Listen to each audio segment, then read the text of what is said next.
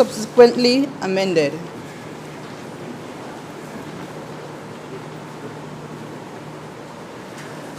Mr. Speaker, good morning. Good morning to this honorable House and all those listening and viewing. You're not in St. Kitts today. Actually, you are in Nevis. Oh. Thank you. Well, the big stage is a good one to be on, but Mr. President, sir, I stand corrected. I rise to move a motion for the amendment of the order paper as circulated to have the first, second, and third reading of the Nevis Film Industry Bill 2021 be read 3 times in this honorable House today, sir.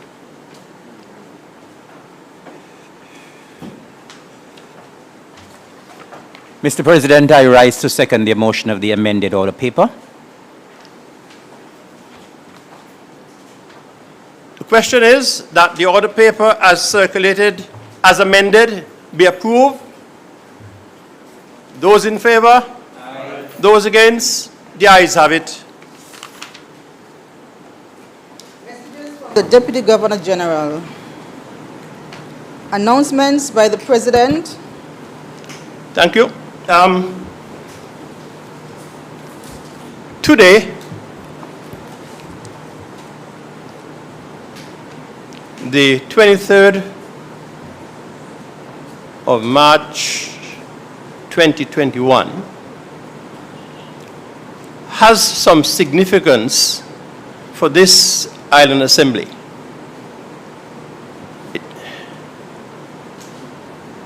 One,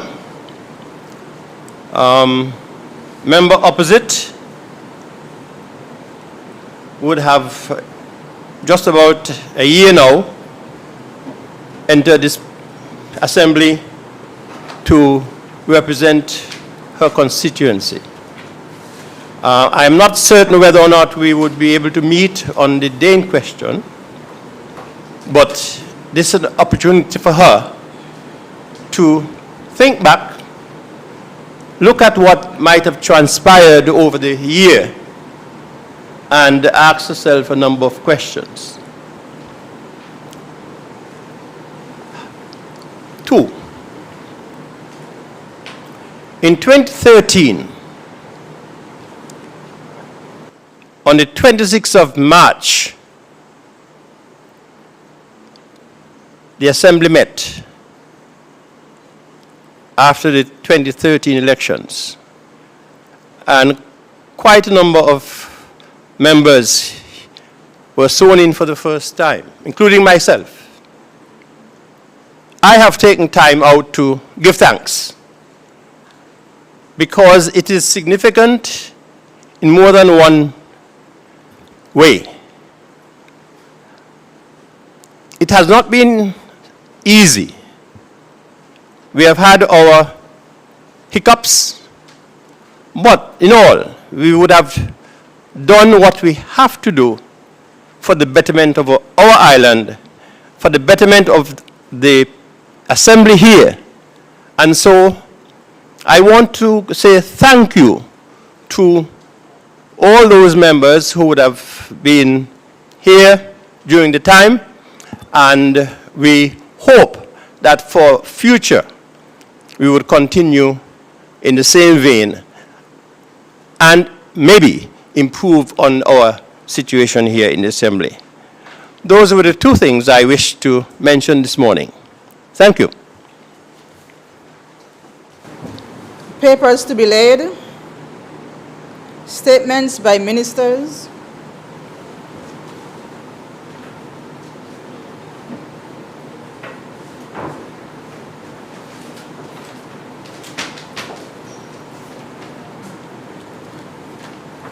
A pleasant good morning to everyone. Mr. President, my colleagues on this side,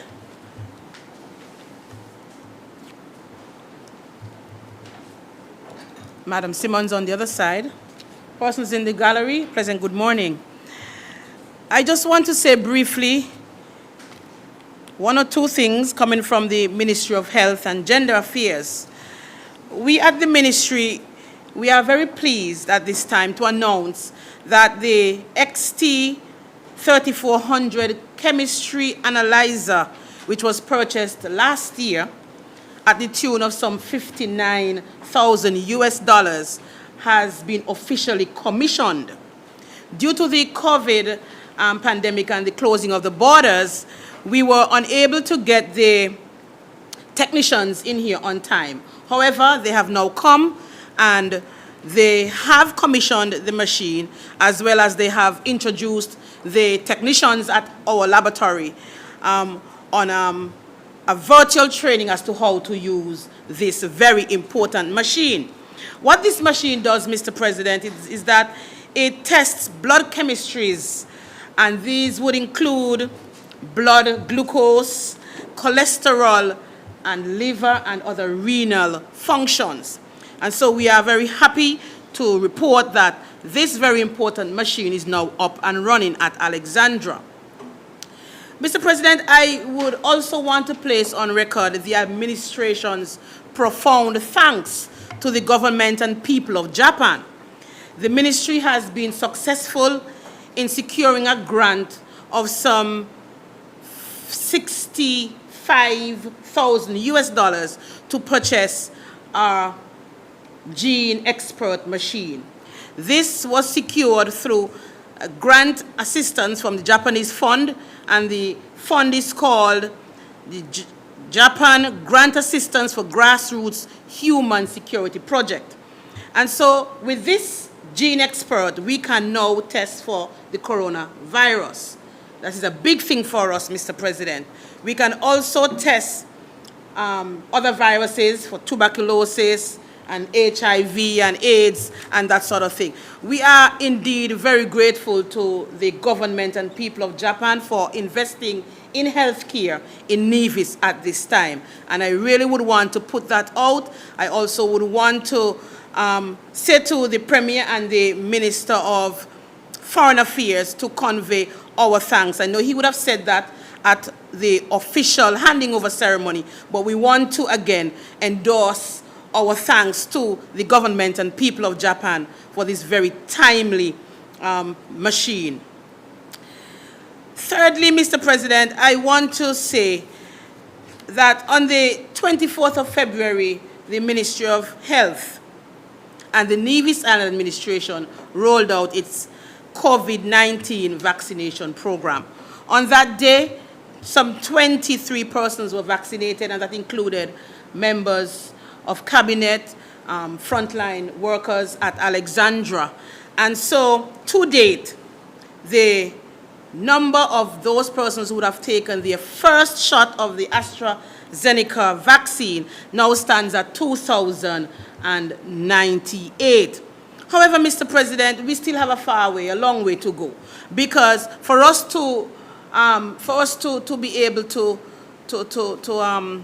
achieve the herd immunity, we are looking at some 9,000 persons for us to be able to achieve that level. And so we continue to encourage our persons, our community members or large businesses to get themselves vaccinated. It is very important if we want to get our lives back to normal. If we want to get our business community up and running again, we need to take that very important obligation on ourselves to have ourselves vaccinated.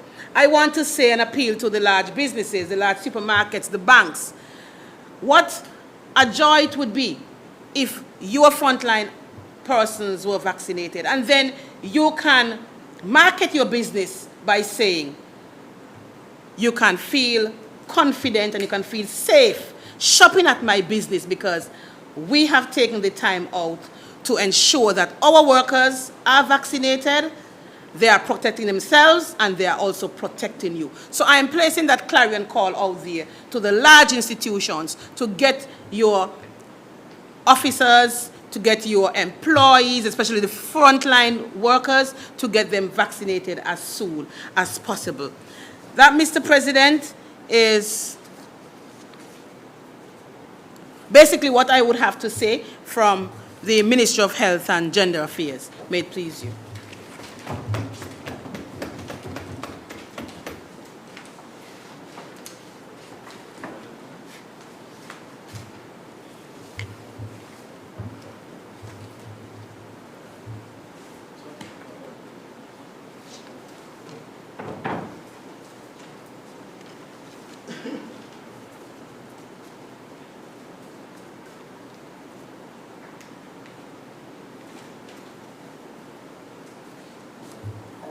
Morning, Mr. President. Good morning, members of this honorable House.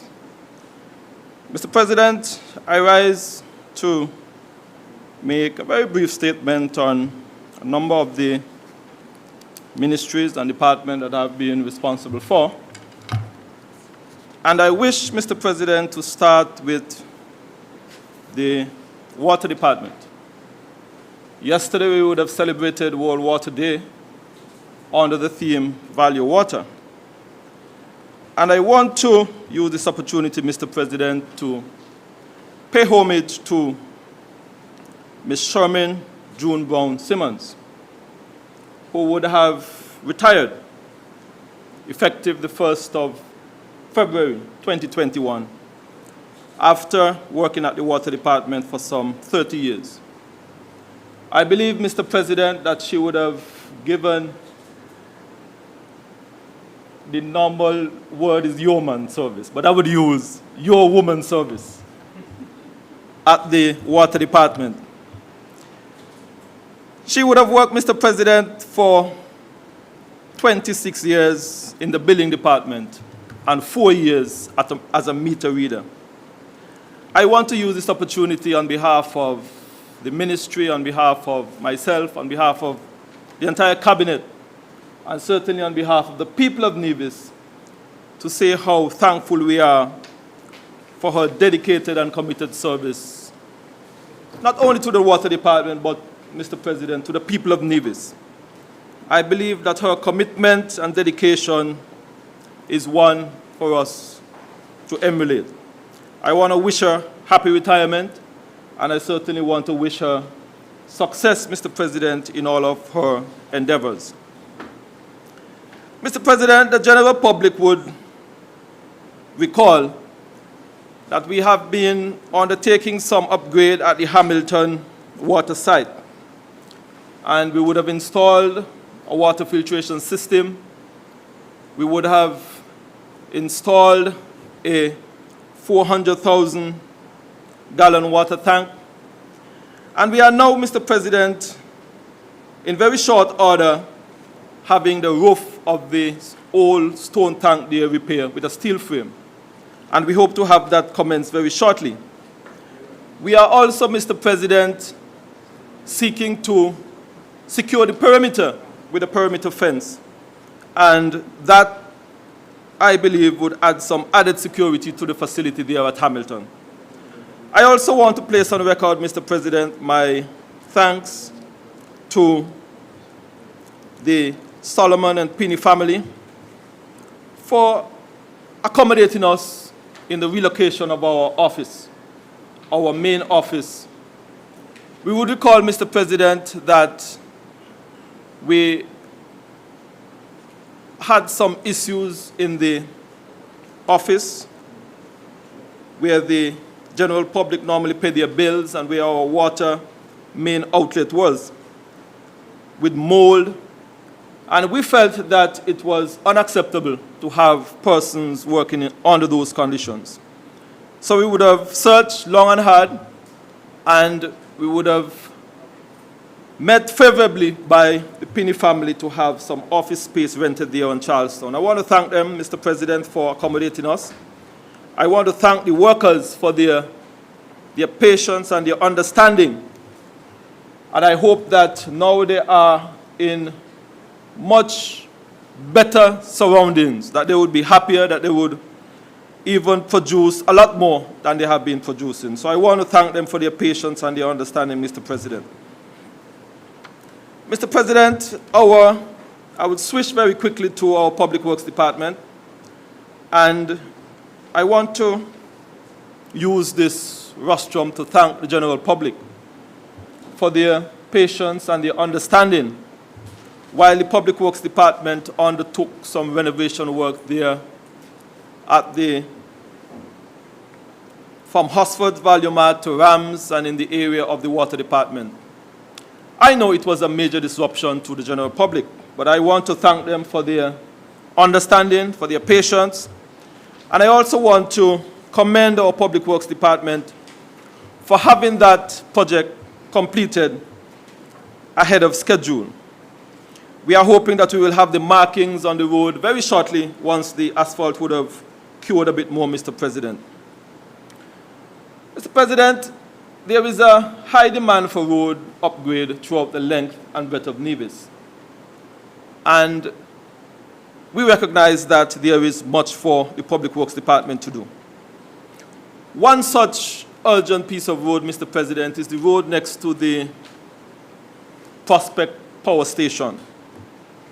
And we have been advised that the dust from the road has been affecting the recently purchased Wattzilla generator.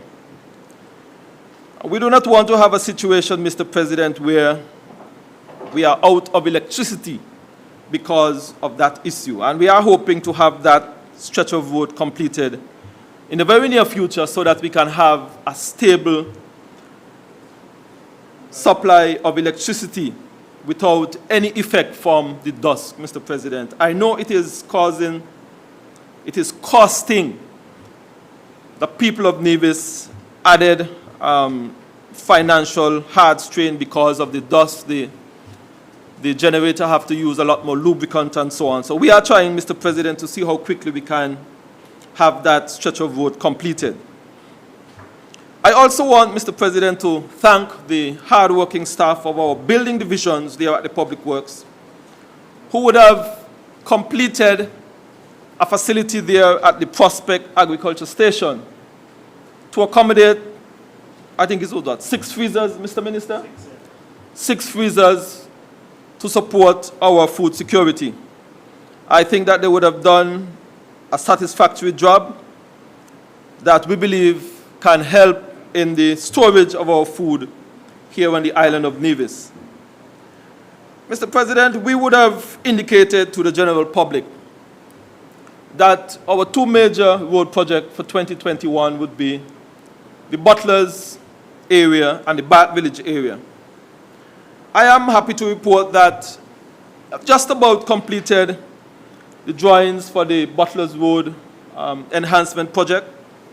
We would have had a site visit just last Thursday with the director, the permanent secretary, and the engineers, walking that area, looking at our staging area, and we are hoping that we can have a town hall, Mr. President, in the Butlers area to advise the general public as to when we will actually start construction of that road improvement project. 2 areas, Mr. President, of concern as it regards to drainage. We are looking at some drainage issues in the Ramsbury area that has been plaguing many residents for some time. And we are hoping that we can have that sorted during the course of 2021. To those persons in the Paradise, Barnesgut area, we know that we have had a long issue when you enter Paradise, going to Barnesgut. When heavy rains come, there is a bottleneck of water at the top of that intersection. And I am happy to report, Mr. President, that we have had some lengthy discussions with property owners in the area, with the church, and we are finally at a stage, Mr. President, where all of the parties are in agreement as to what we are seeking to do. We are hoping that we will be able to have that drainage project ongoing very shortly so we can bring some relief to the residents of Paradise and Barnesgut, and especially, Mr. President, the children of Barnesgut who often have to walk from the St. Thomas's Primary School up into Barnesgut. The area at times can be very dangerous because of the water in the area. Mr. President, we have recently procured our milling machine, and we have had unprecedented requests for the use of that machine. The Ministry of Youth and Sports have been on our backs, Mr. President, to have the netball court at the netball complex in Charlestown milled and resurfaced, and we are hoping to have that project implemented very shortly. I know our good folks at the Ministry of Health have been asking for the parking lot of the Alexander Hospital also to be milled and resurfaced. And we are hoping, Mr. President, that we can implement those projects in the very near future. I want to switch very quickly, Mr. President, to our planning department. And we have been looking, Mr. President, at the construction sector. And we feel that the construction sector is one of, if not the most vibrant, but a very vital sector here on the island of Nevis. And it is a sector we feel, Mr. President, that needs some legislation, some regulation, some guidance as to how persons can become contractors, as to how we can see the interaction between contractors and homeowners or business personnel. And we are considering bringing to this Parliament, Mr. President, some legislation and regulations to govern the construction sector. We have met our legal department, our Ministry of Finance, to our planning department to see how best we can fashion some legislation in that regard, Mr. President. And we are hoping that at the end of it, the ultimate beneficiary will be the people of Nevis. The contractors would benefit, the homeowners and the businesses would benefit, the inland revenue would benefit, and the banks would benefit, the insurance companies would benefit, Mr. President, while we seek to bring some order to this very important sector, Mr. President. Because we feel that in the absence of any regulation and legislation, that it could be a recipe, Mr. President, for much contention. And we have been fortunate over the years, and we are hoping that we can give some guidance in this sector. Mr. President, very quickly, I just want to give some statistics as it regards to the severance on the island of Nevis from our Labor Department. And this, Mr. President, is a very painful area as it regards to what we have to deal with on a day-to-day basis. The information would show, Mr. President, that in 2020, some 802 persons would have applied for their severance. And out of that 802 persons, Mr. President, some 351 persons would have been approved for their severance. And I want to put a caveat on that 351, Mr. President. While there would have been 351 persons who would have been approved for severance, based on this latest statistics, that these persons have not received all of their monies. They would have received a portion of their severance payment. It means, Mr. President, that we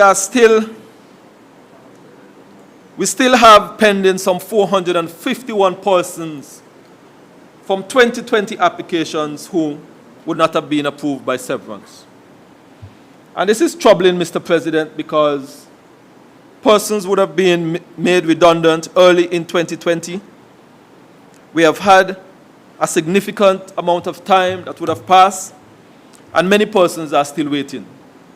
I am hoping, Mr. President, that we can see a quick resolution to these outstanding severance payment and these outstanding balance for those persons who would have received their initial payment.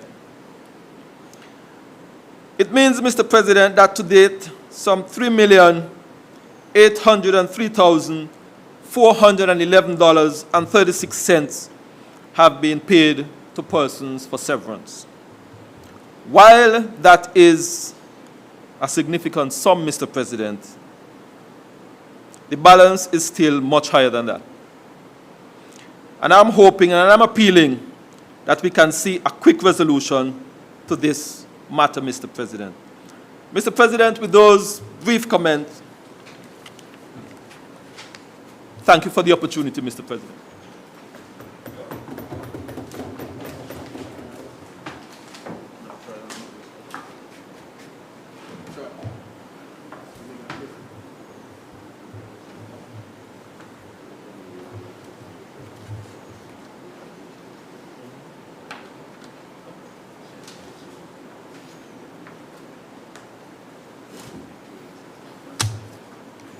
Mr. President, I rise again to make a brief statement in this honorable House.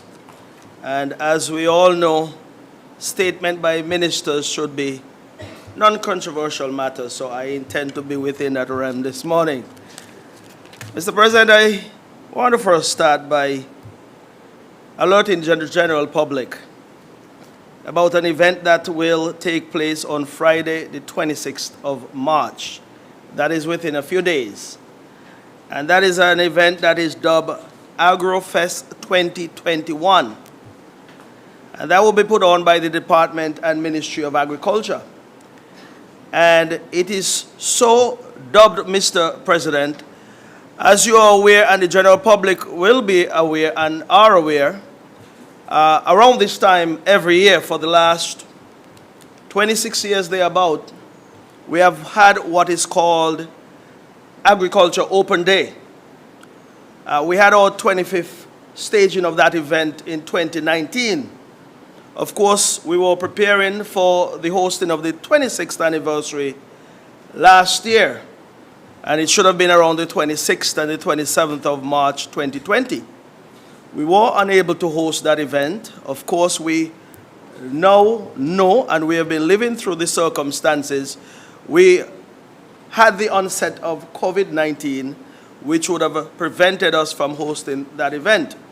All preparations were being made then, and it just did not happen.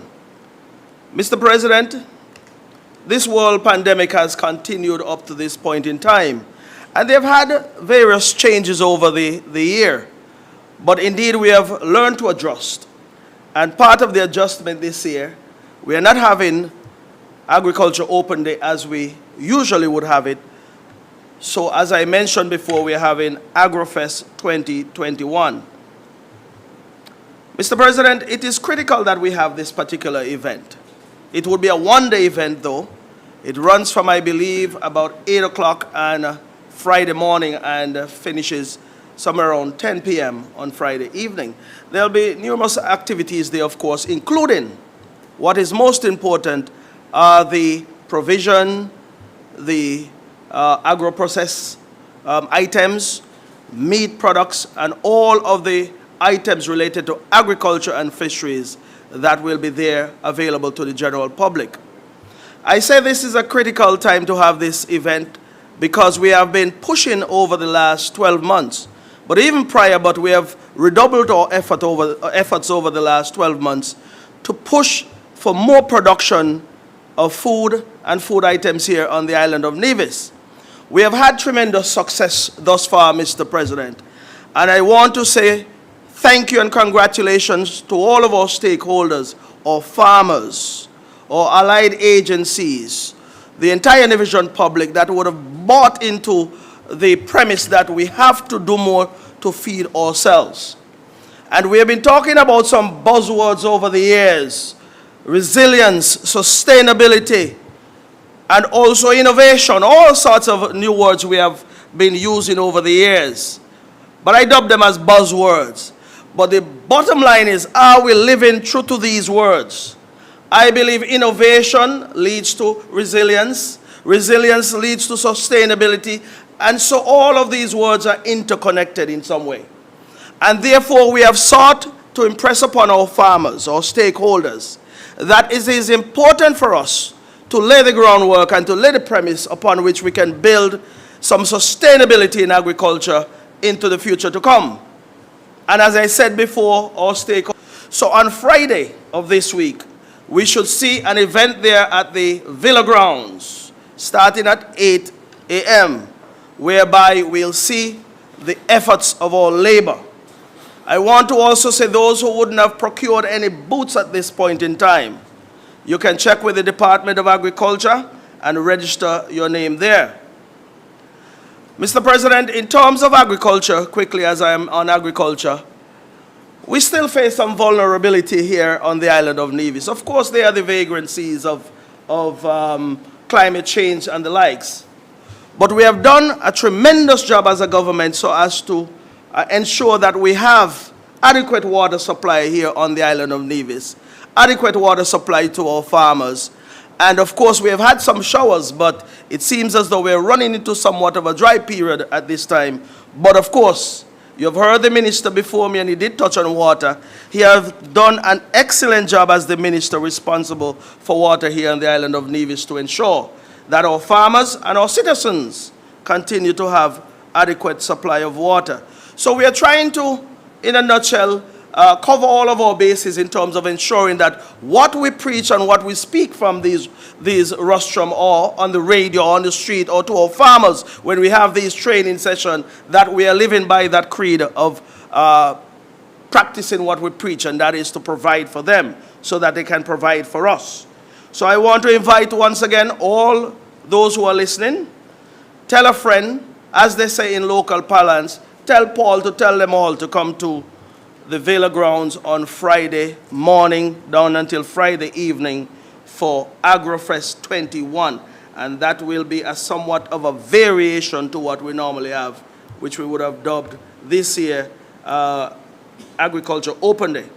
Mr. President, while I'm at the microphone, I want to thank and commend the Ross University School of Veterinary Services, or Medicine, sorry, for their effort in assisting us continually over there at the Madden Stock Farm. I want to go back quickly, Mr. President. You know, in 2013, when we assumed the management and responsibility of agriculture and livestock here on the island of Nevis, we made a farm there that was in disarray. My permanent secretary, who is now the member for Nevis 3, he was my then permanent secretary when we went about the task of rebuilding, resuscitating, or re-engineering whatever was necessary to get that stock farm back in shape. I must say thank you to Rohan Claxton and his staff over there at the Madden Stock Farm, who would have done an excellent job to bring some semblance of organization and some level of success to that particular stock farm. I want to say to you, Mr. President, I did commend the Ross University School of Veterinary Medicine. Why I do that is because from time to time they come and they assist us with checking on our animals to ensure that their health and well-being are intact, are well placed. Now, on last weekend, they would have done some ultrasound and palpation test of these animals. And what that means is that they would have tested them to see what is pregnant at this time. I am told there are 43 cows that are pregnant at this time. That is a significant number, because we have been pushing to ensure that we bring some innovation and some genetic variations to that farm to ensure that we can supply our farmers, our livestock farmers, with new genetics, a new breed of cattle, goat, and pigs. So that stock farm is now undertaking the responsibility of supplying our farmers, or livestock farmers, with animals. Mr. President, I'm sure you would have gone there and have bought. You're a livestock farmer yourself. I've gone there and I've seen a number of livestock farmers on the island who would have come forward and purchased. And we want it to be that way. Here's why, Mr. President. The government should not always lead in every facet of agriculture. We can be the partner that our livestock farmer, or crop farmers, and even our fisher folks are looking towards for some assistance in terms of getting their herd or their production up to a manageable or a suitable capacity. So I want to say that we have been moving in the right direction there at Madden Stock Farm. We'll be doing some additional cleaning and clearing and fencing over there so that we can expand the herd to meet the growing demands of our livestock farmers here on Nevis. And like I said, I want to thank all of our stakeholders for all of the effort that they have exhibited up to this point in time to ensure that we achieve what we have been speaking about, and that is food security and sustainability here on the island of Nevis.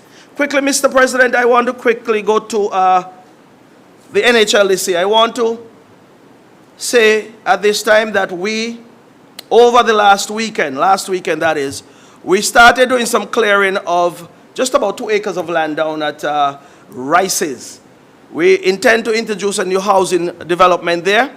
I want to say to the minister for Nevis, or the member for Nevis 3, and minister responsible for that area, that he has been clamoring for housing in Gingerland, and we would have procured 2 acres of land there at Rice's, and we have started the cleaning and clearing.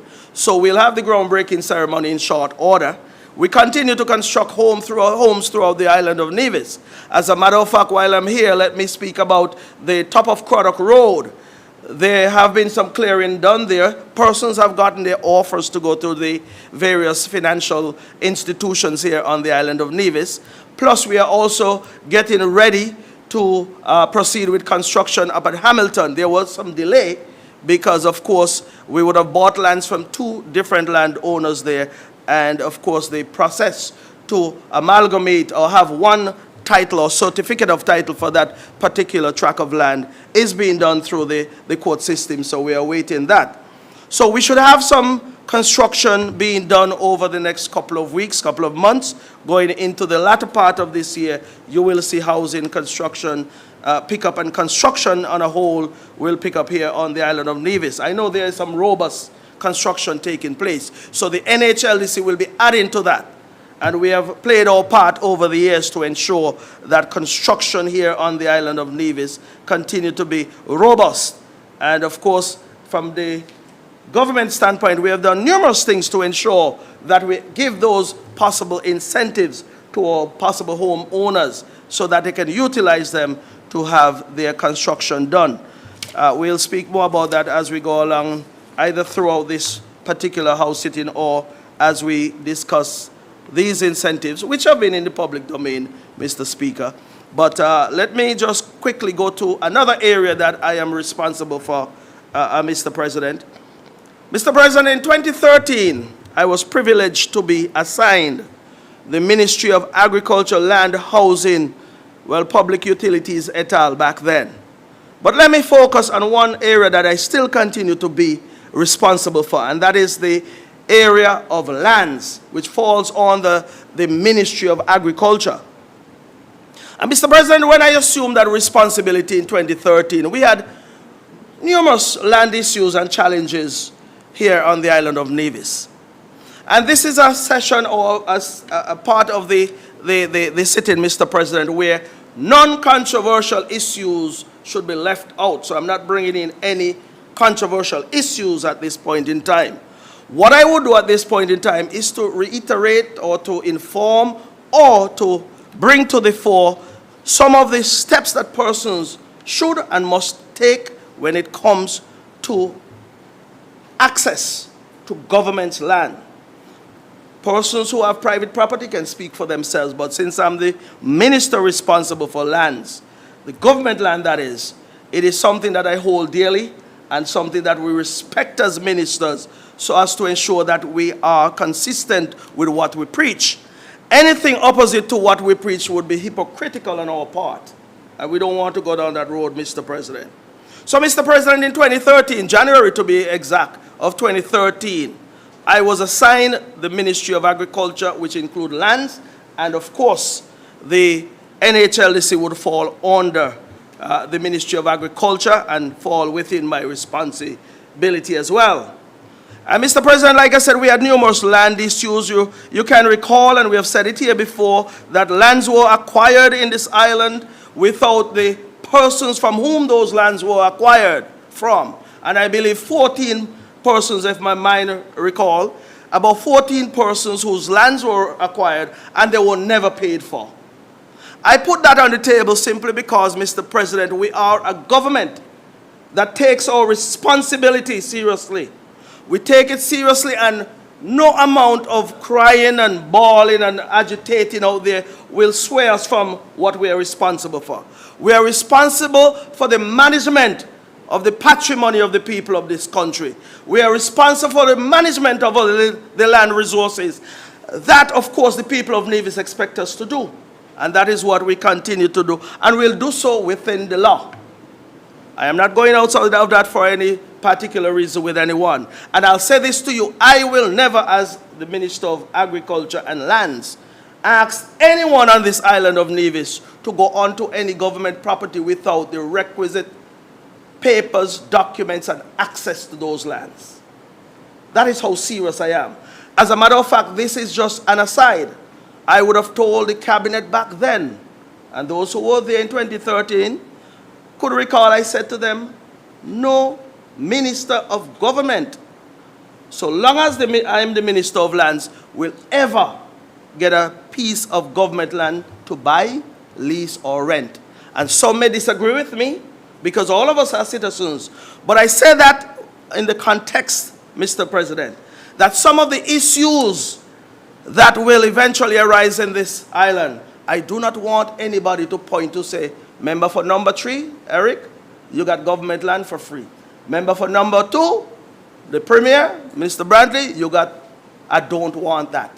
We didn't want that. The entire cabinet would have agreed with me then. And I thank them for acceding to my suggestion, request, or however you want to put it, Mr. President. So, Mr. President, let me put into context this morning how persons can get access to government land. Because the lands are available to us. Some may say it's the people's land, but because it's the people's land, it doesn't mean that we get up one morning and say, I see an acre of land out there and I go on it. No, there is a right way and a wrong way. And if we are to live as decent citizens of this island, law-abiding citizens, we should always choose the right way because it's the only way to go. And that is the right way. So, Mr. President, issues pertaining to lands have existed for all the years I know myself and even before. But here's how you can have access to government land. You can do so through a rental from the Department of Agriculture. Those are crown lands. You can do so through a lease, which is done through the Nevis Housing and Land Development Corporation. Or you can come in and buy the land and you get a certificate of title and then you're on your merry way. You wave your papers to Charlestown, as they say, because I have my papers. It has always been felt that ownership of land in Nevis is one of those prized possessions. People do so with pride. And as a matter of fact, I stand here and I say, I believe in the Caribbean. Nevis have the easiest process, the most uncomplicated process whereby you can own a piece of land. You come into the NHLDC, for example, you fill out the form, the application form, it is reviewed, you get an offer, you're given a certain period of time to pay for that land, you come and you pay and you're on your way. I know there are countries and islands around us. People have been trying to get land for 40 years, 50 years, 10 years, whatever the case might be, and up to now they can't get through. But we have made the process as simple, as simplistic as it can be. Come in, fill out your application, it is reviewed. If you're leasing, a lease is drawn up, you're given the conditions. If you're buying that land, then of course you get an offer, and off you go to the bank to get your mortgage or your loan. But what are the advantages of doing so, Mr. President? Once you have that access, that document, that paper, the first thing I will say to you, it reduces any conflict that you would have with the government or any other citizen, or just purely conflict is eliminated. Any conflict that you have. Because you can then walk in to any institution, walk up to anybody, see my paper here. Simple as that. So the conflict is eliminated as a result. I also believe once you eliminate that conflict, it gives you that level of confidence. It feels good when you have your own title and your own documents to land, you know, Mr. President. You know how it feels. I know it feels. Those of us back here know how we feel. And all of the persons in the gallery who have a title or a document to a piece of land, it feels good. So it gives you that level of confidence, and you can go out and engage anybody and engage in any activity under the law or within the ambit of the law. You can do so because it's yours. Now, Mr. President, another reason why it's important to have documents to land, when there is any level of responsibility for anything to do with that land arises, then we know where to go. For example, there are overgrown lands here on the island of Nevis. Persons would then go and do a search at the registry. They would either call the corporation or find some way of figuring out who owns that land. By establishing that, at least you know where to go and you know who to contact and who to have a discussion with to get that situation eliminated or alleviated. Mr. President, the most important thing of all, I said it before, you have that title in your hand, and you're a proud landowner. You are a proud landowner as a citizen of this island, and you can walk throughout this island proud as can be. Nobody can tell you anything. But if you choose not to take any of those steps, you choose not to take advantage of any of those conditions that I just laid out, then you're at a loss, Mr. President. And you cannot start crying up and down Nevis and say somebody throw you off your land when you don't have nothing for it. I said we have made the process as easy as 1, 2, 3 for the citizens of this island. And it's not just this administration, Mr. President. Every administration prior to us have made it easy for citizens to gain access to the lands that we call the people's land, our land. And I want to admonish our young people out there. Do not be persuaded by those who would want to take government land and don't pay for it. If you choose to take lands that are not yours, it tantamounts to stealing, Mr. President. It tantamounts to stealing, and we cannot encourage that in a country where there are laws, in a country or island, to speak first of all, where there are laws, there are conditions, and there are requirements of you when it comes to owning or access to lands. So, Mr. President, those issues that are out there in the public domain, I want to say this in closing.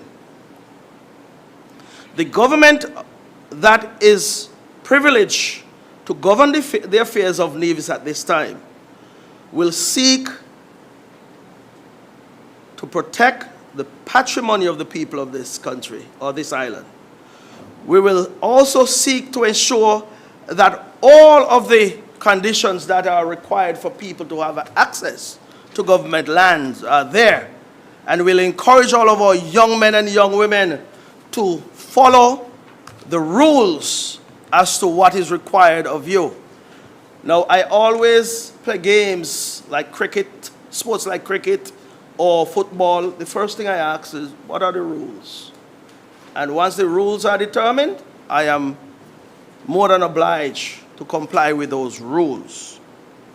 You cannot go against the rules, create infringement, and expect you to be in a good standing. There'll be difficulties there. Mr. President, I want to just wrap up by letting you know that we are satisfied that we continue to do the right thing as an administration. We are satisfied that the people out there that look to the government for the government to provide for them are satisfied that we're doing that. And in wrapping up, let me also say, Mr. President, I want to encourage the entire island of Nevis, anyone who currently occupies government land and have no documents for those lands to come into the NHLDC, let us get you regularized so you have that tenancy. Come into the corporation, or you can go to the Department of Agriculture where they rent crown lands. And I speak with some degree of passion this morning because I am not going to get caught up in social media antics. I am a serious minister of government. We run a serious government. We have a serious land Ministry of Agriculture, Lands and Housing, serious people. So when issues are brought and people are manufacturing issues, I won't have a part to play in that. And I am dead serious about that. If anyone want to engage me seriously, we are ready to engage. I never shirk my responsibilities as a minister. Anyone on the island of Nevis who wants to speak about lands, they know where to come. And I want to continue to reiterate, whether you're in Maddens, whether you're in Potworks, whether you're in Catesby, wherever you are on the island, we have numerous estates. If you are there, I'm asking you to come and regularize your status. Come and get some tenancy to that land. I don't know how else to put it, Mr. President. I think I've done a good job in saying it loud and clear. And I believe I'm going to leave it there for now and continue to encourage our people to do the right thing, because it's the only thing to do. Mr. President, with those few words, I thank you. May it please.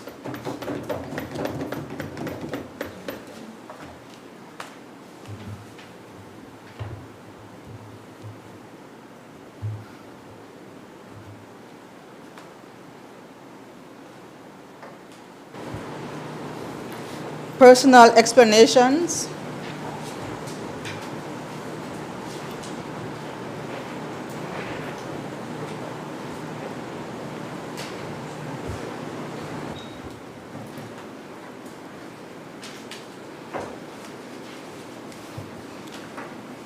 Mr. President, members of the government side, Madam Legal Advisor,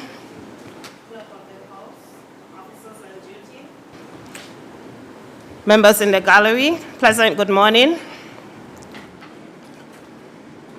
Mr. President, I seek leave of this Honorable House to permit me a few minutes to express my profound gratitude to my beloved constituency for affording me the opportunity to offer service to them as their humble servant for just a little over a year. Mr. President, I seek leave at this time simply because I am not a minister and therefore I cannot give ministerial statements, so I do ask during this part of the sitting. I am a bit in pain, Mr. President, but I shall press on. The celebration of my first anniversary, Mr. President, was very successful. I had a weekend of activities in my constituency, Nevis 5, which sought to bring unity to the parish of St. Thomas's, and it was really a weekend filled with camaraderie and certainly excitement. It was really a pleasant experience to see the people of St. Thomas's united in such a profound way. Mr. President, during my various meetings with my constituents, particularly during canvassing, my constituents have expressed certain concerns as it relates to issues within the St. Thomas's constituency. For example, Mr. President, the people of Cotton Ground in particular are very concerned, and they have asked me to make an appeal in this Honorable House to have the lighting at the Cotton Ground playfield restored so that the people of Cotton Ground and surrounding areas can enjoy the full benefit of the playfield during all hours, particularly during evening time, which is a time where most people engage in recreational activities after a hard day of work. So I make this appeal here to members opposite so that they can put the necessary infrastructure in place to have those lighting restored. Also, Mr. President, the dear people of St. Thomas's, particularly, Mr. President, the students of the St. Thomas's preschool, they have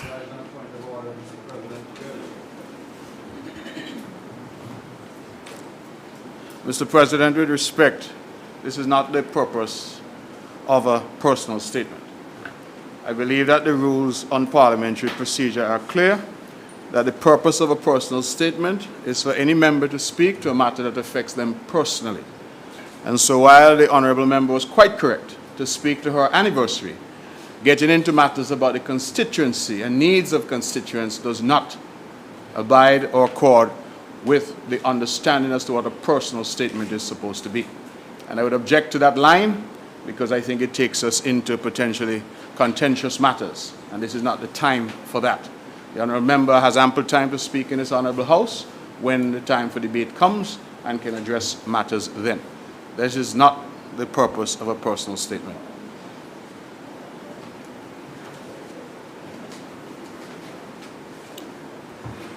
Mr. President, I take it that as the honourable member for Nevis 2 have stated, perhaps I am not a beneficiary of my constituency.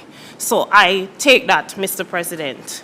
But if I may, Mr. President, and with leave of this court, these issues, in my respectful view, in this honorable house, these issues, in my respectful view, Mr. President, are not controversial in any way.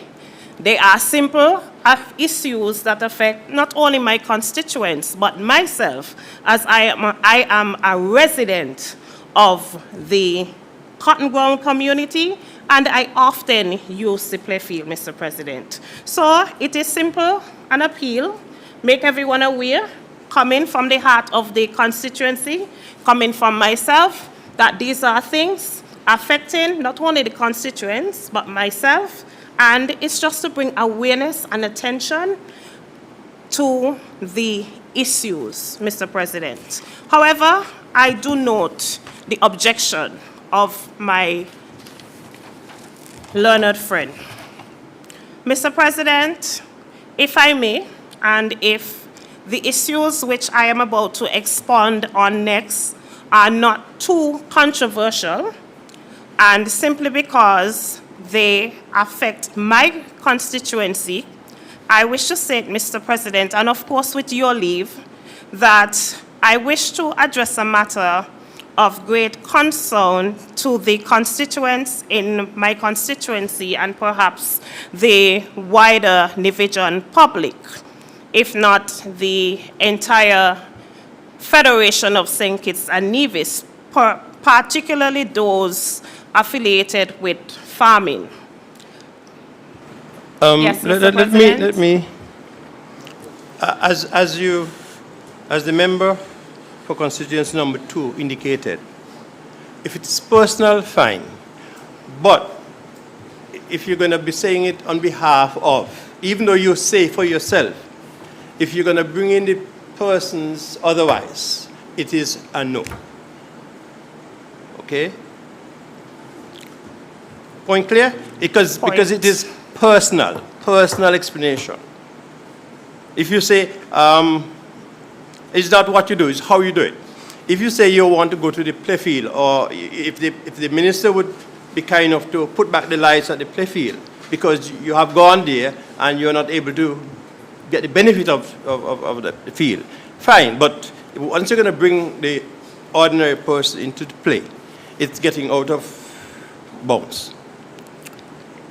Mr. President, simply because I do not hold a government portfolio, but I do hold a constituency, I represent a constituency, and because the matters that affect that particular constituency is dear to me,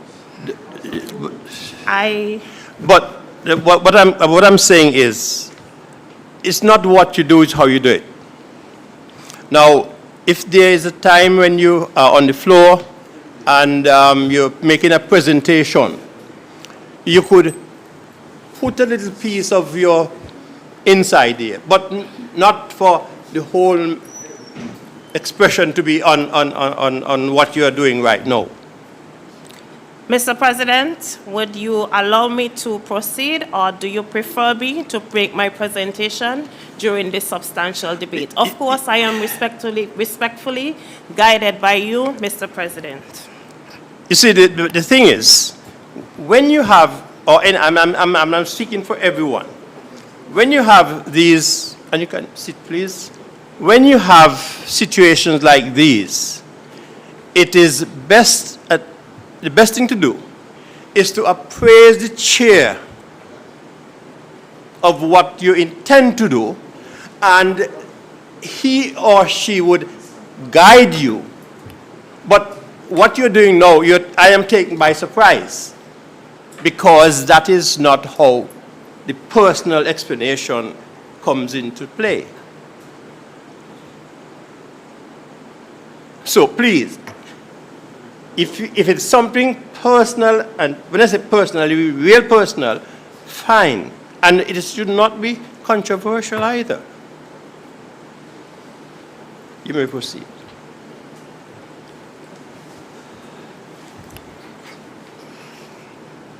Thank you for your guidance, Mr. President.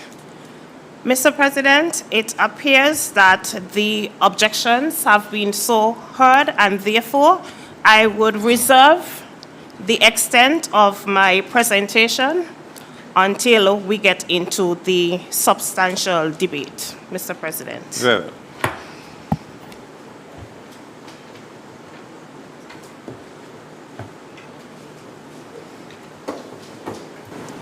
Introduction of bills and first readings.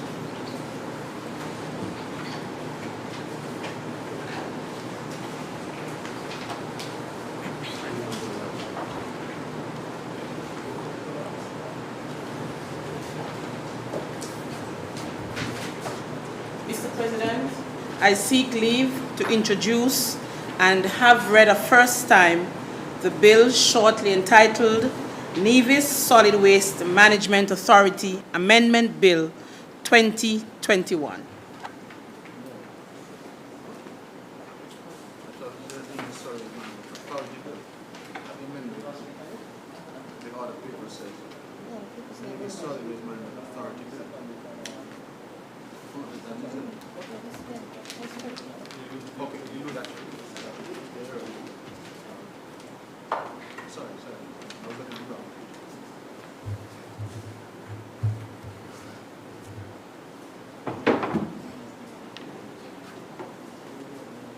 Mr. President, I rise to second the motion.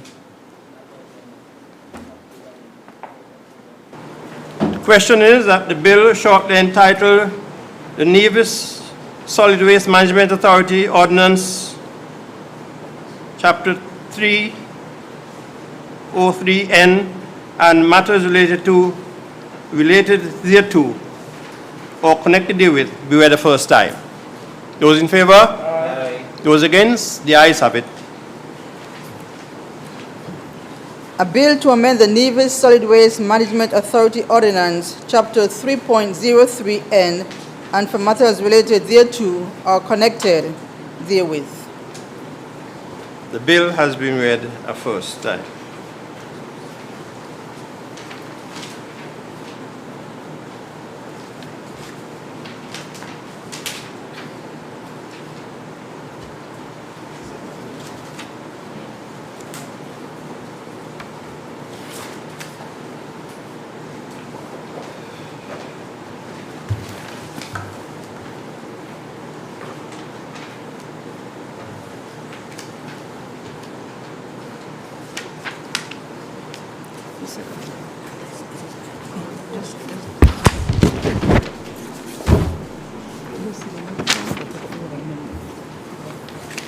So, Myra, sorry.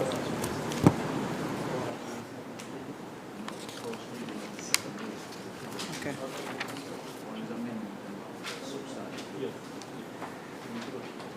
Mr. President, I seek leave to introduce and have read a first time the bill shortly entitled Nevis Solid Waste Management Authority Bill 2021.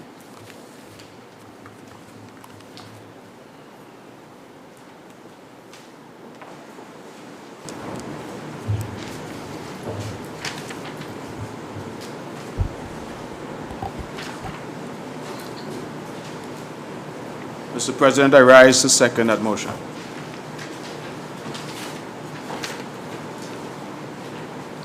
Question is that the bill shortly entitled the Nevis Solid Waste Management Authority, Bill number 2021, has been read a first time. Those in favor? Aye. Those against? The ayes have it. A bill to repeal and replace the Nevis Solid Waste Management Authority Ordinance, Chapter 3.02N, and for matters related thereto or connected therewith. The bill has been read a second time. Thank you. First time. First time. First time.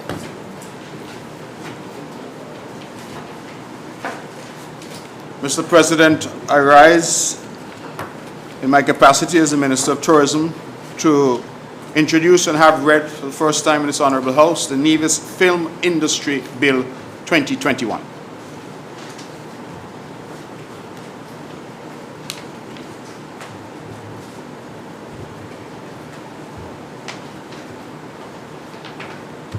Mr. President, I rise to second the motion and reserve my right to speak.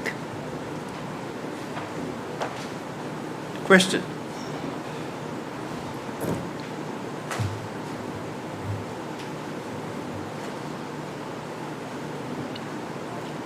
Question is that the bill shortly entitled the Nevis Film Industry Bill 2020 be read the first time.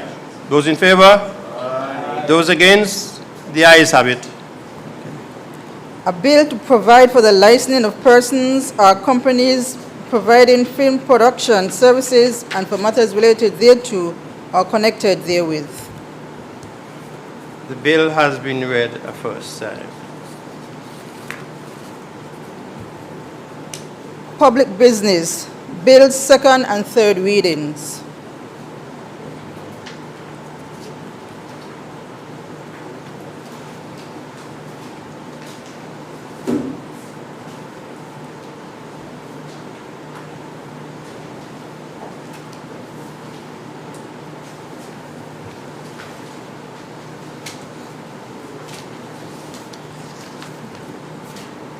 Mr. President, I rise to move that the bill shortly entitled Nevis Solid Waste Management Authority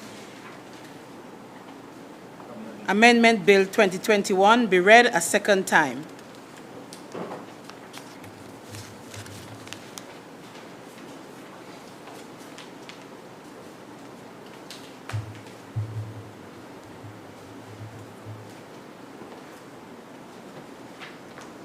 Mr. President, I second that motion and reserve my right to speak.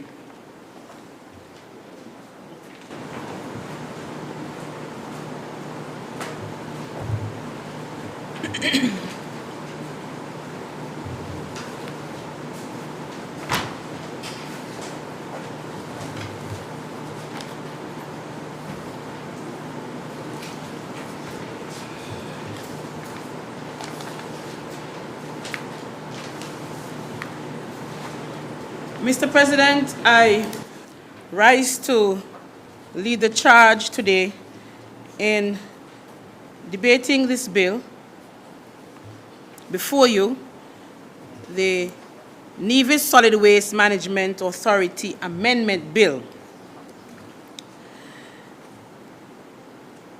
Mr. President, as I rise to begin my deliberation, I want to set the preamble and the foundation as to the origins of this bill.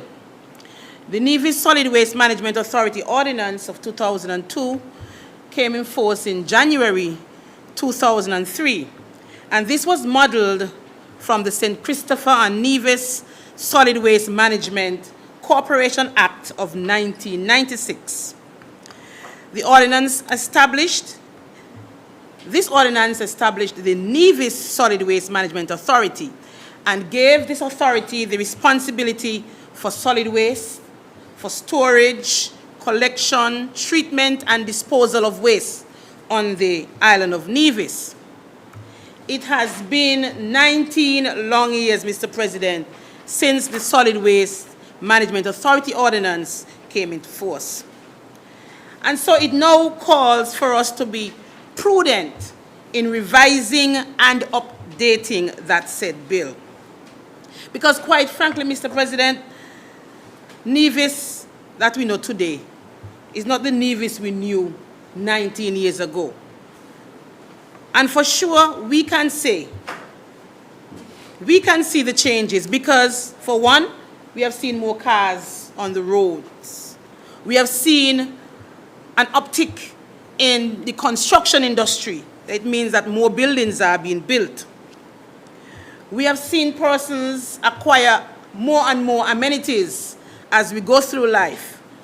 And because of all this, Mr. President, it means then that more waste has been generated over the years. And so it is very important that we would have come today to bring this amendment to make some adjustments so that the authority can operate in a manner that is conducive to the present situation that we are living in this century. And so the short title, this ordinance may be cited as the Nevis Solid Waste Management Authority Amendment Ordinance 2021. In this ordinance, the principal ordinance means the Nevis Solid Waste Management Authority Ordinance, Chapter 3, 3.03. And in this ordinance, Mr. President, we seek to repeal and substitution of the second schedule.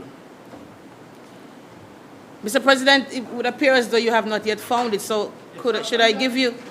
Okay, okay.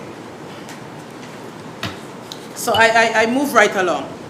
And so, as we seek to make some amendments to the second schedule, Mr. President, we seek to repeal paragraph 1 and substitute the following paragraph. Environmental levy imposed on each visitor at a rate of 3 United States dollars or 8 Eastern Caribbean dollars and 15 cents. What was originally in place, Mr. President, is that 19 years ago,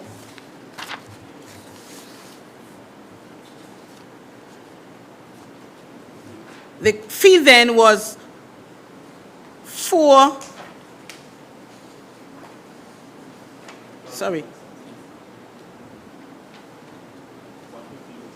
was 150 US, sorry, and now it is being increased to 3 US. It means then, Mr. President, that there is a slight increase of just $4.10 from $4.05 EC 19 years ago to $8.15 we are proposing at this time. And so even though there is an increase, it is just a slight increase. We are aware of the many hardships that persons are going through, but we must be cognizant as well that we have to keep our surroundings clean. We must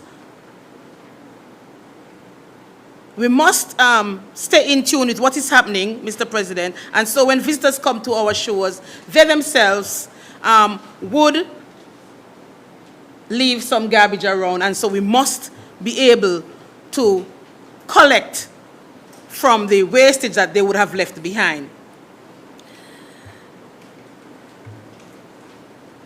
B, repealing paragraph 3 and substituting the following paragraph, tipping fee. Mr. President, in 19 years ago, our tipping fees were 48 US. 40 US, sorry. We are now increasing that to 48 US or 130 EC dollars. It means then, Mr. President, this is a minimal increase of just 22 EC dollars. And as I go along, Mr. President, you will see that the increases are minimal. We are aware of our present situation, and in as much as we must increase so that we can stay afloat in our operations, the increases are very minimal. We also seek in this amendment to increase the fees associated with industrial, commercial, and institutional waste, except special waste such as waste generated by hospitals, clinics, doctors, laboratories, both private and public. And we are now increasing that, Mr. President, to 24 US dollars or 65 Eastern Caribbean dollars to 65, oh, sorry, let me get that again. It was from 20 US 19 years ago to 24 US presently, and 24 US translates into 65 EC dollars per centum. When we look at that again, Mr. President, we see that it is only a slight increase of 11 EC dollars.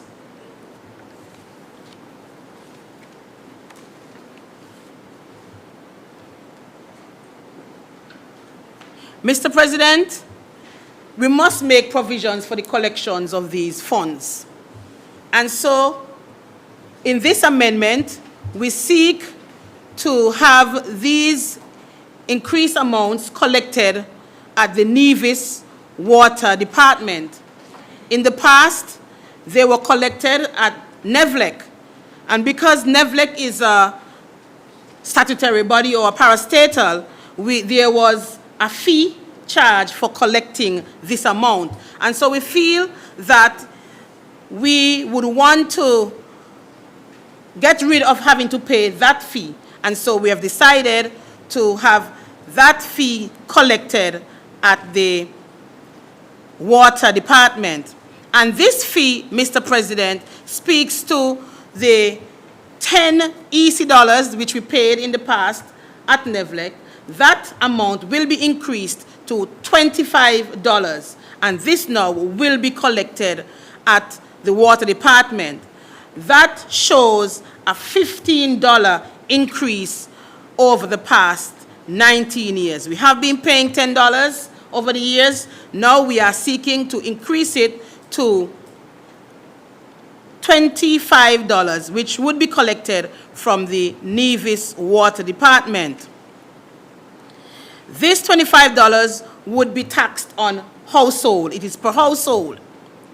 And then a $75 increase is levied on businesses or commercial operators, and this too would also be paid at the Nevis Water Department.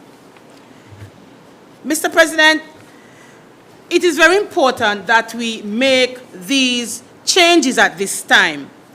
When we look at the fleet of our trucks at the Solid Waste Management Authority, we have 6 trucks in the fleet presently. 2 trucks are 5 years old, 1 is 14 years old, another is 13 years old, and 2 are 21 years old. So on average, our trucks are 13 years old. It means then that very shortly we will have to replace these trucks. And so we have to make provisions for operating costs. In addition to that, Mr. President, with the increase in the construction industry, we are having homes being built all over Nevis, sometimes in some very rugged terrains. And you find that our trucks have to go through these rugged terrains twice per week, and in some cases 3 times per week, especially in those areas that are more densely populated. They have to make that trip 3 times a week. And so, Mr. President, for this increase in jobs or increase in collection services, we believe that this increase is very minimal and could be absorbed at this time by residents, businesses alike. I also want to say, Mr. President, that the time has come for us to step up with technology. And we have seen, as a matter of fact, COVID has shown us that we have to do a lot of things now virtually. And so the Solid Waste Management Authority would want to implement certain things as paying your bills online and things like that. And you have to be armed with the software and the hardware to get persons for the authority to implement new technologies such as these. And so all these come at a cost, Mr. President, which the authority cannot absorb at this time. And these other areas would justify why the increase are necessary at this time.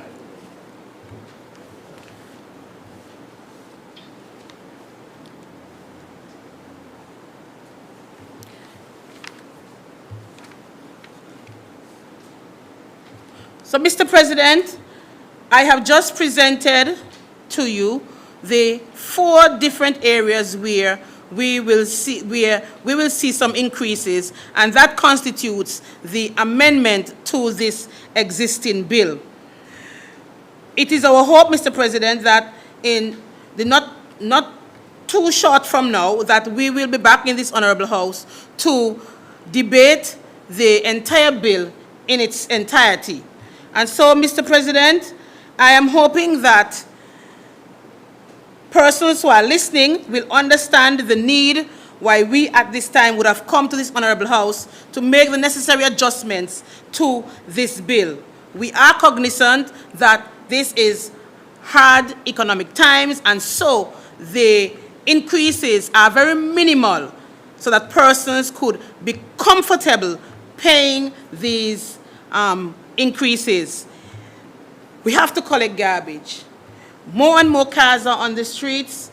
In this COVID era, more and more wastes are being generated per family, and so it is necessary at this time for us to bring this bill to the Honorable House. And so, Mr. President, with this very brief explanation, I would want to wish this bill a safe passage to this Honorable House. May it please you, Mr. President.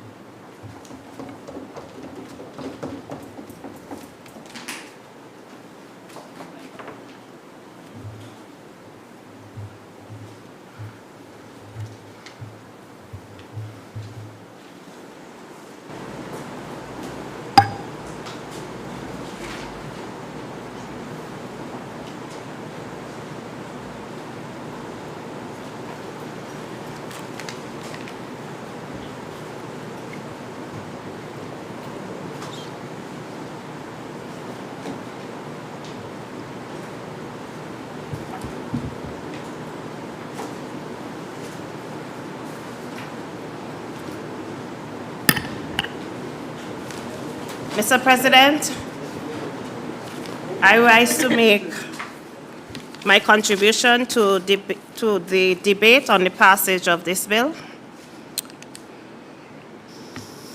Mr. President, it deeply saddens my heart to see that during this period where we are facing and experiencing the global pandemic of COVID-19, that we are here in this honorable house introducing a new taxation bill on the citizens of Nevis. Yes, it is an amendment, I am quite aware. However, Mr. President, during this time of severe economic hardship, one have to wonder and perhaps ponder to a greater extent what it is that would bring this government at this very time when our nation is suffering. People, a very high percentage of the population is still unemployed. People are destitute, and here we have it, Mr. President, that we are seeing an increase of our water bill for the purpose of a solid waste fee. Mr. President, I wish to say that $25 can go a very long way in these very tough economic times. For some destitute and poor persons, those who have lost their jobs and have no means of income, particularly in an environment where stimulation in the economy is somewhat lacking, Mr. President, we can surely understand and appreciate the burden that some persons in Nevis would face having to pay this new tax. Mr. President, it is no secret that the Water Department has been disconnecting services through communities in Nevis simply because people cannot afford to pay their water bill. Now, Mr. President, compare the hardship that this additional taxation, an automatic tax, something that is automatically put onto your water bill, how that plight alone would affect the citizens of Nevis, Mr. President. Not only that, I wish to go further because you see, Mr. President, here it is that household would see an increase of $25 and small businesses who we know today, many of them are struggling to keep their doors open, struggling to pay monthly expenses, struggling to keep staff employed because of the impact that COVID-19 has had on our larger businesses, particularly the tourism industry, and I would say Four Seasons. Small businesses had to take on the burden of really trying to keep the economy of Nevis afloat.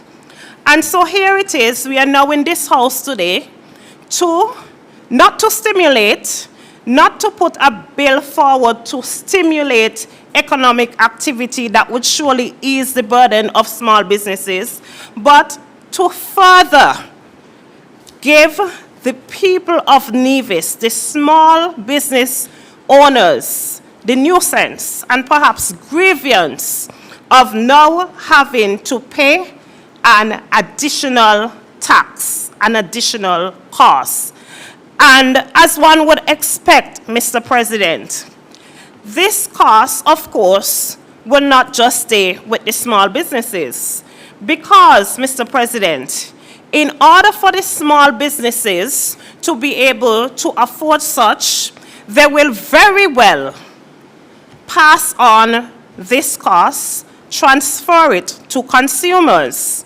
And who are the consumers, Mr. President? Again, the citizens, the ordinary people of Nevis, those who are not working. So here we have somewhat of a tri-party effect, where you have to pay your own household tax of $25 in addition to whatever the cost of the utility for the water bill that you would use. You also have to now pay the costs that the small businesses would pass on to the consumers. And so that, in my book, Mr. President, may very well equate to some extent as a double taxation. Now, Mr. President, the question before this honorable House, is this timely?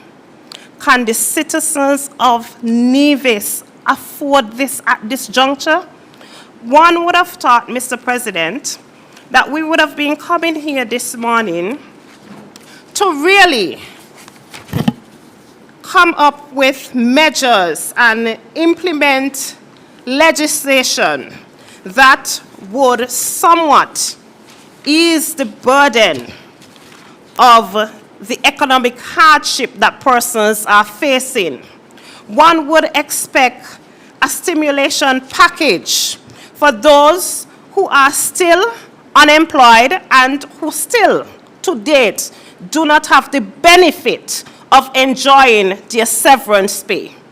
And so, Mr. President, here it is that in this desperate time of hardship, when our fellow leaders throughout the Caribbean, and I now speak of President Motley in Barbados, who recently I have seen in the media have taken the decision, Mr. President, that her cabinet would not introduce any new bills during this period of COVID-19.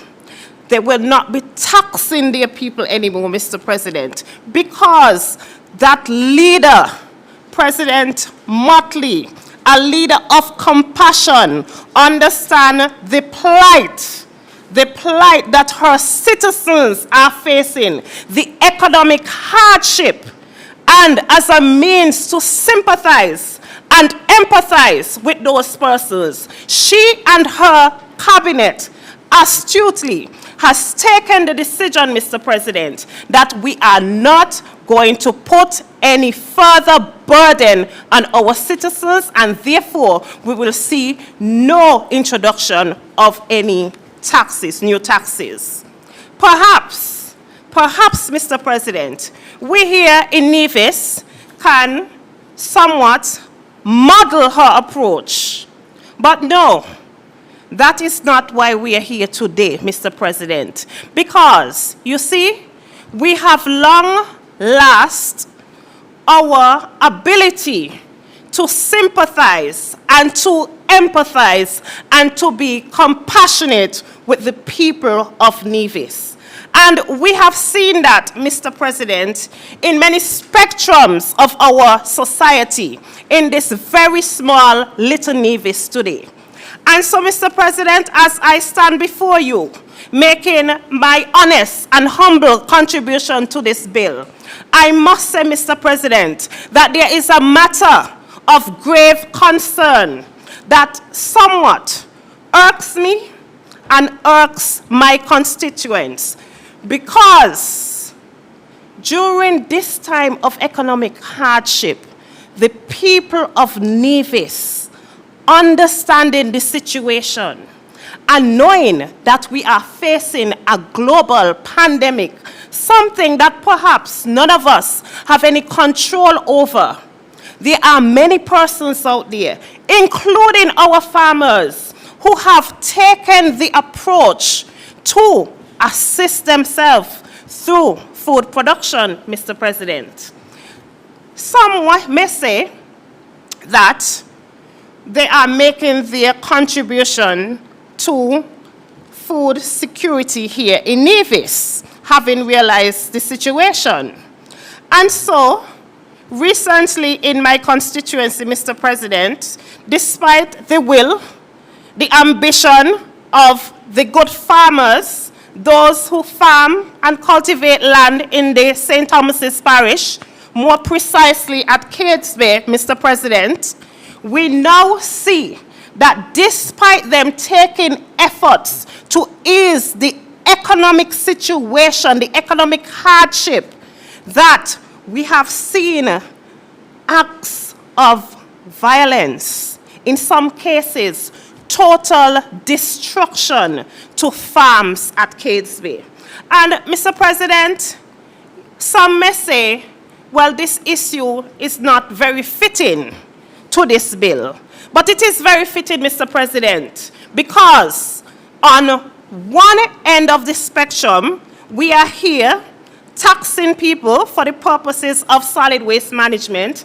I don't know to what extent, Mr. President, because I have not seen or heard, I don't know when last, this Honorable House was presented with the last audit of solid waste. I may even query when was the last time a report of solid waste management was even laid before this Honorable House and presented to the people of Nevis. Nevertheless, Mr. President, I do understand that we must find ways and economic means of managing solid waste. But when one considers our situation here in Nevis, we have to ask ourselves, what improvement have been made to really manage solid waste effectively in Nevis? We can make comparisons to our sister island, St. Kitts, where we have seen recently an introduction of smart bins in St. Kitts. We are yet to see that technology in Nevis be rolled out in Nevis, but we await. Despite that, Mr. President, we are here today in this very house making law to increase the solid waste taxation, which will be automatically attached to the water bill. We have not seen any new technology. We have not seen any arguments, any proposals, any recommendations. We have not heard any plans to effectively manage solid waste. Mr. President, solid waste management has been an issue for many small communities throughout Nevis. When I drive around Nevis, I see a lot of waste, electronic means, items such as old refrigerators, stove, things like that. From time to time, in my constituency, I have taken the initiative of having a village cleanup day. We are soon to have one very shortly in St. Thomas's, to give people the assistance that they need and afford them the opportunity to be able to clean up their surroundings. Because, of course, Mr. President, we are indeed promoting a healthy environment. And so, if I may give a recommendation, perhaps the time has come to give the citizens of Nevis, seeing that we are burdened with this new taxation, value for money, we would like to see the introduction of our smart bins. I also call for the regular collection of white waste, large items, and electronic waste, which are dumped indiscriminately all over Nevis. I also suggest, Mr. President, that dumpsters be placed in various communities every quarter for the easy disposal by households. These are initiatives that would greatly justify the measure of having value, putting value to this new taxation. Mr. President, I also, as I am on my feet and one is not so good at this present moment, I also wish to state on record in this honorable house that the acts of violence and brutal destruction, the indespicable acts of destroying farms around Nevis, especially in St. Thomas's, that I call for these acts to be terminated, to be ceased, to stop. I am making this public plea to the people of Nevis and also, by extension, to the government to let us come up with ways as to how we can better assist our farmers in their contribution to food production and food security, to let us come up with policies that would assist farmers in not only being able to have access to land and occupying land, but opportunities for them to be given assistance with their farming. Mr. President, over the years, we have seen the plight that small farmers go through as they try to make means to provide for their family, especially during this difficult time, where some of them have been victims of theft of produce, cutting and destruction, or even removal offenses, cutting of irrigation systems. And now we are witnessing the escalation where vandals enter farms and wreak havoc to the destruction of equipment and crops. We have live evidence. We have seen it, particularly in the Caseway area, Mr. President. And I wish to say, not only destruction of crops, but destruction of animals as well. Just recently, a farmer from Cotton Ground lost his entire flock of sheep. Only God knows why. But, Mr. President, there has been no outreach, no follow-up from particularly the Department of Agriculture, no assistance to the poor farmers and the poor people of Nevis.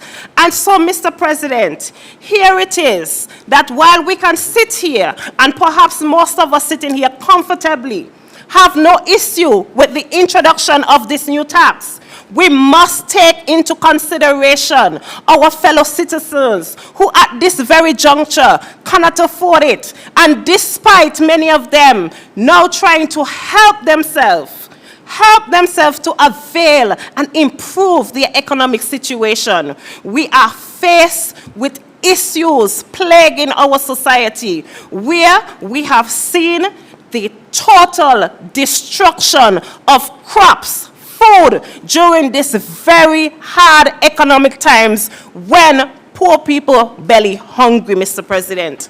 And so I say, I make this appeal to all in this honorable house. I urge all of us in this assembly to be mindful of this act and to act responsibly and maturely inside and outside these chambers. Mr. President, I also urge all of us in this assembly to collectively condemn this violent act. Let us act in a bipartisan manner since, as I said before, what happened here is a threat against our fight to attain food security. You have heard earlier the Honorable Minister of Agriculture, member for Nevis 4, stated that there is an event that is slated for March 26 that is geared towards preserving food security here in Nevis. But I am saying, Mr. President, that it is well and good for us to have a function for that particular purpose, to create awareness. But we have to go further. We have to represent with compassion and empathy. And when we see our fellow citizens falling short, we must offer mercy to them. Because you see, Mr. President, it is not easy. It is not easy out there on the streets of Nevis. Some of us in here may not understand it because we have a comfortable job. Some of the persons in here, honorable members, they have the comfort of earning 2 salaries. And so, economic plight is not an issue for them. That is in the back burner, Mr. President. But, Mr. President, if I may, I am wrapping up shortly, Mr. President. Please, let me. Now, I think you went overboard. Mr. President, it is the reality of the situation, Mr. President. Mr. President, permit me to finish. I am almost done. No, sit, please.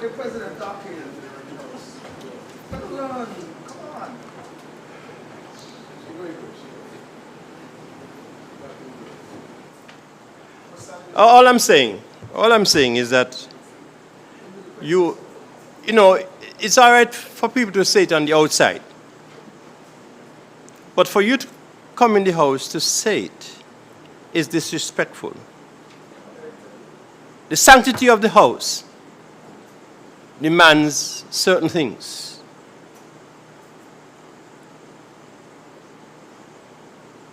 And let me just pinpoint to you that there is no new tax. The increase in the solid waste is not a new tax. And I'm speaking from a taxation standpoint. It is not a new tax. Wrap up, please, as you may. Mr. President, thank you so much for your guidance. Nevertheless, Mr. President, it's an amendment. It is not a new tax, but it will very well have the same effect, Mr. President. And I wish to also say, Mr. President, that no disrespect is intended in this honorable house, but I was merely speaking facts relating to factual situations, Mr. President. Nevertheless, as I move on with my discussion, Mr. President, I wish to say, not only to the honorable members in this house, but also to my dear constituents. And I make this very public appeal that we have to learn in this little Nevis, in this little island, to coexist and to cooperate with each other. We have to learn when it comes to matters of our economic survival and when it comes to matters of us preserving food and securing food, not only for ourselves, but for our children and for future generations, Mr. President. Food security must have no color in this country. It must not be blue, green, red, yellow, orange. We are too small of a nation to have discriminatory policies that would hamper and have a direct impact on food security in this country.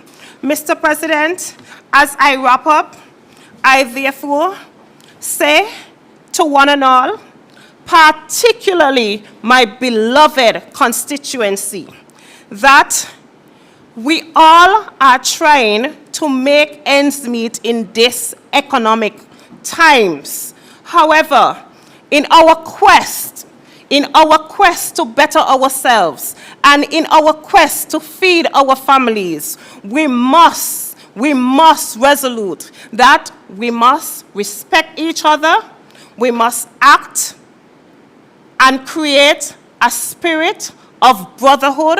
We must look out for each other, and we must cease and desist from destroying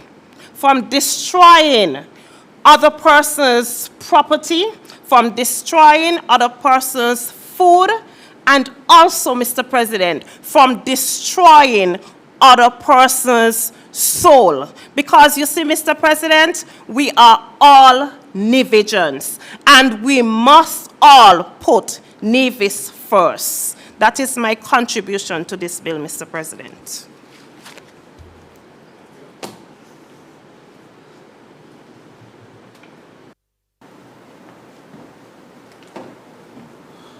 Mr. President, I rise to lend my support to the bill that is currently under debate and shortly entitled the Nevis Solid Waste Management Authority Amendment Bill 2021.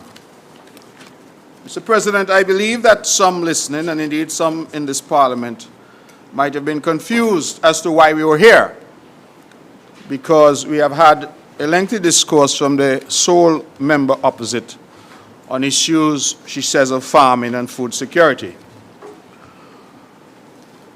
The truth be told, that this government, I believe, and as Minister of Finance, I think I can speak eloquently to it, not only as Minister of Finance, but as head of the Cabinet of the Nevis Island Administration, that we have provided unprecedented support to our farming community in this island of Nevis. Unprecedented support. Mr. President, I will not tarry because I don't think that the debate should be hijacked. But I would remind the House and the general public that as our response to COVID-19, we said from early that food security would become a priority for this government. And that the island of Nevis, and I remember saying it over and over, ought no longer to depend on the boats that are coming from Miami or from Dominica to feed our people. We said it. And we didn't just talk the talk, Mr. President. We walked the walk. For farmers, free water. Free land preparation. And when I say land preparation, you know, some of them needed backhoe to clear the land before we send in the plow to plow the land. Free fencing wire. Where in the world you hear anybody getting fencing wire for free to secure their farms? We provided that. Free seeds, free seedlings, free fertilizer. We sent people from the Ministry of Agriculture, Department of Agriculture to provide assistance with labor. Mr. President, for our animal farmers, we provided free feed through cooperation with ECGC, I think they're called, out of St. Vincent. And more coming, you hear that? 6th of April. Mr. President, we have for our fisher folk provided free fish pot wire. Well, my goodness, what more could a small government do in good conscience? You see, I was in opposition once, you know. The people in opposition have a certain luxury that the people in government don't have. You know what the luxury is? Talk without responsibility or consequences. And without facts. Facts are irrelevant to some. Talk without consequences or responsibility. It is the easiest thing to do, to come into this house and say, everything should be free. It sounds good.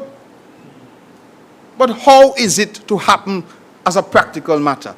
I would have been interested in hearing the honourable members' suggestions. But there are none. A vacuous statement about things should be free. Everything should be free. I have just given a small list of what we have done in relation to food security in the country. And yes, there has been some very unfortunate circumstances emerging lately. And I have been, as the Premier of Nevis, in the forefront of condemning any such occurrences, Mr. President. Any right-thinking member of this community has to condemn those occurrences. And we have called upon anybody with information to cooperate with the police to ensure that those involved in criminality are brought to justice. And while I was there sitting, I checked yet again, because there was a huge uproar in the community. Yesterday, I think it was, about one of these acts allegedly of vandalism. And I was concerned. I believe all of us should be concerned. But prior to taking my position here at this microphone, I checked again. And I believe you should know, and the public should know, that to date no report has been made to the police. Well, how the police can investigate a crime if no report is being made to them? How? So you hear all the pandering, everybody gone on social media and on Facebook. Facebook could investigate crime? Mark Zuckerberg going to come down and investigate crime? That is the travesty that we have here on the island of Nevis. Then people come and allege about people playing politics. Well, who's playing politics? When we set out our package of stimulus for our farmers, we never pick out. The honourable member is here, number 4, Minister of Agriculture. His directive from the cabinet, there's no picking out whoever came and was serious about. You know, Mr. President, this government went so far. We extended the concessions to backyard farmers. That means people who are not even registered farmers. Who are not even registered farmers got the benefit of the concessions. And then you come to lecture us about agriculture? Look around the island. Go to Cades Bay. Go to Maddens. Go to New River. Potworks. Go to wherever you find farming. And you have no confusion? None. You know why? Because those people are serious about their farming, are concerned with food security, and have ensured that their business is in order. That is what has happened. So I am not going to be lectured, and I don't believe this government should be lectured, because our record on that issue, Mr. President, is an excellent record. We have done better than most in relation to food security. As I said, I don't believe this debate should be hijacked. So let me get back on track. We are here to discuss the Nevis Solid Waste Management Authority Amendment Bill. And I hear the concern. What are we doing? We're increasing, in some instances, the fee, user fee. And you were so right, Mr. President. The first point I had to make was that the honourable member was talking about taxes without understanding that this is not a tax. This is not a tax bill. It's a matter of a user fee, which is different to a tax. And what we're seeking to do is consistent, Mr. President, with what we laid out in the budget debate that would have happened in December of last year. And if you would recall, at page 59 of that budget address, we set out what the fiscal forecast and position was intended to be. And we said here, and I quote, that we will impose, and now I quote, an increase in the monthly fee payable for the solid waste disposal levy to $25 for domestic consumers and $75 for business operators, with effect from April 1st, 2021. This is in addition to an increase of 20% in the tipping fees payable for the disposal of waste at a solid waste disposal site. We must admit that our officers at the Solid Waste Management Authority continue to provide an excellent service in keeping our surroundings clean, and therefore this fee increase is justified. Now, I have heard the remarkable argument made this morning that nothing new has been happening. There's no new initiatives. They said Sinkers get smart bin. But we have smart people administering our Solid Waste Authority in Nevis. We not rely on smart bin, we're relying on smart people. And I want to commend the manager, Mr. Andrew Hendrickson and his team, Mr. Rudy Dennis Brown, the entire team, because they have transformed waste collection and waste disposal and waste management in Nevis without any smart bin. You heard the Honorable Mover of the bill speak to the fact that we have 6 trucks, some of them older than us in the house. But yet our garbage is picked up regularly. Twice a week. Minister Evelyn, what number are you in now? 3? Number 3. He gets special treatment. He gets 3 times a week. 3 days a week in some areas, twice a week in others. 3 days a week translates into 12 to 15 times a month. Twice a week translates into 8 to 10 times a month. We are saying $25 EC to have your garbage picked up 15 times per month.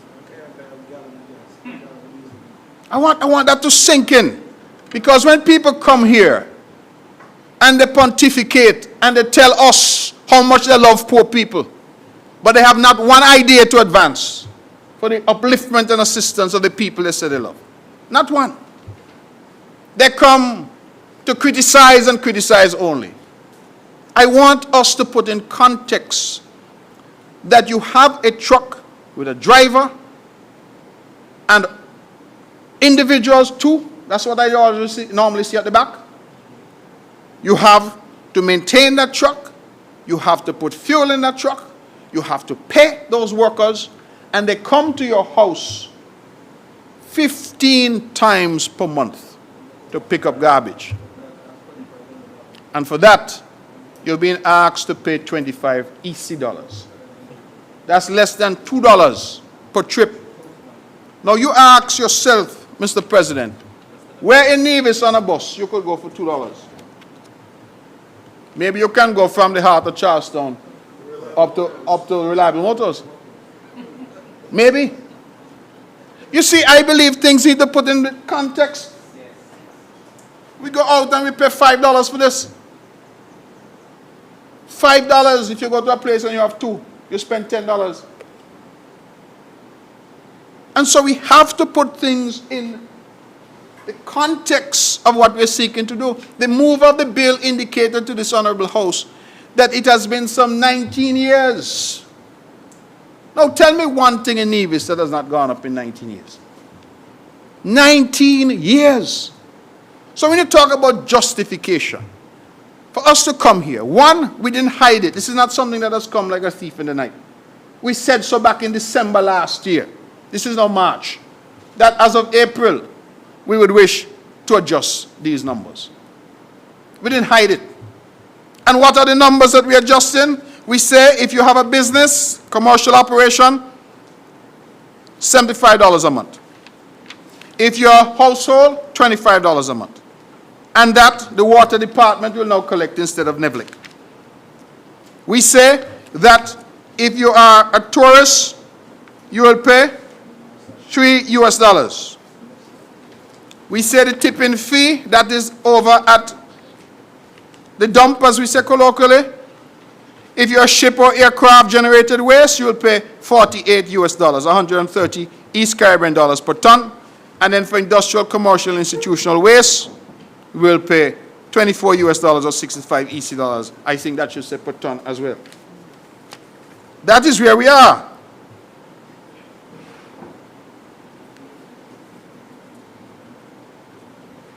So, you know, I'm just sent a note here because there are people in the parliament and in the gallery who are more traveled than I am and have far more experience. And I was sent a note here that in the BVI, they say you have to take your garbage someplace to a tip.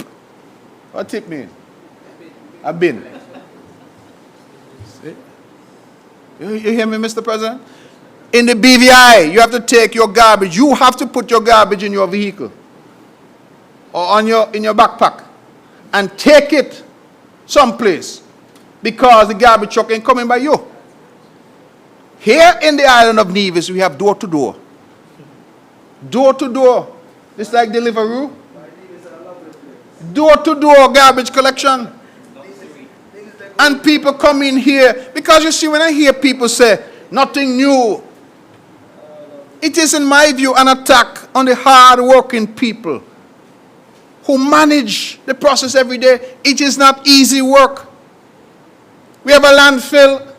The minister didn't speak to it, but it's a perennial problem. It is well past its sell-by date. Mr. President, waste disposal is a serious issue. It impacts your health. It impacts the reputation of your island. So it is easy for people to come in here and start to pontificate because they have not taken the time to understand the complexities involved. We have a situation, we are told now, where you have, Mr. President, this boat ship that brings in cars from Japan. They say it's coming twice a month now. It used to come once a month. We have literally hundreds of vehicles going onto the roads in Nevis every year. What happens to the tires from them? What happens to the oil and the parts and all of that? Solid waste has to seek to find solutions to deal with all of those. You've heard of construction and the rapid development that we're seeing, and even the blind can see. If Stevie Wonder were here, he will tell you he has driven around the island and he has seen the rapid expansion across this island in terms of construction. Everywhere you go in Nevis, there's construction. You know why? Because this government has provided the necessary stimulus and environment to encourage construction. Even those who say they don't like us coming in to get their stimulus package. So, every time there's new construction, you know what that does, Mr. President? It increases the household waste. It increases the number of households because where the 3 children used to live with mommy and daddy, 1 household. Each child now has their own home, so that becomes 4 households. It increases the wear and tear because, like I said, and I hope this is a headline, in Nevis we have house-to-house, door-to-door garbage collection. So when people say they have not seen, it means and suggests to me that they have no understanding of what it is we have to deal with. Because to manage the increased waste that we're seeing in the country, to continue to keep our island clean and healthy, because the two things are interwoven, we have to find a way to pay for it. And it cannot be paid for with fees that are 19 years old. It is not, Mr. President, that we are unaware or insensitive to the times in which we exist. To the contrary, I am very proud that this government has been in the forefront of offering the necessary concessions, the necessary fiscal package and stimulus to our people. Relief on water, relief on electricity, relief if you're involved in construction, relief for our farmers, relief for our fishers. We have provided substantial relief, even going and ensuring through our involvement in the federal government that our people got relief from their bank mortgages, their loan obligations. Mr. President, to suggest that we lack empathy because we are saying to the public that we have a difficulty that we have to address. That is what government is about. Government is not some jokey business, some lullaby that you sing, some round the chin-chin band that you say.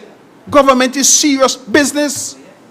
And the same people who will try to condemn this government for seeking to ensure that solid waste is in good hands and operating optimally to ensure the safety of our people, they will be the same ones to come and condemn us if Mr. Hendrickson, who's here, the manager of solid waste, were to say the trucks are broken down and we can't collect waste for the next 2 weeks. You would see the pictures, because they like take pictures in the dump, you know. They like put those out. They like go around the island and every little garbage you see, they take a picture and they put that on social media.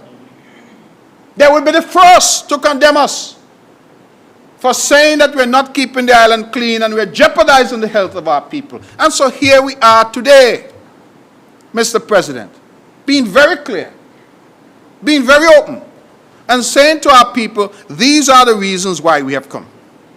We look at plastic. We have an urgent problem with plastic waste. We have spoken in this House about banning single-use plastics. We have taken that to the Minister of the Environment federally, the member for Nevis 3, and also a member for Nevis 10. Sound good, ain't it? Yes, sir. It was 3 and he had 7 to it to get to 10. Taking the charge to the federal government saying we have to find a solution for plastic waste. But what must we do in the interim? We have to find a way. Littering. The honorable member opposite spoke about people dumping illicitly. And I would have thought you would have used the occasion to encourage people to do the right thing. But perhaps there's no politics in that. So she didn't use the occasion.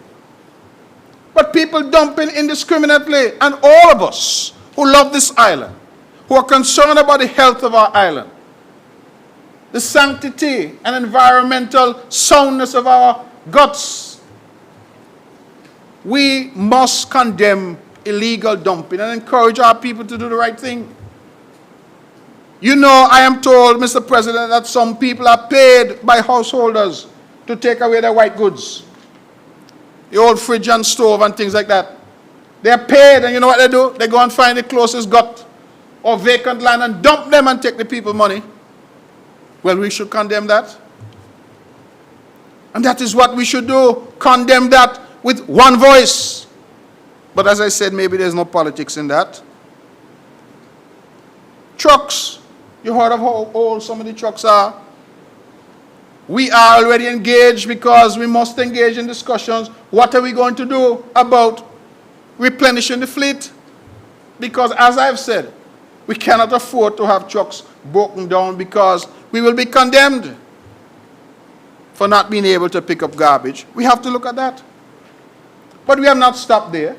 This government's commitment to solid waste and to the proper management of waste in this country. In the last budget address, we said the environmental levy will now go to solid waste. So what used to come to the consolidated fund, that is the levy that is charged when vehicles come in. I think it's $5,000 that they pay.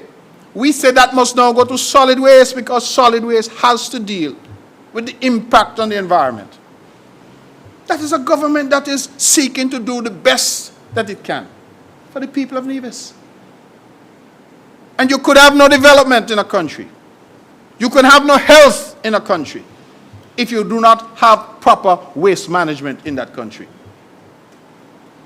It may not be a job that people like, it may not be one that is attractive, but it is a job that is essential if we are in this country to have a healthy Nevis. And I would like to suggest that, as this government has always done, any individuals who have a concern, who are having difficulties paying, that they come forward. You see, Mr. President, I've heard, and some of the rhetoric is so old, it's old like Methuselah.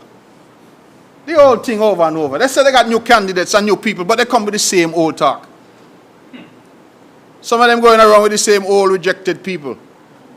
Now, I am concerned, because if I, Mark Brantley, ran in an election and the people said to me, no, not you, why would I be taking anybody new around to introduce them to the same people who don't say no to me? I am trying to understand the logic. I'm trying to understand the logic. Because if you can't convince people to vote for you, how are you going to convince them to vote for somebody else? They say they have new people. So I am on this side and I'm excited. And I'm looking forward to the new ideas and the debate and, oh my God, the lofty discussion. And what you get? The same old khaki pants. Same old, skirt, khaki skirt. Me not use no bus up cane and burn up mango. That is unparliamentary language. The same old khaki skirt. Nothing new. The old tired rhetoric. When the country is looking for ideas, and I'm in government, I have no monopoly on ideas. The cabinet has no monopoly. We're looking for ideas and meaningful discussion. You jump up, you say, here I am, here I am. Only one problem, the same old tired thing about double salary and who will get this and who will get that. And people have voted time and time again on that. What is new? What is it that we're bringing to the table to say to the people of Nevis that this is a new dispensation? Because you wear a different type of clothing? That is all that is new? You wear lipstick and mascara? It has to be something more than that. So that is the concern that I have, Mr. President. And it's important that we confront these issues because we are in a difficult period in our island. I have never come here and tried to pretend or paint a picture that things are so rosy. Things are not. We're struggling. And that is why we have been trying so many different things, from film industry to incentivizing agriculture to construction. This government is working every day to seek to make things better and to deal with a crisis that none of us created. That is what we are elected to do. And that is what we have to continue to do, Mr. President. So, Mr. President, I am not going to criticize the team. I'm going to congratulate the team. From the Honorable Minister, who has moved this bill most ably, to the Permanent Secretary and those at the level of the Ministry of Health, but also those who are board members, the chair of the board, the Solid Waste Management Authority, the manager who's here and his team. I believe that they should be commended. Yes. You know, I sometimes take a little early morning exercise. And the one thing I can be sure of on that early morning exercise is that I will encounter the people from Solid Waste.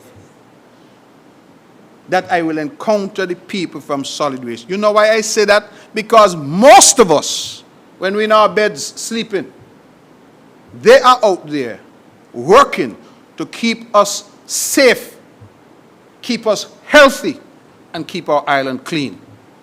And all we're seeking to do today, after 19 long years, NIA generation, we are seeking to give them a better financial footing on which they can do the work that is necessary. And so, Mr. President, any increase in any fee is always a matter for discussion, and I understand that. But I believe that after 19 years of no fee increases, with the growth that we have seen on the island, the development that we have seen, the demands on solid waste, and the commitment of a government serious about health, that it is time for us to make some changes and to take decisions that we believe have long-term benefits for the people of Nevis. And so, Mr. President, I would want to lend my wholehearted support to this bill, shortly entitled the Nevis Solid Waste Management Authority Amendment Bill 2021. And for those out there who may be wondering, how is it you're introducing this amendment and you're also at the same time introducing the Nevis Solid Waste Management Authority Bill? It is because, as has been explained to me by the Minister and by our legal department, that we intend to come back at a different time to debate the substantive bill which will replace the existing ordinance. And it is the existing ordinance that we are now amending to introduce the new fee structure consistent with our commitment from our budget address of December last year that we will have a new structure for April 2021. And so with those words, Mr. President, I would want to wish this bill safe passage to this honorable House.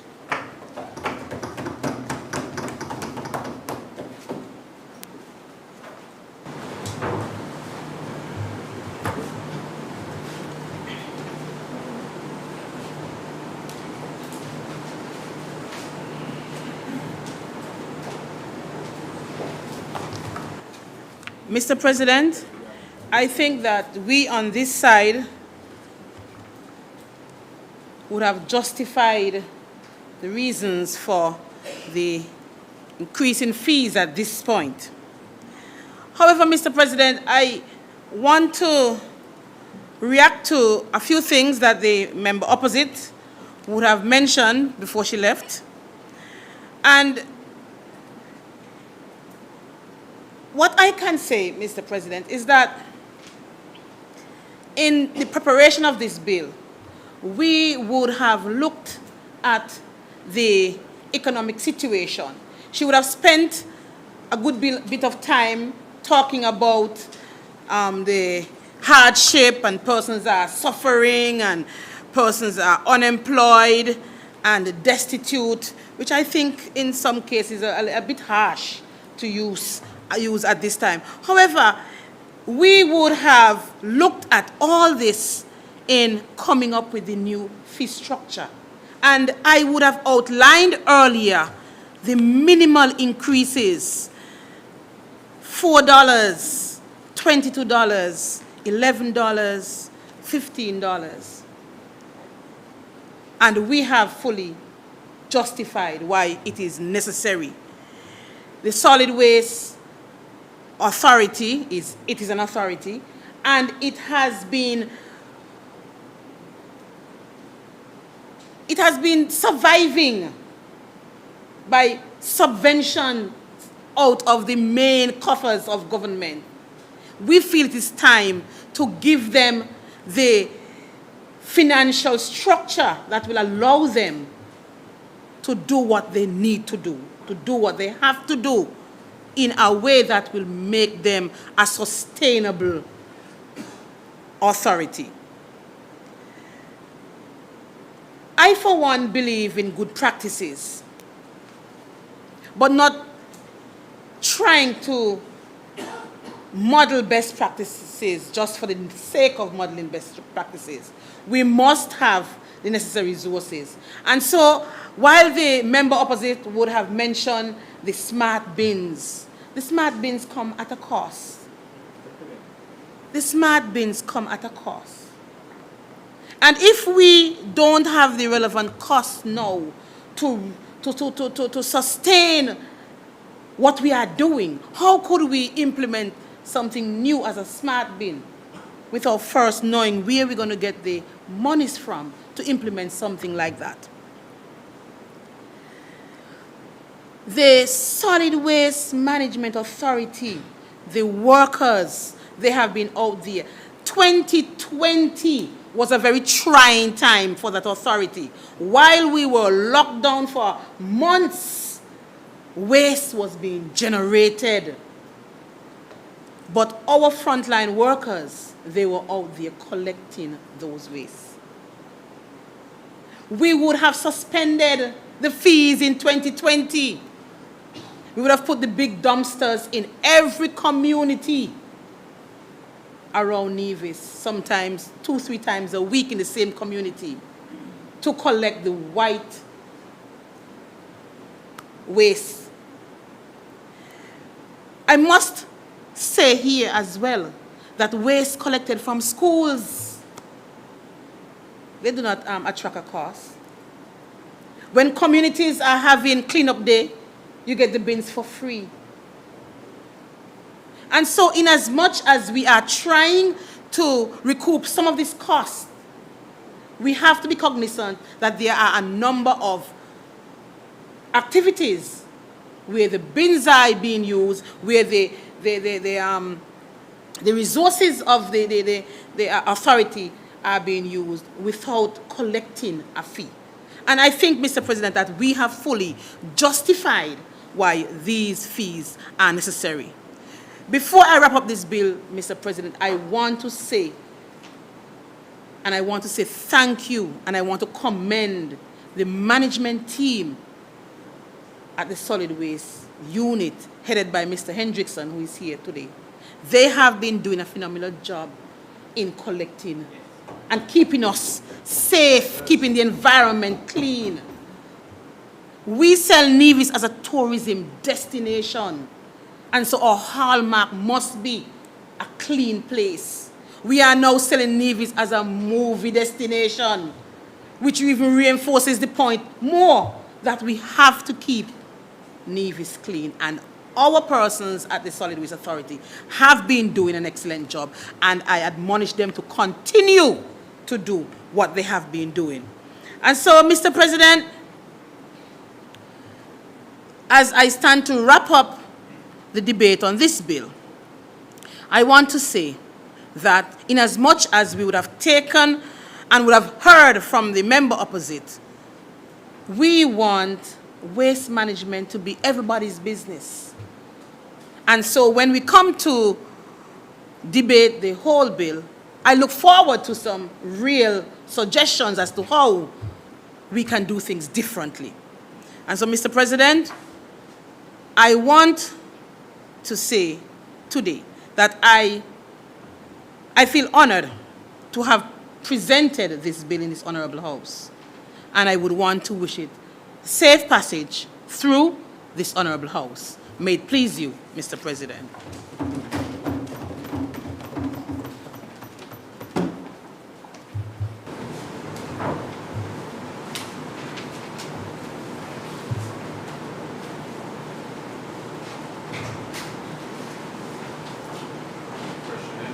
The question is that the bill shortly entitled Nevis Solid Waste Management Authority Amendment Bill 2021 has been read a second time. Those in favor? Aye. Those against? The ayes have it. A bill to amend the Nevis Solid Waste Management Authority Ordinance, Chapter 3.03N, and for matters related thereto or connected therewith.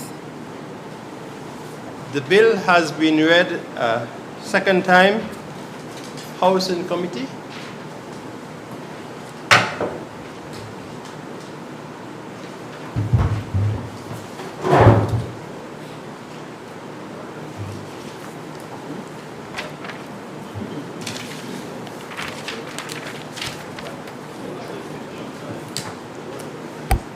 Clause 2. Question is that Can I, Mr. Chairman, the section 2B,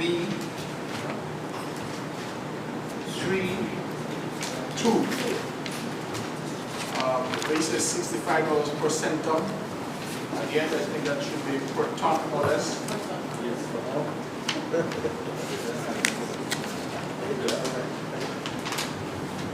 So section 2B3, Roman numeral 2, at the end, it says EC $65. You see that, Mr. Chairman? Second page. The amendment. the amendment. That's the one that is being considered. Yeah, the amendment. Two-page. Right.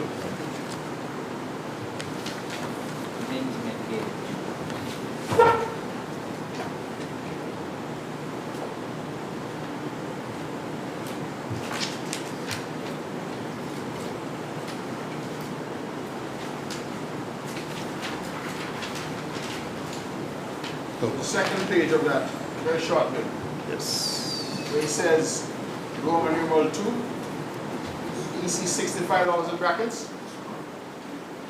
Are you with me, Chair? No, I'm not. 65. Page 2. Yeah, page 2. Second paragraph. Yes. Yes. You sure it says $65 in brackets? 6 centum. Right. We need to remove per centum and say per ton or less.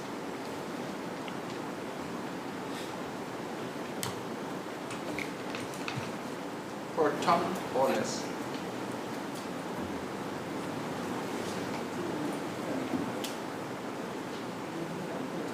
In the paragraph above, where we have the word ton, we have a, what's that called again? A semicolon should be removed.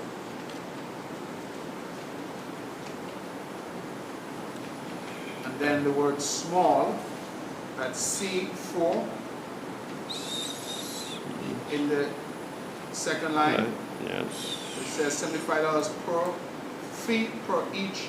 We take out the word small. Yeah.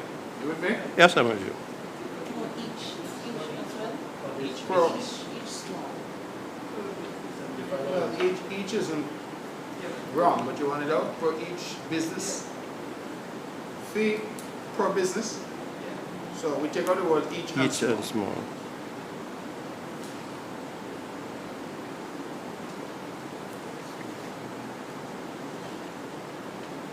Yes. And those are the changes.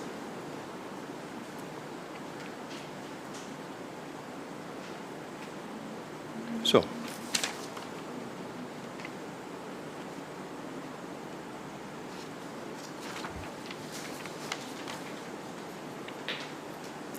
Begin again, Myron. Go again. The question is that subsection 2 changes in 2 ton or less. In 1, the semicolon is taken out after per ton. And in the C, the for each and small is omitted. Each and small. Not the per. Each and small is each and small are taken out. So those 3 amendments form part of the bill. Those in favor? Aye. Those against? The ayes have it.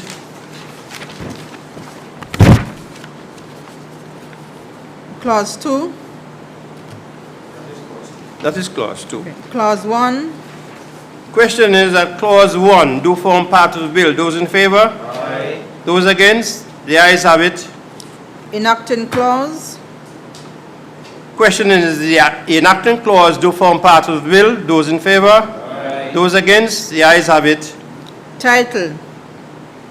Question is the title do form part of the bill. Those in favor? Aye. Those against? The ayes have it.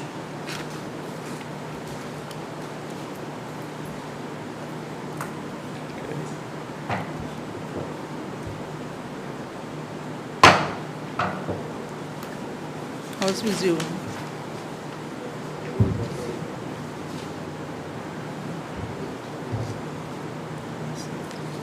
Yeah.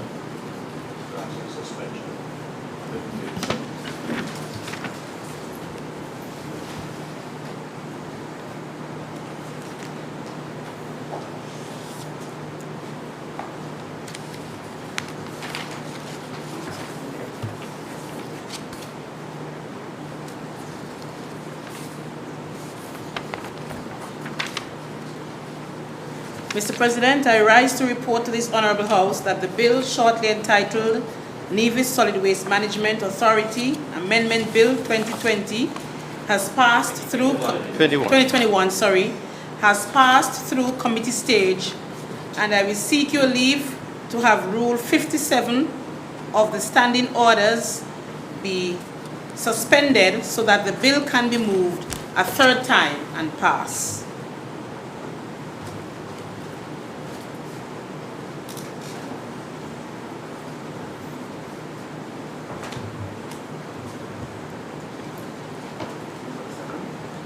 Second.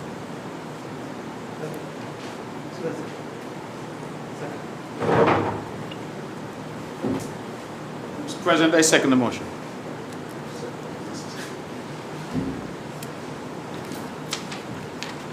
Question is that the bill shortly entitled the Nevis Solid Waste Amendment Ordinance 20 Amendment Bill 2021 be read as third time. Those in favor? And pass. Those in favor? Aye. Those against? The ayes have it. A bill to amend the Nevis Solid Waste Authority Ordinance, Chapter 3.03N, and for matters related thereto or connected therewith. The bill has been read a third time and passed.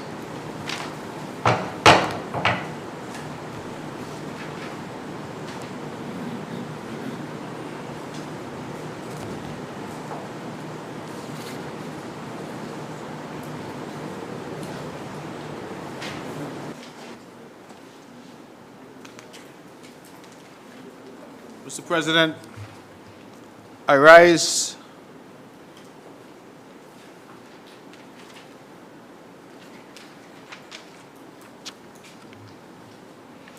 Mr. President, to move the second reading of the bill shortly entitled the Nevis Trust and Corporate Service Providers Bill 2021 and to commence the debate on that particular bill.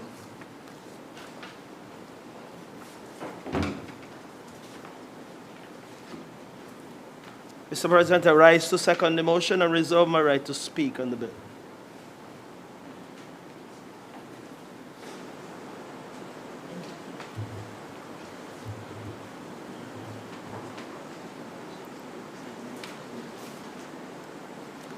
Mr. President, the financial services industry in Nevis continues to thrive despite several current global crises within and outside the industry and in spite of increased competition in the field. Policymakers have therefore deemed it necessary to continue to revolutionize the industry so as to ensure its continued viability and competitiveness. To this end, the need for cutting-edge legislation has propelled the move towards legislation which is intended to regulate the activities of these entities engaged in the provision of financial services. The proposed legislation is shortly entitled the Nevis Trust and Corporate Service Providers Bill 2021.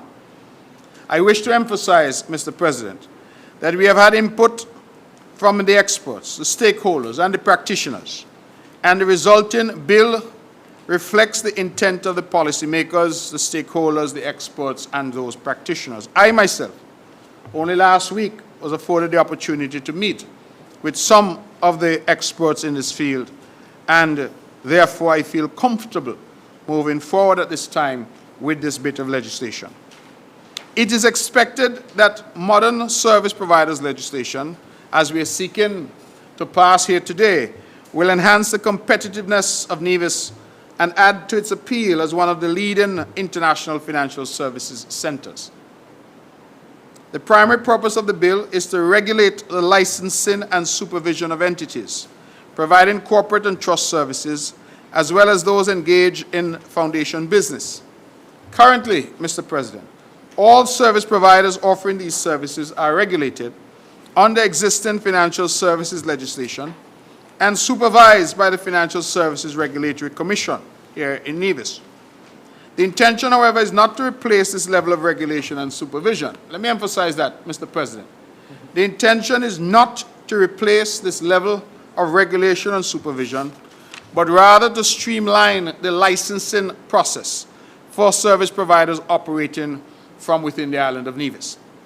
Rules and procedures relating to existing service providers are contained in the various pieces of legislation that govern the industry, including but not limited to the Nevis Business Corporation Ordinance, the Nevis Limited Liability Companies Ordinance, the Nevis International Exempt Trust Ordinance, the Nevis Multiform Foundations Ordinance, and we will refer to these collectively as product legislation. While these standalone pieces of legislation remain in force, the proposed bill will introduce cohesive legislation to regulate the licensing and supervision of the providers of services offered under the existing product legislation. The bill will be applicable to licensed individuals and companies operating in or from Nevis and providing the regulated activities outlined in the bill. It is expected that this legislation will complement and not be a replacement for existing legislation. As this legislation, Mr. President, is primarily concerned with the licensing of service providers, also referred to as registered agents, the bill provides for the establishment of a licensing committee, a body which will comprise professionals who currently regulate the industry. The committee will be appointed by the Minister, that is the Minister of Finance, on the approval of the Cabinet of the Nevis Island Administration. All members of the committee will be appointed to serve for a period of 2 years. The key functions of the committee are to receive and review applications from entities intended to engage in regulated activities and to grant, refuse, suspend, or revoke licenses in accordance with stipulated standards and procedures. The committee, Mr. President, will be responsible to the Minister and is mandated to provide quarterly reports of its activities to the Minister. The relevant services to be provided by service providers under this legislation have been defined as regulated activities. Persons engaged in regulated activities will be licensed under the ordinance and authorized to provide all or some of the specific services outlined based on the class of license applied for. The broader categories of services are the provision of corporate services as well as engaging in trust business. Under these categories, licensed service providers will be permitted to engage in business activities which relate to the existing company, corporation, insurance, foundation, and trust activities.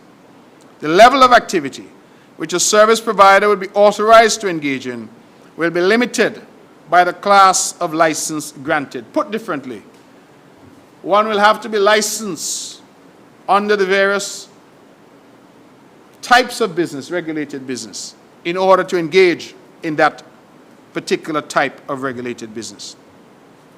The licensing regime establishes classes of license that allow for some flexibility in the type of services that any particular service provider can provide.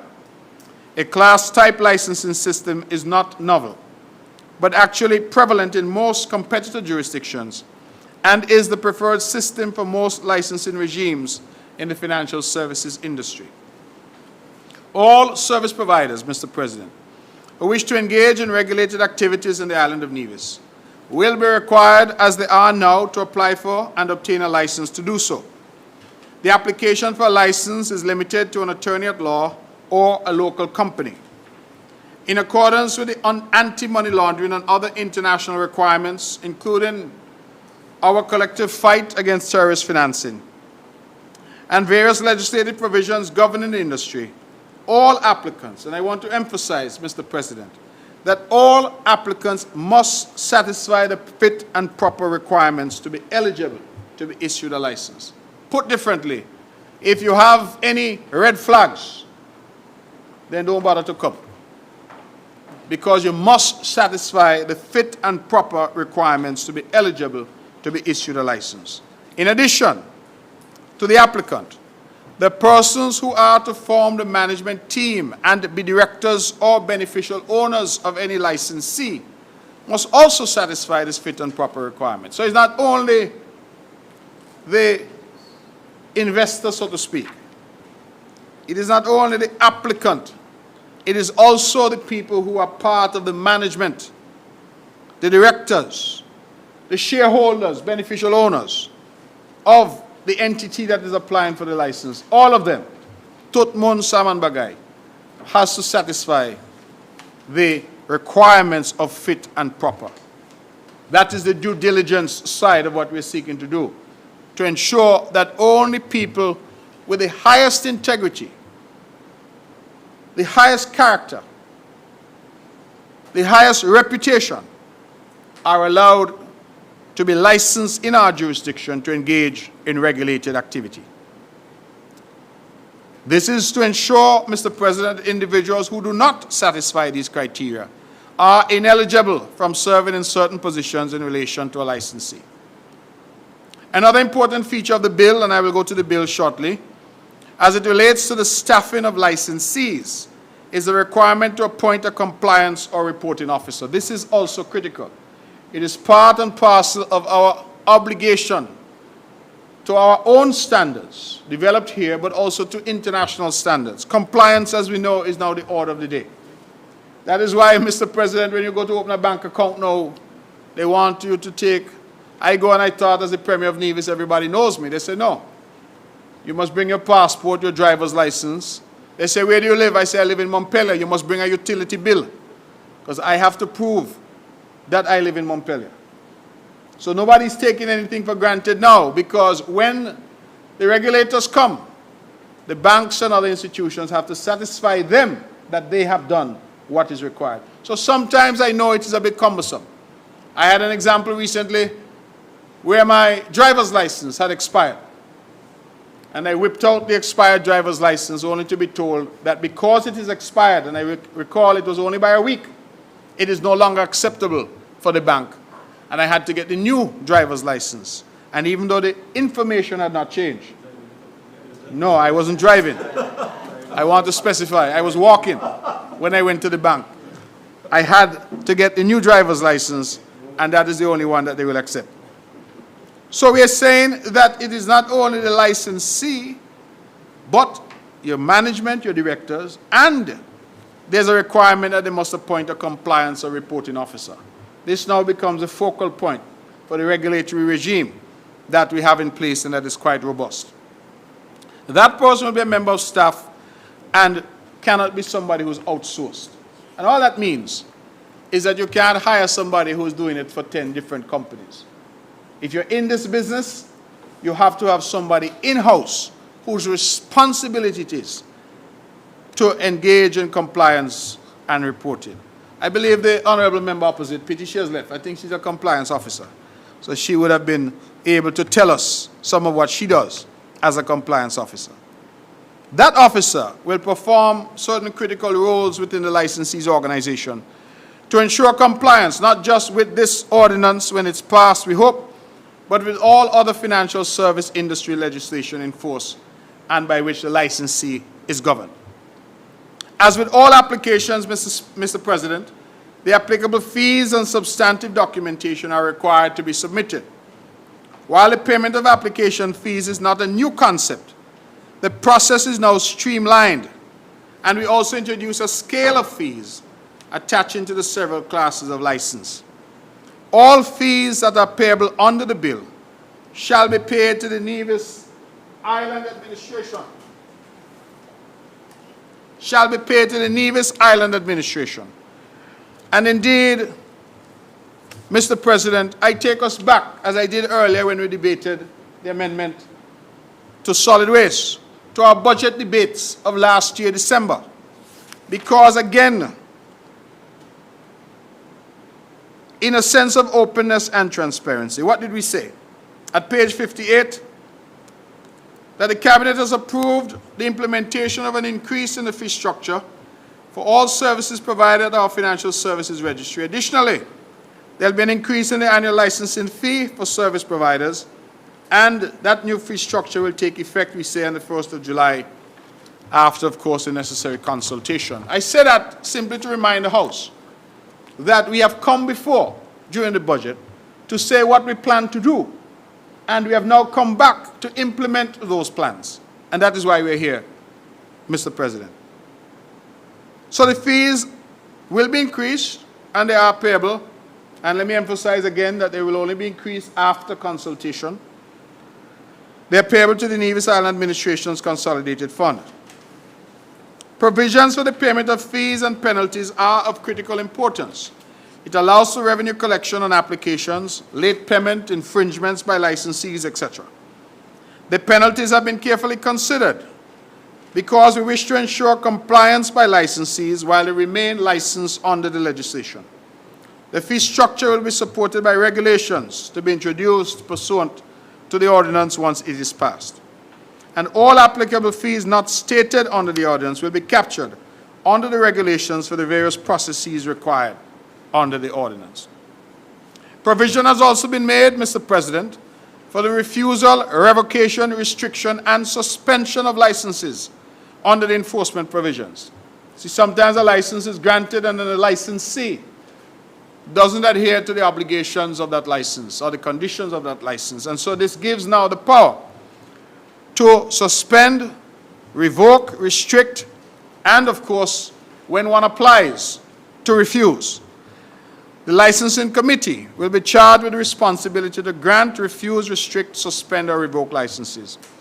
All of this will be done by that committee within the parameters of the law and not on an arbitrary basis. Where, importantly, a license is to be revoked, suspended, restricted, the licensing committee is required to give notice to the licensee accordingly. Further, and this is again important, consistent with our respect for people's rights and consistent with best practices, an appeals process has been incorporated, whereby aggrieved applicants or licensees may lodge appeals against the decision of the licensing committee. That's important, Mr. President, because the licensing committee can take decisions, but if those decisions aggrieve anyone, the person aggrieved has a right of appeal. The process is significant because it is in the best tradition of the rule of law that decisions of the licensing committee are themselves subject to review. Apart from establishing an appeals tribunal, the bill also provides for further appeal to the High Court. So you get two bites. If you go to the tribunal and you're not satisfied, you can then go to the High Court. And that is consistent with the best traditions of justice and the rule of law. A licensee is afforded every opportunity to have its objection against any decision made under the legislation reviewed by every available judicial process. The supervision and regulation of licenses will be vested in the regulator of the Nevis Financial Services Regulation and Supervision Department. The regulator and his or her team, Mr. President, are charged with the supervision of licenses to ensure compliance with the bill. The regulator is vested with powers of inspection, examination, and supervision. And licenses that fail to permit the exercise of these powers by the regulator may be subject to payment of hefty penalties for breaching the legislation. The legislation makes provision for immunities, important, to be granted to the regulator and her officers as agents, as well as to members of the licensing committee in the lawful execution of their duties. Why is that important? Because we need our public functionaries to have the comfort of knowing that they cannot be sued for carrying out their lawful duties under the legislation. It also provides for the establishment of an advisory committee appointed by the Minister of Finance to ensure that the legislation is periodically reviewed and updated. This is critical, Mr. President, as it ensures that the industry remains viable and competitive. All entities currently engaged in the provision of services that are considered regulated activities shall have a period of 9 months from the enactment of the bill to become fully compliant with same. So we've given a grace period that we will pass this legislation, hopefully with the support of the House today, and thereafter, those in the industry already will have 9 months to bring themselves into compliance with the provisions of this new law. Regulations made will be promulgated subsequent to the passing of the legislation, which is entirely consistent with the lawmaking process. The bill is structured, Mr. President, and what I've sought to do is to give an overview. Part 1 deals with the title and interpretation. Part 2 addresses the licensing committee. Part 3 deals with regulated activities. Part 4 deals with licensing and the classes of licensing and provides for the licensing procedure. Part 5 deals with the important topic of enforcement. Part 6 deals with administration and provides for the restriction on the use of certain words in the name of a licensee and for the duties and obligations of the licensee. And a simple example is the word bank. Some people want to say that the name of the entity is the Farrell Smitten Bank. And we're saying if you're not involved in banking business and you haven't been authorized to engage in banking business, then you cannot use Farrell Smitten Bank. Part 7 deals with supervision and inspection. That provides for the powers of the regulator in supervising and inspecting licensees to ensure compliance with the provisions of this proposed ordinance. Part 8 deals with appeals, and this is the important point that I raised about the appeals tribunal, and provides for the mechanism for filing appeals and recourse to the courts. And Part 9 deals with miscellaneous provisions, the granting of immunities to the regulator and others in the legitimate discharge of their functions or under the ordinance, as well as for the Ordinance Advisory Committee that will monitor the implementation and continuing amendment of the ordinance, and the requirement that existing service providers have 9 months to become compliant with the provisions of the ordinance. An important provision that I would like to take the Parliament to quickly is Section 8. And Section 8 provides in terms that licensees must have a place of business in Nevis. One may think that that is obvious, but the complaint has come, Mr. President, that on occasions we have had individuals who have purported, while licensed here, not to have a place of business here, and rather to have been conducting their business from some distant shore. We are now mandating that you must have a place of business here. And that rules out this practice of, they call it, a brass plating, where people simply put up a plaque on a building to say, I was here. We don't want you to say, I was here. We want you to say, I am here. And I'm contributing in a significant way. I'm paying a little rent to a landlord in Charlestown or wherever, and I have people there, brick and mortar. So that is an important provision, and we have now mandated you must have a physical presence, a place of business on Nevis. I will turn quickly to indicate that Part 5 enforcement is very important because it provides at Section 20 for the suspension of licenses, 21, the revocation of licenses, 22, it deals with carrying on regulated activities without a license because, yes, Mr. President, some people try to operate even without a license, so it deals with that.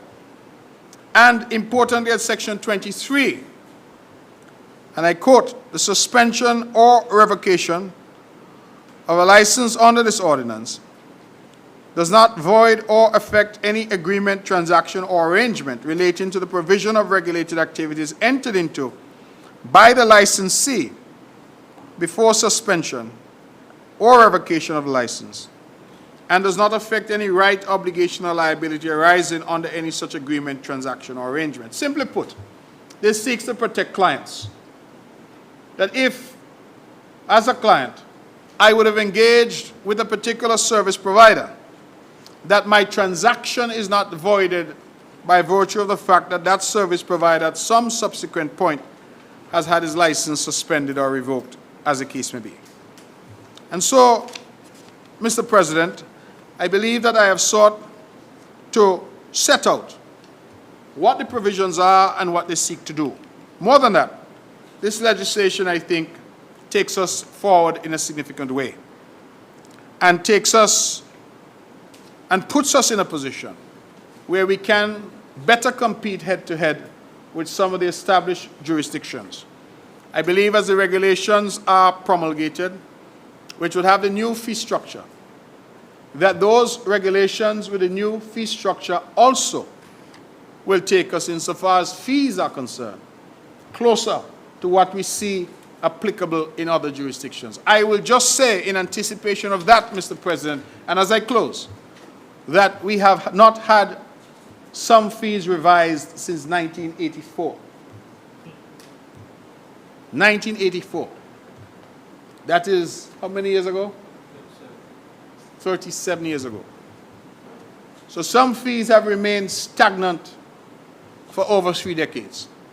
And so the time has now come for us to look, and I believe that the service providers themselves have acknowledged that it is time for us to have a fresh look at the fees and, of course, the potential revenue stream for the island of Nevis. With those words, I would wish this bill safe passage, Mr. President.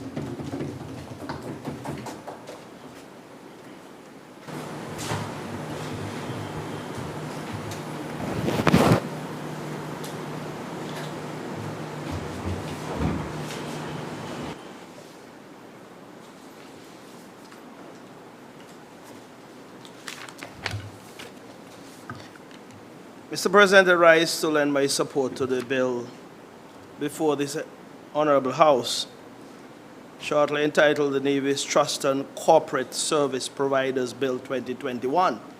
But most importantly, to lend my support to the mover of the bill, who would have just given us what he termed as an overview of the bill, but in my opinion, an extensive explanation as to the content of the bill that, of course, is before this House for debate.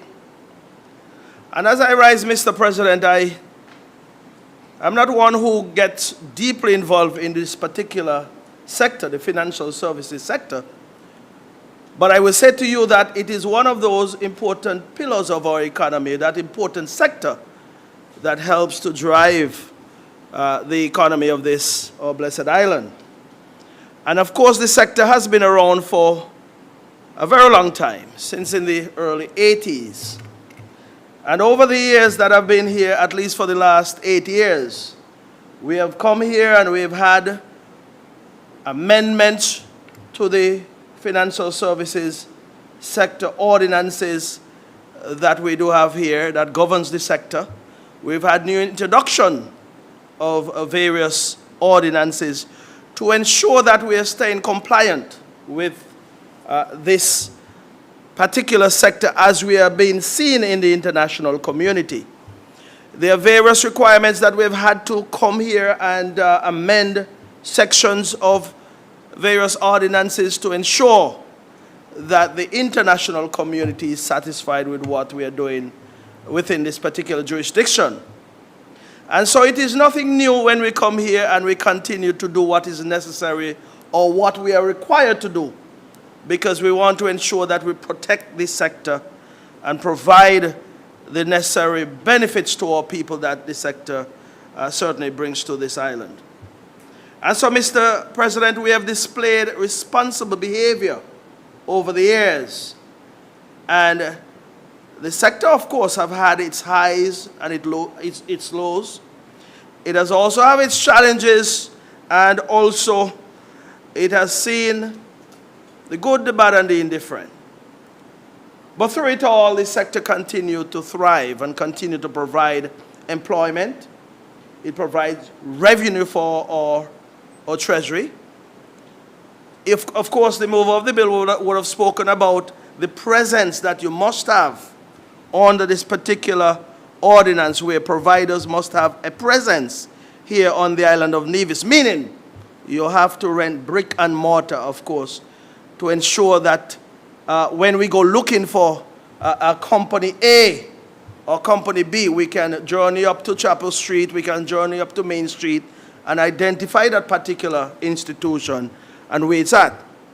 And those are important factors to consider as we debate this bill, Mr. President, because we're not looking for fly-by-nights. We're not looking for persons who sit in probably a building somewhere in Europe or the United States and say they have a company in Nevis. And you understand what it is, a company in Nevis, but yet still when you go looking for that company, it is not here. And that is why I am pleased to hear that the requirements is that whoever engages in this particular sector under this ordinance would have to have a presence here. Mr. President, there are sections of the bill that I would have to touch on to lend my support, which of course I won't be long because as far as I'm concerned, the explanations given, although they were seen by the mover, as I said before, as overview of the bill, I found that he did enough to explain what the content of the bill is. Mr. President, the bill have, I'm seeing here just about nine parts. But the section that I want to look at is part 2, which speaks to the licensing committee. I'll speak of that particular section and then I'll move on to others and connect my particular presentation in terms of what I am seeking to achieve. Now, the licensing committee, and if I were to read it out and read into the records here as to what the requirements of the, first of all, let me say the makeup of the licensing committee. The licensing committee, as it states here in the bill, part 2, subsection 3 of the bill. I'm going to read into the records that there is hereby established a licensing committee that shall function as a licensing authority for regulated activities. Section 2 says the licensing committee shall be comprised of the following persons approved by the cabinet of the Nevis Island, or the administration, sorry, I was going to say the Nevis Island administration, but of course that's what it speaks to, and approved by the minister responsible. Now that committee would be made up of A, the regulator, and of course if I can explain what regulator means. The regulator means the person described in section 30 of this ordinance to be the regulator for the administration of this ordinance, and includes any person appointed to be the deputy registrar or an assistant regulator when exercising any powers under this ordinance in accordance with the direction of the regulator. That's who the regulator is and the responsibility. The registrar of companies, corporations, foundations, and trusts, that's another member of this licensing committee. Thirdly, the regulator of international banking will also be a member of this committee. 4, the registrar of international insurance. 5, the assistant permanent secretary in the Ministry of Finance. 6, the minister shall designate one member of the licensing committee to function as the chairperson of the committee. So it is a committee of 1, 2, 3, 4, 5 persons, and then the minister would designate one of those persons to be the chairperson of that committee. So at least this is a well-established entity that have persons from different areas in this particular sector, the financial services sector. And they have a job to do in terms of ensuring that all of the regulations that are assigned to this particular area are followed. Mr. President, if I were to go quickly to some of the challenges and the things that are put in place to address any challenges that may occur. For example, it was spoken about by the mover of the bill that there must be a presence on the island. With the presence on the island, there must be a way of checking out that particular entity to ensure that they're here and are compliant. Therein, one can find out whether an entity is carrying on with the requisite license, is carrying on business with the requisite license or without a proper license. So of course,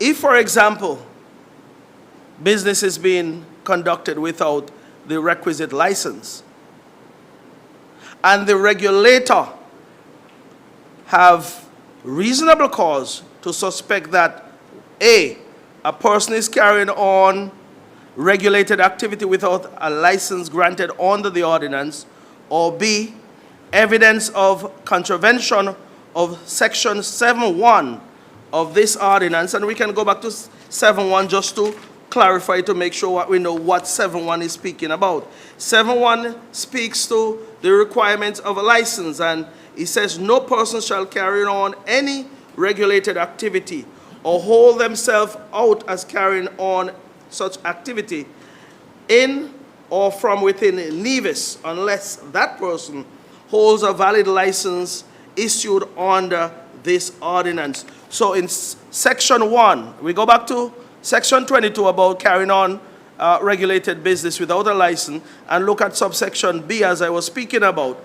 Evidence of contravention of subsection 1 is found on any premises within the Federation. Then the regulator may lay information on oath before a magistrate as regards his suspicion.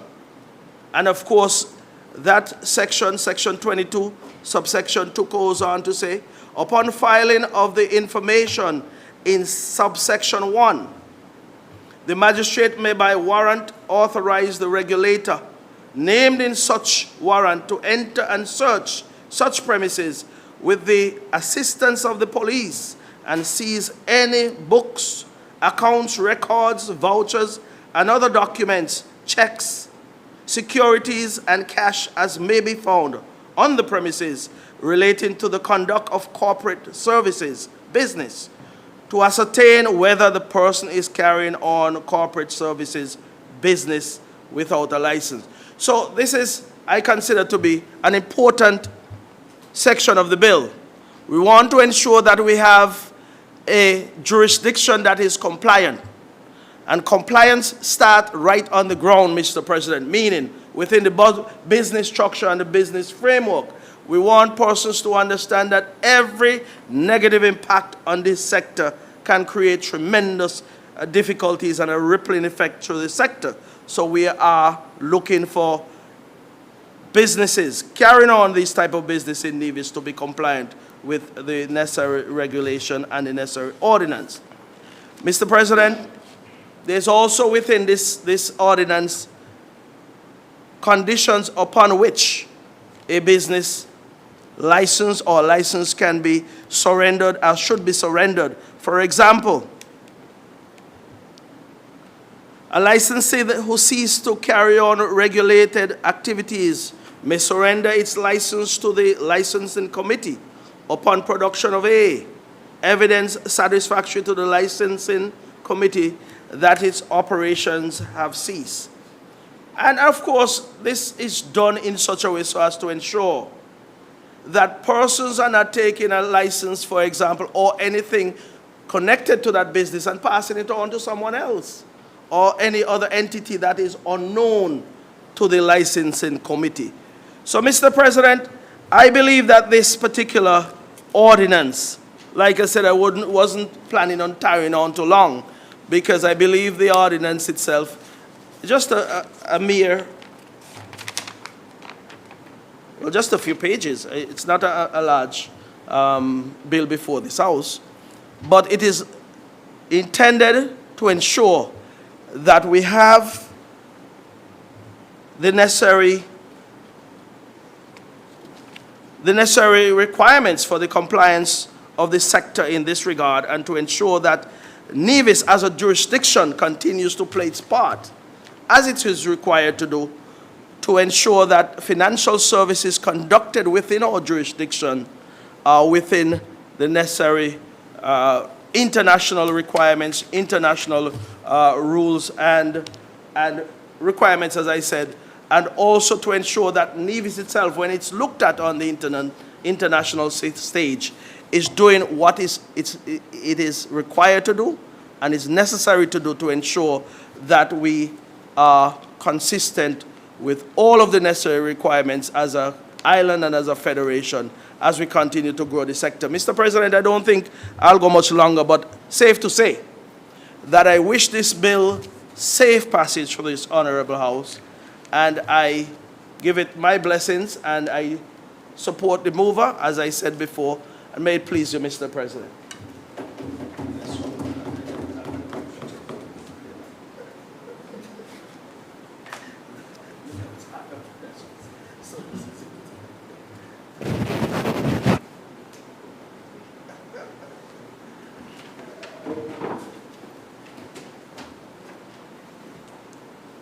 Mr. President, I rise to conclude the debate. I would wish to thank the honourable member from Nevis 4 for his support, and to the other members of the House who, by their silence, I believe, give consent and support to this particular bill. As I said, the House has not had the benefit of the lone member opposite, who works in this industry and whose expertise, I think, would have added some value. But she's not here, and therefore we must soldier on. With those few words, I would say I don't think there's anything controversial here. We have consulted the industry. The bill has been widely circulated and shared, and I would therefore ask, Mr. President, that the bill be read a second time.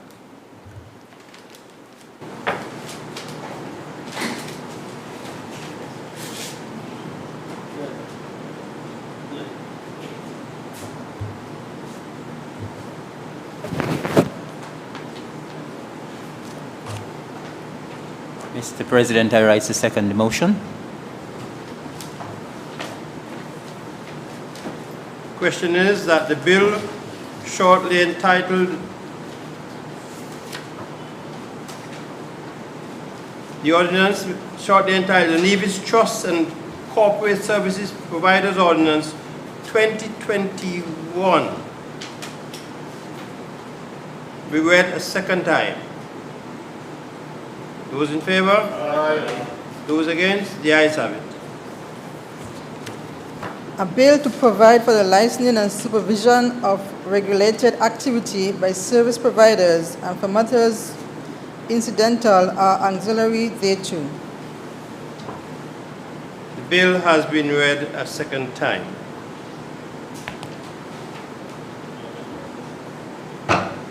House in committee.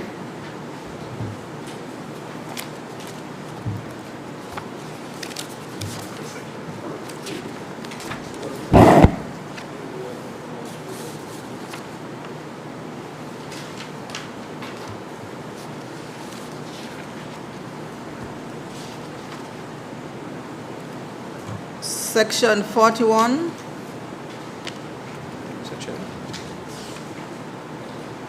Section.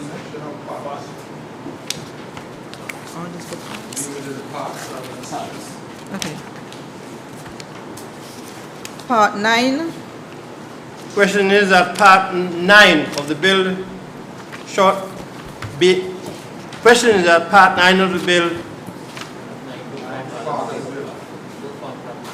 do form part of the bill. Those in favor? Aye. Those against? The ayes have it. Part 8. The question is that part 8 do form part of the bill. Those in favor? Aye. Part 7. The question is that part 7 do form part of the bill. Those in favor? Aye. Part 6. Hold.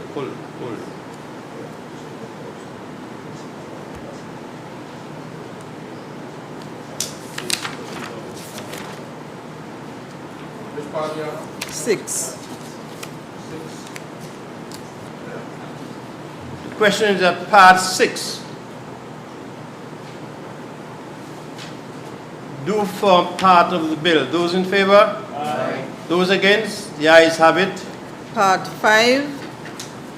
The question is that part 5 do form part of the bill. Those in favor? Aye. Those against? The ayes have it. Part 4. There's an amendment at section 7.2, which is the provisions of section 22, not section 20.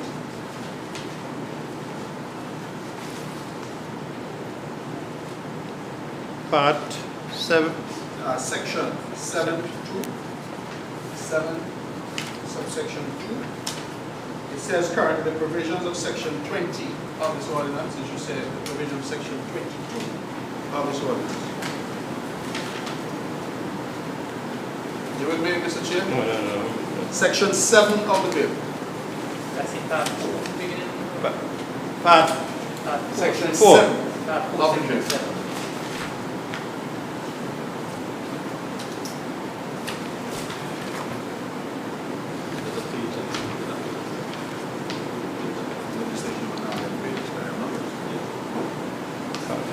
Section 7 requirements. 2.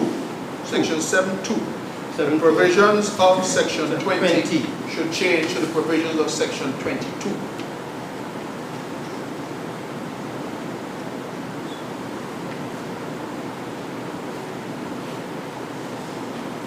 So we change 20 to 22. That's the change.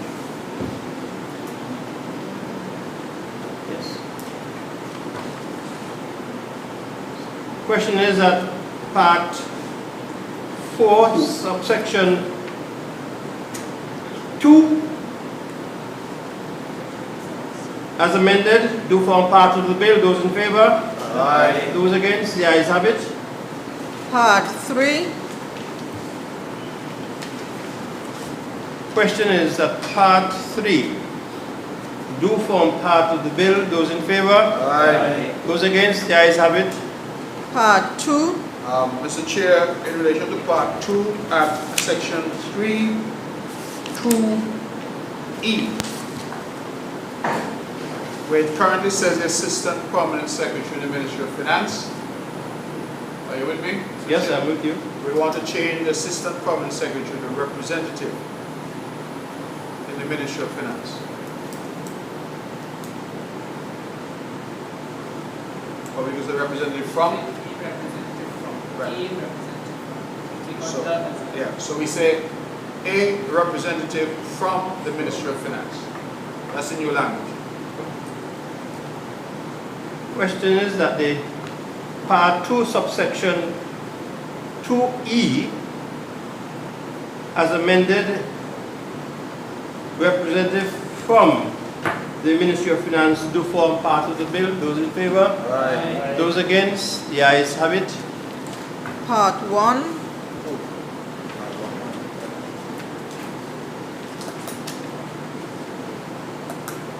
Question? The question is that Part 1 do form part of the bill. Those in favor? Aye. Those against? The ayes have it. enacting clause, The question is that the enacting clause do form part of the bill. Those in favor? Aye. Those against? The ayes have it. title, The question is that the title do form part of the bill. Those in favor? Aye. Those against? The ayes have it.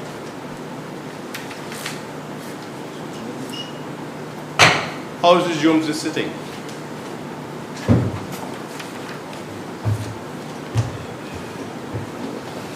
Mr. President, I'm pleased to report that the bill shortly entitled the Nevis Trust and Corporate Service Providers Bill 2021 has gone through the committee stage with some amendments. And, Mr. President, I would ask that the bill be moved for a third time and passed into law. Just to indicate to the House that the necessary fiat from the Deputy Governor General has been obtained, and I neglected to say so on the previous bill, that it was also obtained. So for housekeeping purposes, that we have obtained the necessary fiat to the extent that this bill deals with any money matters that Her Honor has given us the requisite fiat under the relevant rules.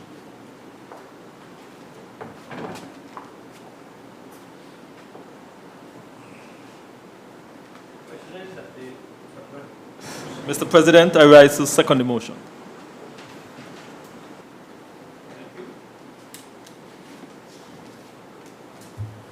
Question is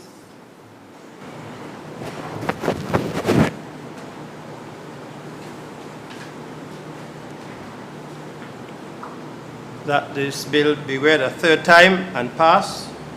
Those in favor? Aye. Those against? ayes have it. The ayes have it. A bill to provide for the licensing and supervision of regulated activity by service providers and for matters incidental or auxiliary thereto. The bill has been read third time and pass.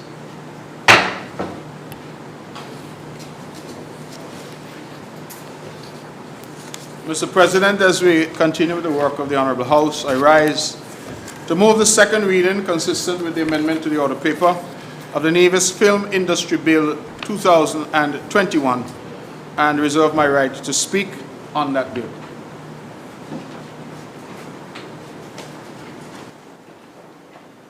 Mr. President, I rise to second the motion and also reserve the right to speak.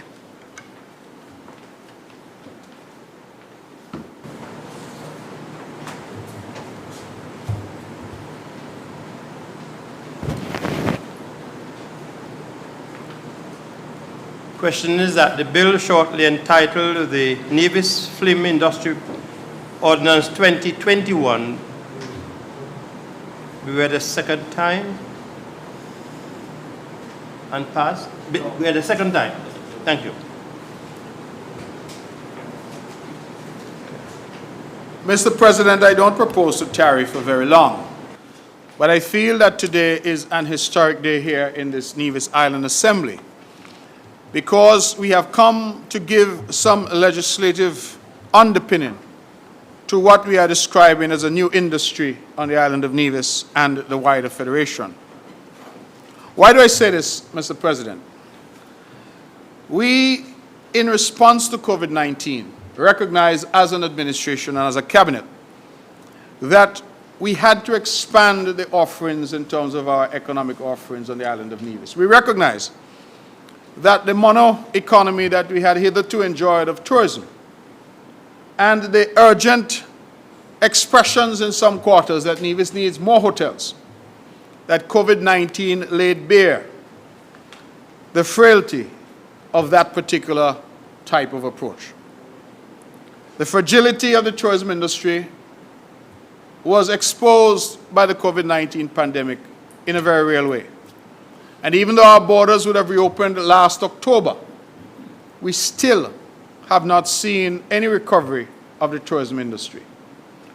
And so this government and this cabinet that I'm privileged to lead, Mr. President, we decided that we needed to find new ways to generate economic activity on the island of Nevis.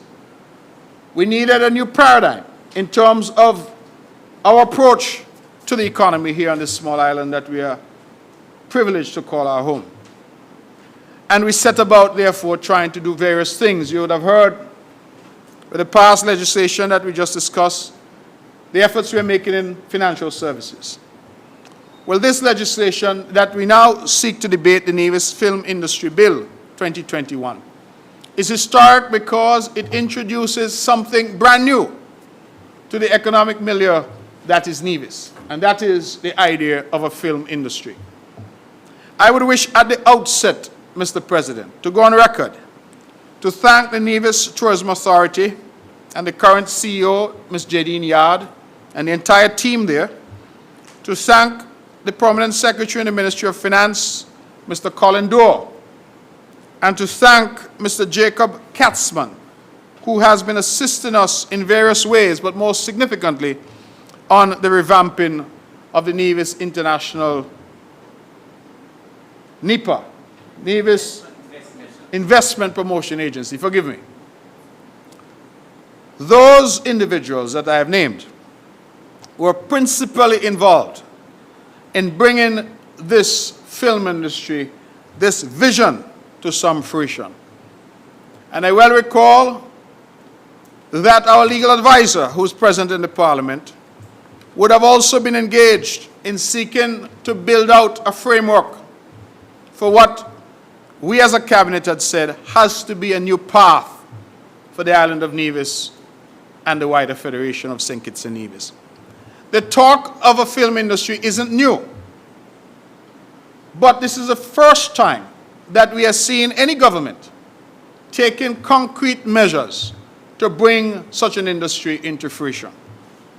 And I am standing here today as a Nevisian, as Premier, as head of a government, and I am proud, Mr. President. You know why? Because it was last year, December, if I recall, that I had a Zoom call. You know, everybody now meeting by Zoom because you can't go anywhere. With a chap called Philip Martinez and MSR Media. I did not know them. They did not know me. But the people that I have identified had brought to me this proposal. And this Zoom call was a getting to know each other call. What is the vision? What is the intention? And I believe we had a good call. And after that call, things moved with great rapidity as Mr. Martinez and MSR Media decided that Nevis was a place that we wish to be. And I would wish to go on record to commend the National Task Force, COVID Task Force, headed by Mr. Abdius Samuel, and the hard work that he has done with the CMO, Dr. Hazel Laws, and the team, but also, critically, the work that was done and has been done and continues to be done by Dr. Judy Nisbet, the head of our task force on Nevis, and her team. And people may ask me why, what is the relevance? And the relevance is this, Mr. President, that one of the factors that they looked at in coming to Nevis was the fact that we were one of the safest places in the world in relation to COVID-19. Indeed, when I spoke to them initially, they were contemplating Barbados as the location to do their film production. And no discourtesy to my friends in Barbados, but we were able to persuade them that Nevis was far safer. And I wish to go on record in this House to say, Mr. President, that in my negotiations with them, I said to them specifically that there will be no relaxation of our COVID-19 protocols. I am not interested in designing any bubble for them, because if the bubble bursts, we may have problems here. And so I said to them that if you wish to come, you will find an island that is accommodating.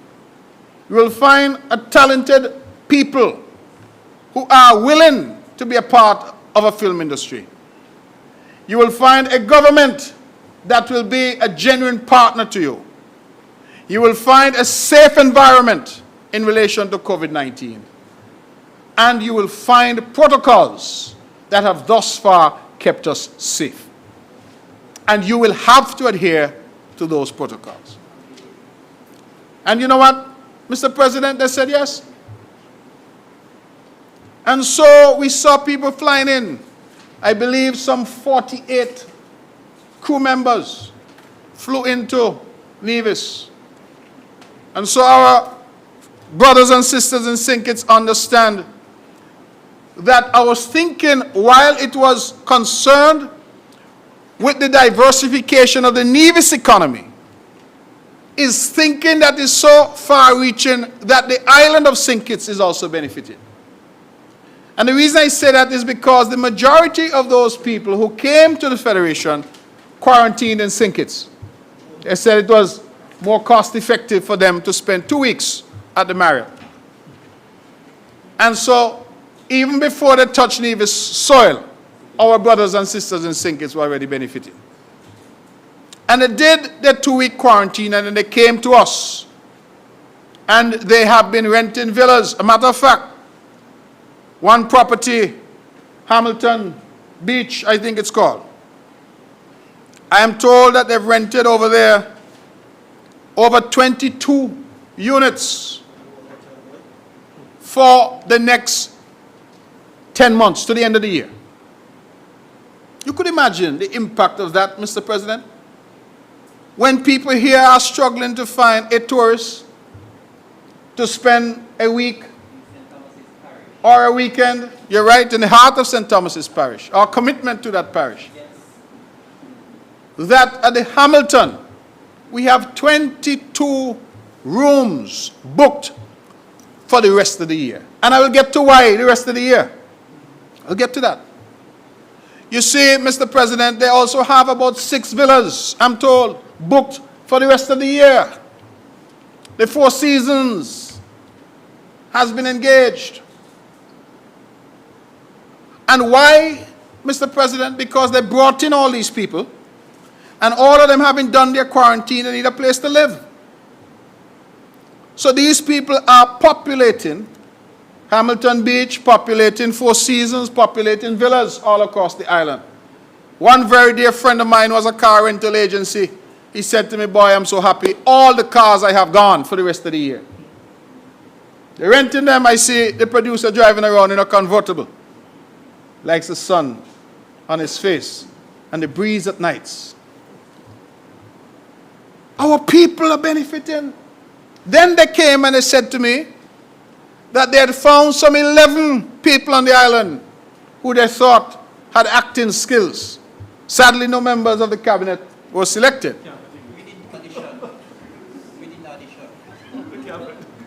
But 11 people got speaking parts.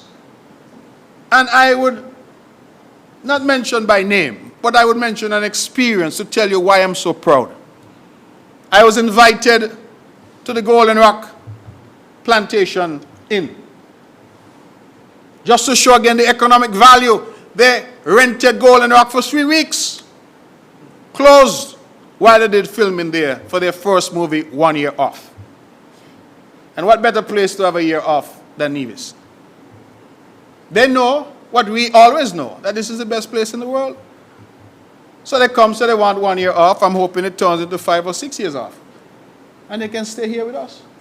They rented Golden Rock for 3 weeks. They asked me to come up. So I go up there.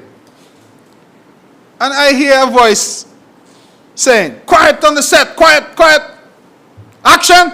And I hear something clap. I said, Mr. President, well, I feel like I'm in Hollywood. Quiet on the set, quiet, quiet, action. I said, but that sounds like a local voice. When I look, it's a fella from Newcastle. No? A fella from Newcastle. They say he's now the 3rd assistant director. Of course his name would have to be there. He's the 3rd assistant director. And the man there telling everybody, quiet, quiet, quiet on set. Action. And he clapped something. I don't know what he's clapping, but he's clapping something loud. Like that. Division.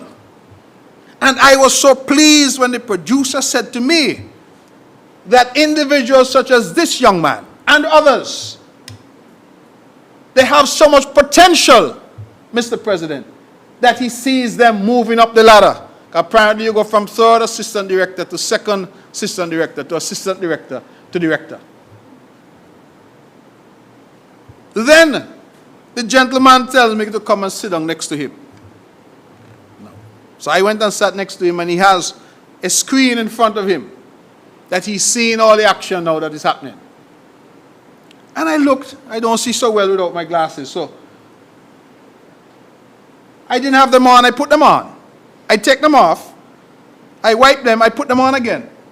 Because I saw a lady there who I know, a woman right here in Nevis, and I can't say what the scene was, but this Nevisian woman was the actress in the scene.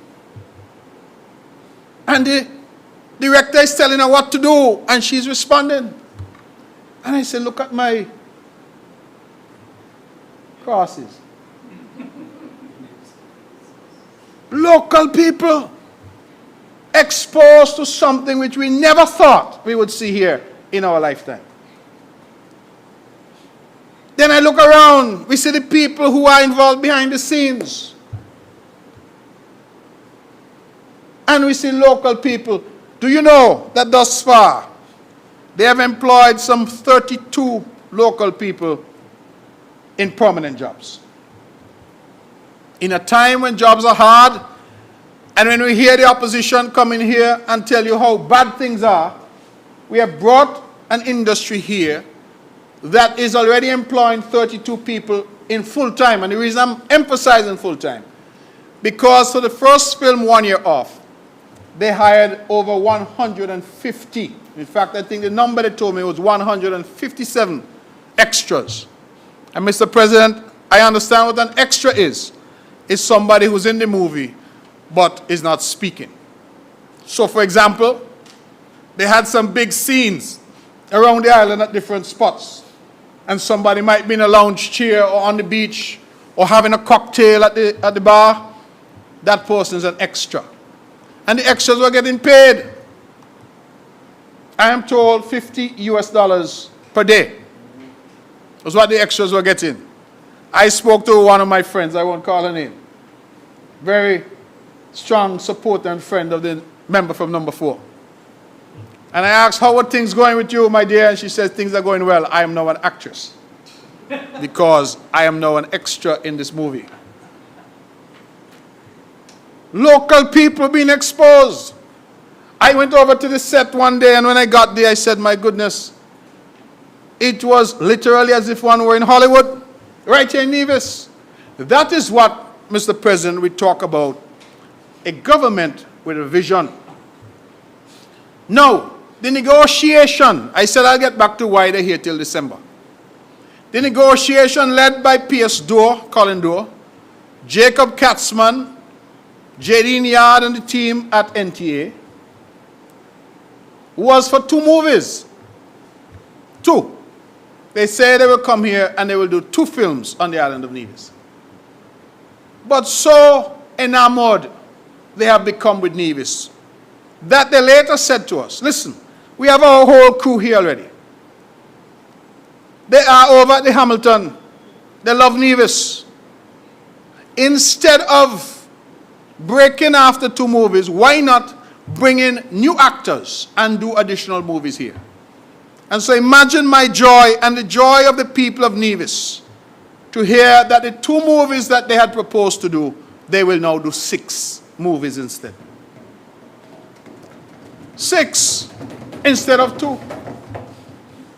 And so 1 movie, I am told, 1 year off, which was the first movie, should be concluded shortly. And they have already indicated that they start the 2nd movie sometime in the middle of April. And they already have a new crew, director and everybody, who are here for the 2nd movie. And they've already hired an actress who I gather will be coming in shortly to be the lead for that movie. The gentleman said to me from MSR that his biggest concern since he has been here is that the actors and crew, none of them want to leave. So when you have actors and actresses and you're saying, okay, this movie is done and therefore you have now to go, he said, they're saying, can you find another role for us in another movie so we can stay? I say these things not flippantly. I say them because it is important that the people of Nevis recognize what we have and sometimes what we take for granted, and in some quarters what we are quick to denigrate. That here are people from across the globe. They have people here from Romania, from the United Kingdom, from the United States. They have people from Russia.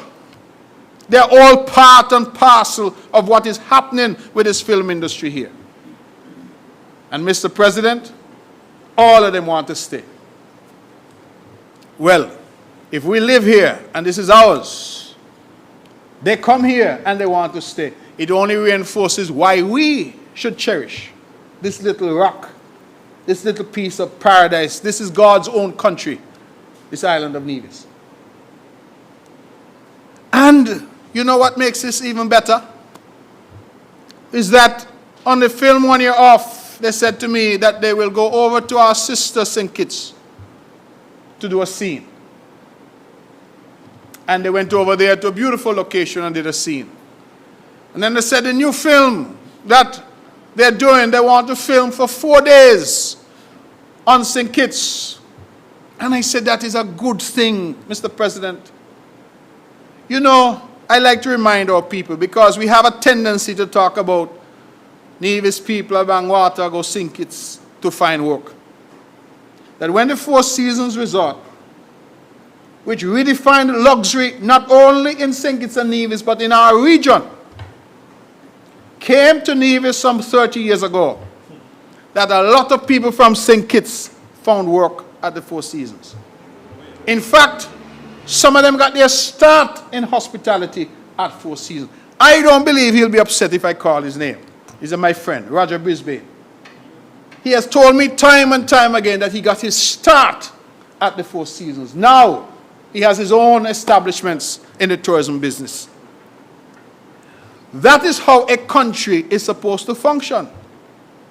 That people in the country should find opportunity wherever in the country. They see it.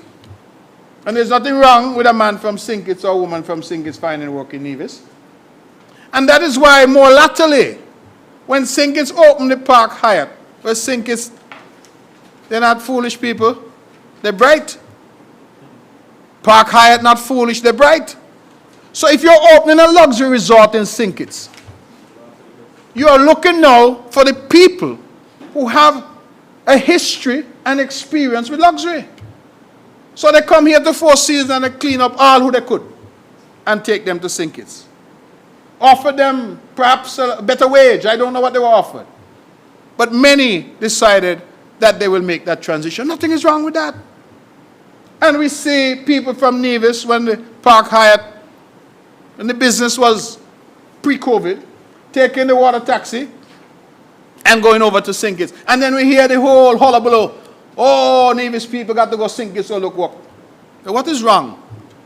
If I decide that I will take a job at Park Hyatt, what is wrong? And the point is being made here by the good member from number 1, and I think it is true that I could get to Park Hyatt from Nevis quicker than somebody could get to Park Hyatt from Sandy Point. It is one country. So there's no need sometimes for those who want to set up this competition and set up this us and them. Because you see why I agreed, you see why I went back 30 years to Four Seasons, is to come forward now and say, Nevis and the Nevis Island Administration has brought to the Federation a movie industry. And here it is now that our brothers and sisters in St. Kitts are also going to benefit. That is as it should be. That development in any part of the country is seen as development of the whole country. St. Kitts had sugar. We didn't have any. We had Four Seasons. St. Kitts didn't have any. St. Kitts has big cruise pier. We don't have any. We have a film industry that is starting now. St. Kitts will benefit. I mentioned those things to say that what is good for one benefits all. And that has to be our approach to national development, Mr. President.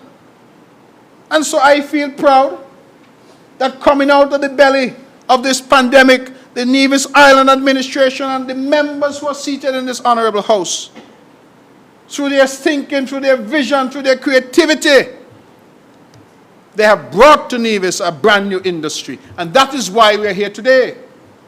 We're here today to provide some framework for that industry to operate. And so I go right away. Wait, let me not go yet. Forgive me. Let me make one last point. Because beside the economic impact, Mr. President, I touched on peripherally the fact that our people are now being exposed. And I mentioned the young man, the third assistant director. That will stick with me for the rest of my life.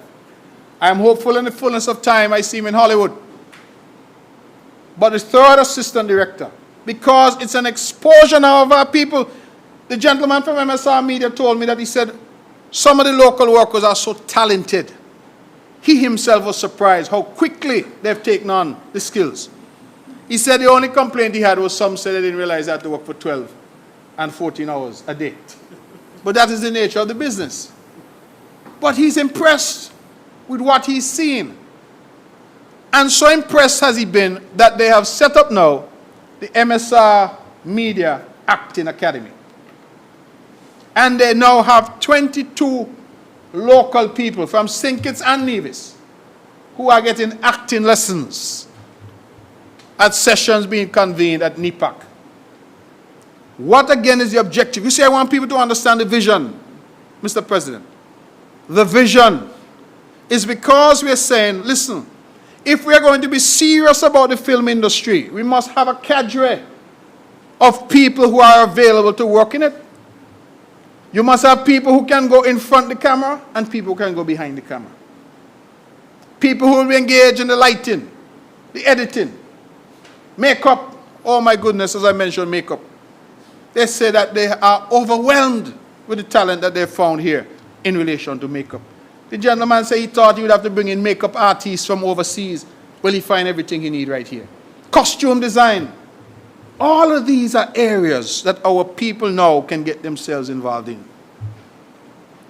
And I am proud because, as I said, no matter who now tries to rewrite the history is there for all of us to see.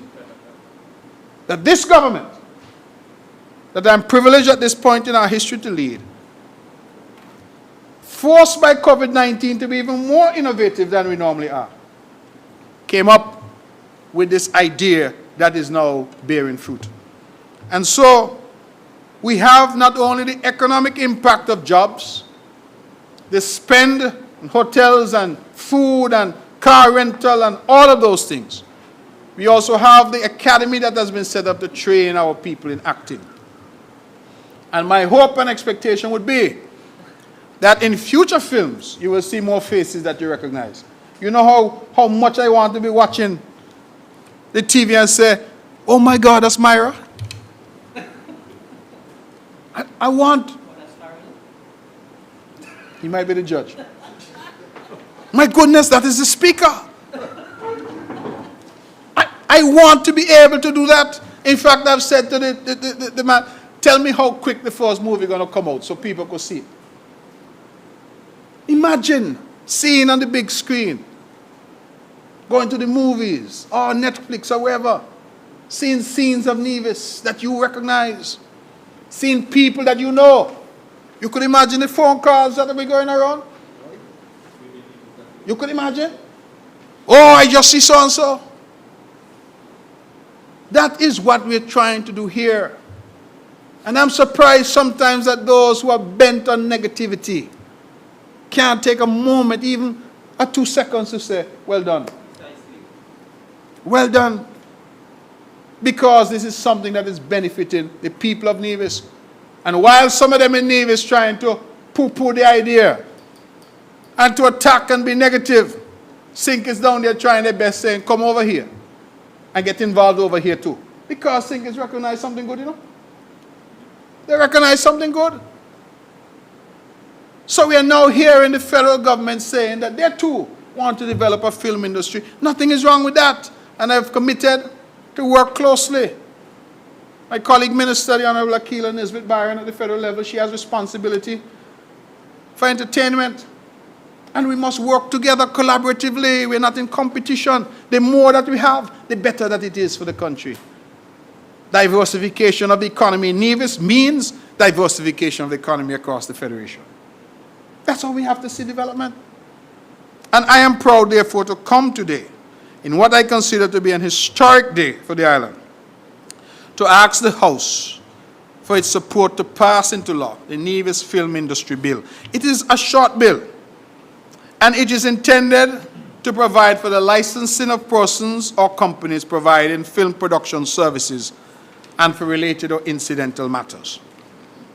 All it means is that if you now come to Nevis and you want to engage in some film production, that we have set up now a framework, a mechanism for you.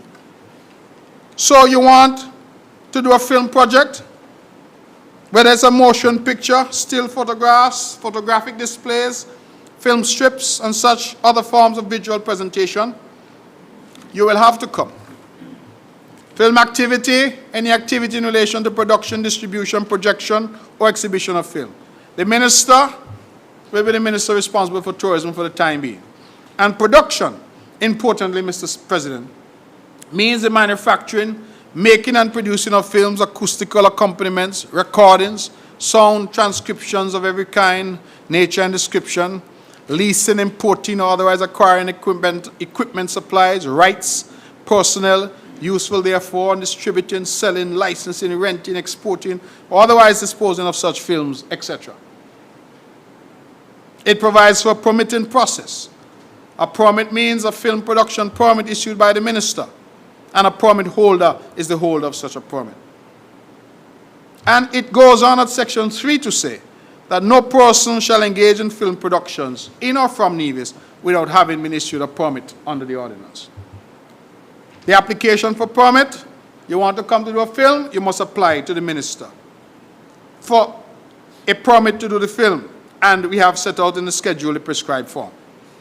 Every application will be addressed to the minister, contain the prescribed particulars, be signed by the applicant, be accompanied by the receipt for the prescribed fee, and by such other documents as may be prescribed, and be accompanied by a certified copy of the bylaws or instruments by which the applicant is established or constituted, and also be accompanied by proof of registration to do business in or from Nevis. Put differently, when you come, you must show that I am a proper entity. I'm registered to do business where I'm coming from, and I have permission to do business in Nevis. Nothing is wrong with that. That's consistent with our law. And what it will do is allow us, as a government, to regulate what's happening. I anticipate that this is only the first leg of the architecture for film that we will see built out on the island of Nevis. And I anticipate, I am no soothsayer, but I anticipate that today will go down in history as the day that the film industry started on the island of Nevis and in the wider Federation of St. Kitts and Nevis. That today we take that first important step, Mr. President. We have different types of permits: a documentary permit, a commercial permit, a feature film permit, stills permit, televised production permit, a music video permit. The minister can grant the applicant the permit to proceed and to produce a film or music video, as the case may be. We can also, as the minister, refuse the permit. But again, consistent with our view in relation to transparency and the best practices, we have said where you refuse it, the minister must give reasons for the refusal. A permit expires on December 31st each year and is renewable by January 15 for the following year. So if you have a movie that starts and doesn't finish by the end of the year, you renew your permit.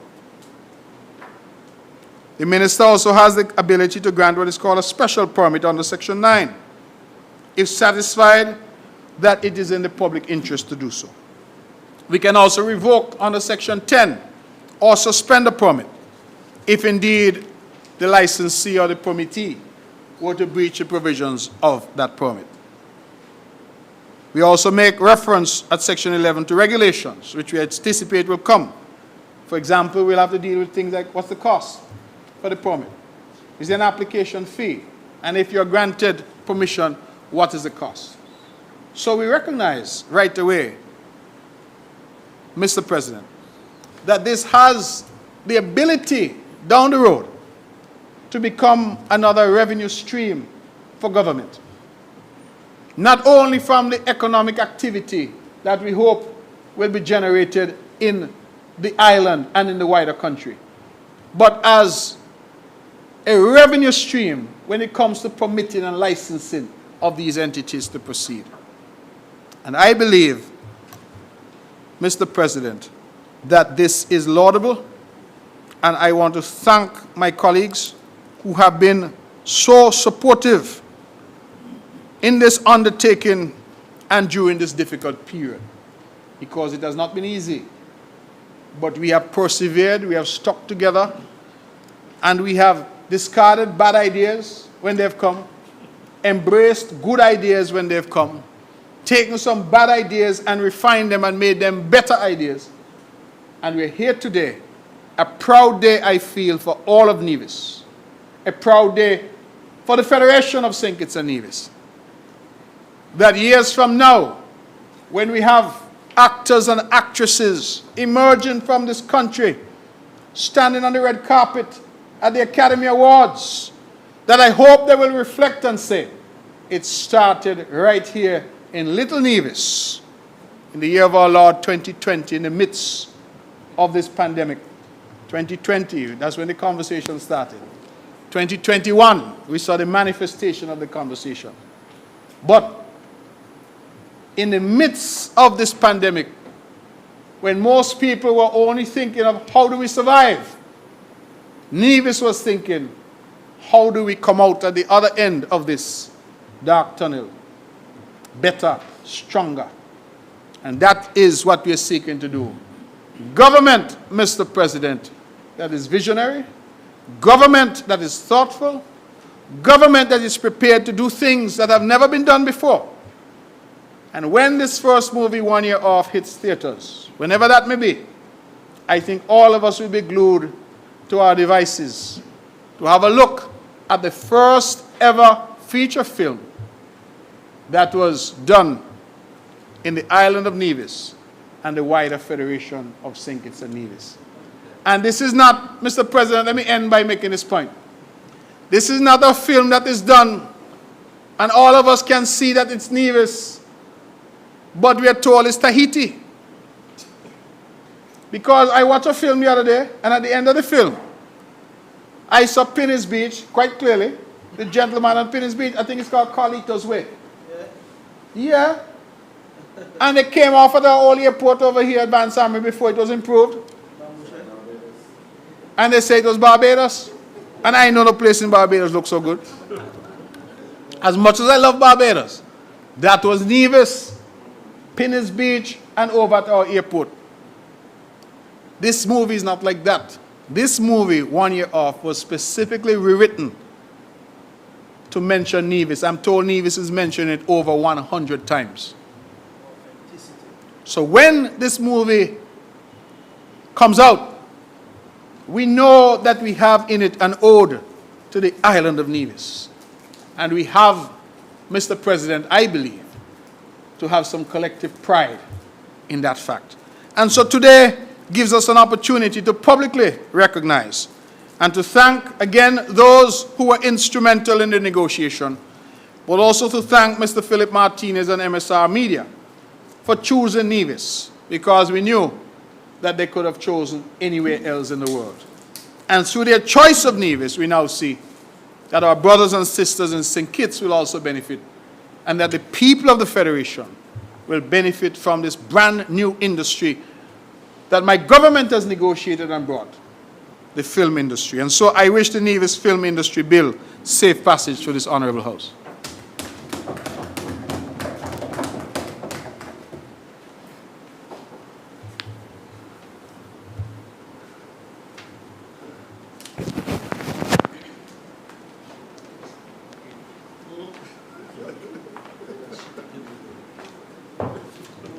Mr. President, I rise to make my contribution and to lend my support to the bill shortly entitled the Nevis Film Industry Bill 2021. I am not sure if there's much I can add after the mover of the bill with that very eloquent and erudite presentation, Mr. President. But I stand here because I believe, as the minister with responsibility for culture in the Nevis Island administration, I should stand here and lend my support to this bill. And I would like to agree with the member for Nevis too, and the Premier, that it is indeed a historic day for us on the island of Nevis, and for us in the Federation of St. Kitts and Nevis. Because, Mr. President, I believe that there are many islands and countries out there in the region that would be happy to have this opportunity to have 6 films being produced on their island in a time like this. Mr. President, let us just put things into context, because of course we know that COVID-19 would have presented us with numerous challenges. And of course, COVID-19 would have given us the hard fact that our economy is very fragile. And the major pillar on which our economy is based, tourism, and the hospitality industry, is extremely fragile. And so irrespective of the number of hotels we have, irrespective of the sizes of the hotels that we have, once the pandemic came, everything shut down. And so, Mr. President, this cabinet of the Nevis Island administration, this cabinet, we have had, I believe we would have had some sleepless nights when COVID came, because we had to try to come up with various ways, initiatives in which we can keep things afloat in Nevis. And I believe that we have done well, because when I listen to some of my colleagues in the other islands in the region and the plight Well, of course, we have a plight. But what I've been hearing from some of those islands, I think we have done exceptionally well, Mr. President. And so, when we meet in cabinet, we think deep, we think hard, we bounce around ideas. And after we realize that we are in trouble with our economy, we decided we have to come up with some different ways. We have to diversify. And so, we heard of agriculture. We heard a song and dance being made about food security this morning by the member opposite.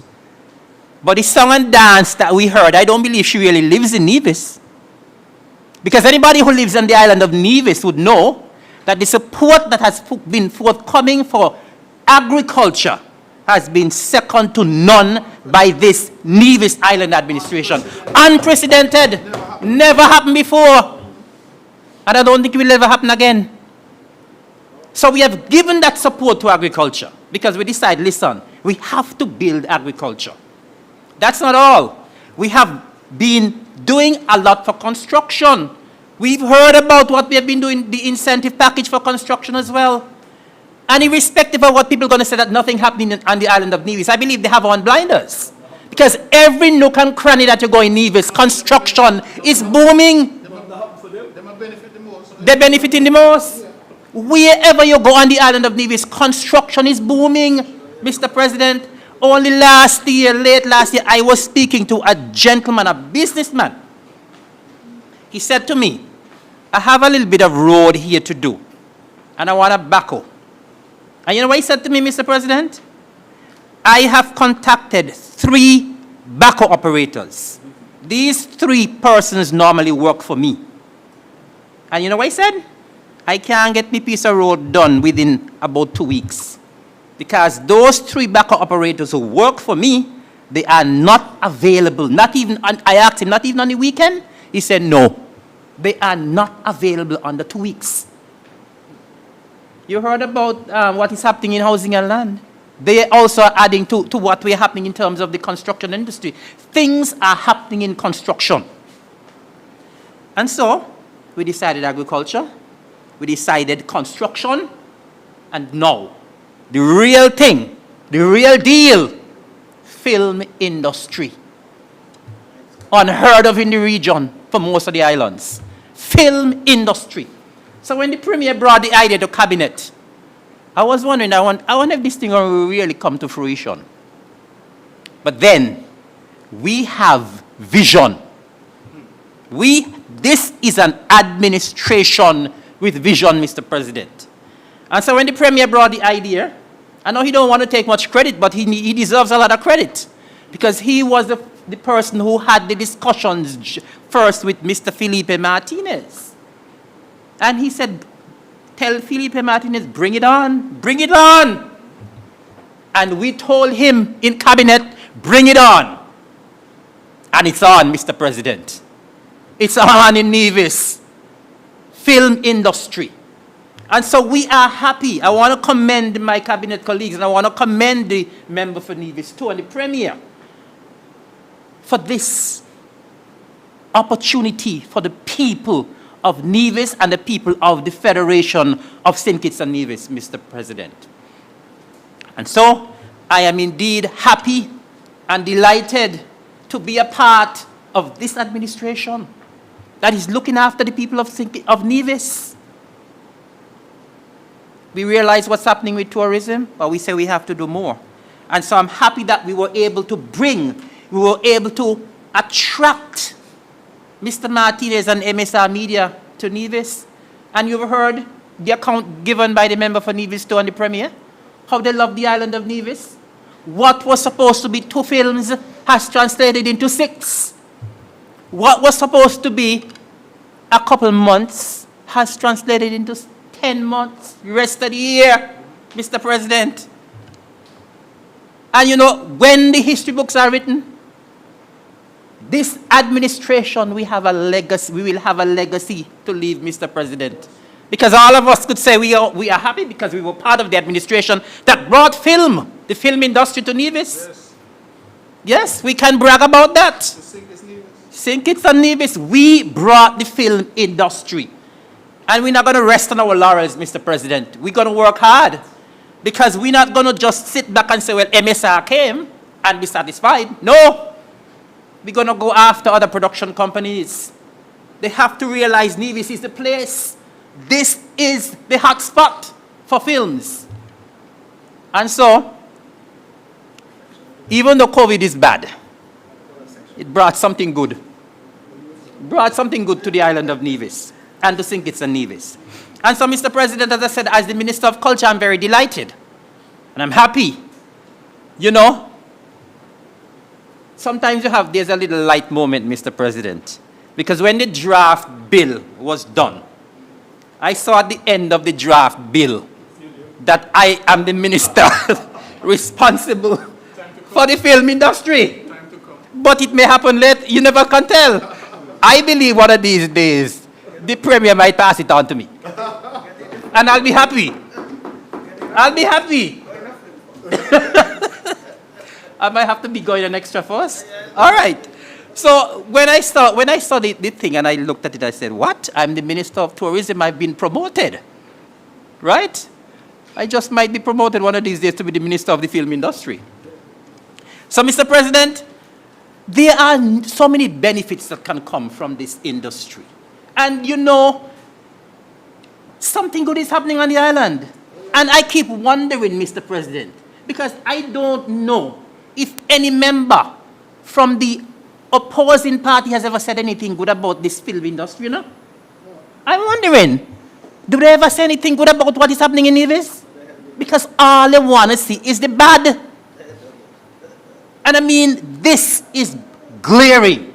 This is something excellent for the island of Nevis, for the Federation of St. Kitts and Nevis, Mr. President. And anyone who can't see that, something wrong with them.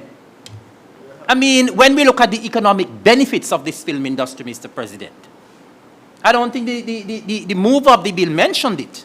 But I understand that with one movie, there's an injection about $1 million US. Every 4 months, every 4 months, about $1 million US is injected in the economy. Mr. President, you ain't call that benefit? You ain't call that benefit, Mr. President? So if we are hearing every 4 months, $1 million US is being injected into the economy of Nevis, then by the end of the year, we'll have probably $2 to $3 million US being injected here. Foresight, Mr. President. Foresight and vision of the Nevis Island administration. That's why I'm so proud to be a part of this government. That is why I am so proud to be a part of this government. And that is why every time I stand here as well in this podium, I will say, Mr. President, that this government now go nowhere anytime soon.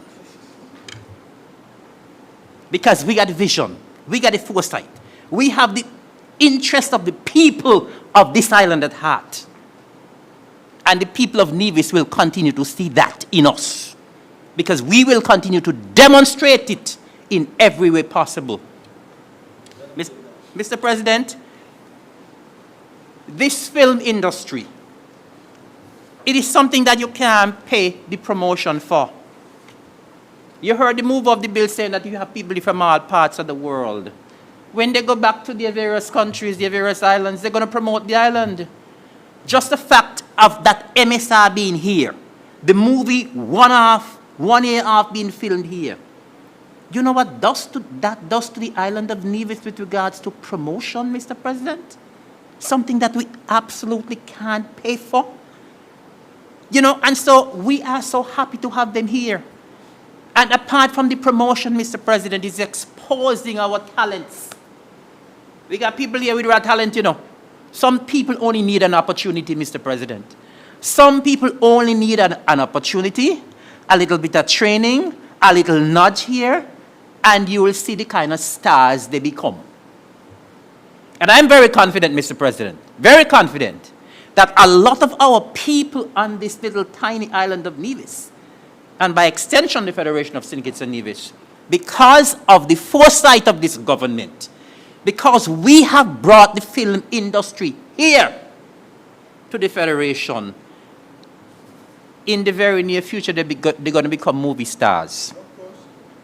big-time movie stars.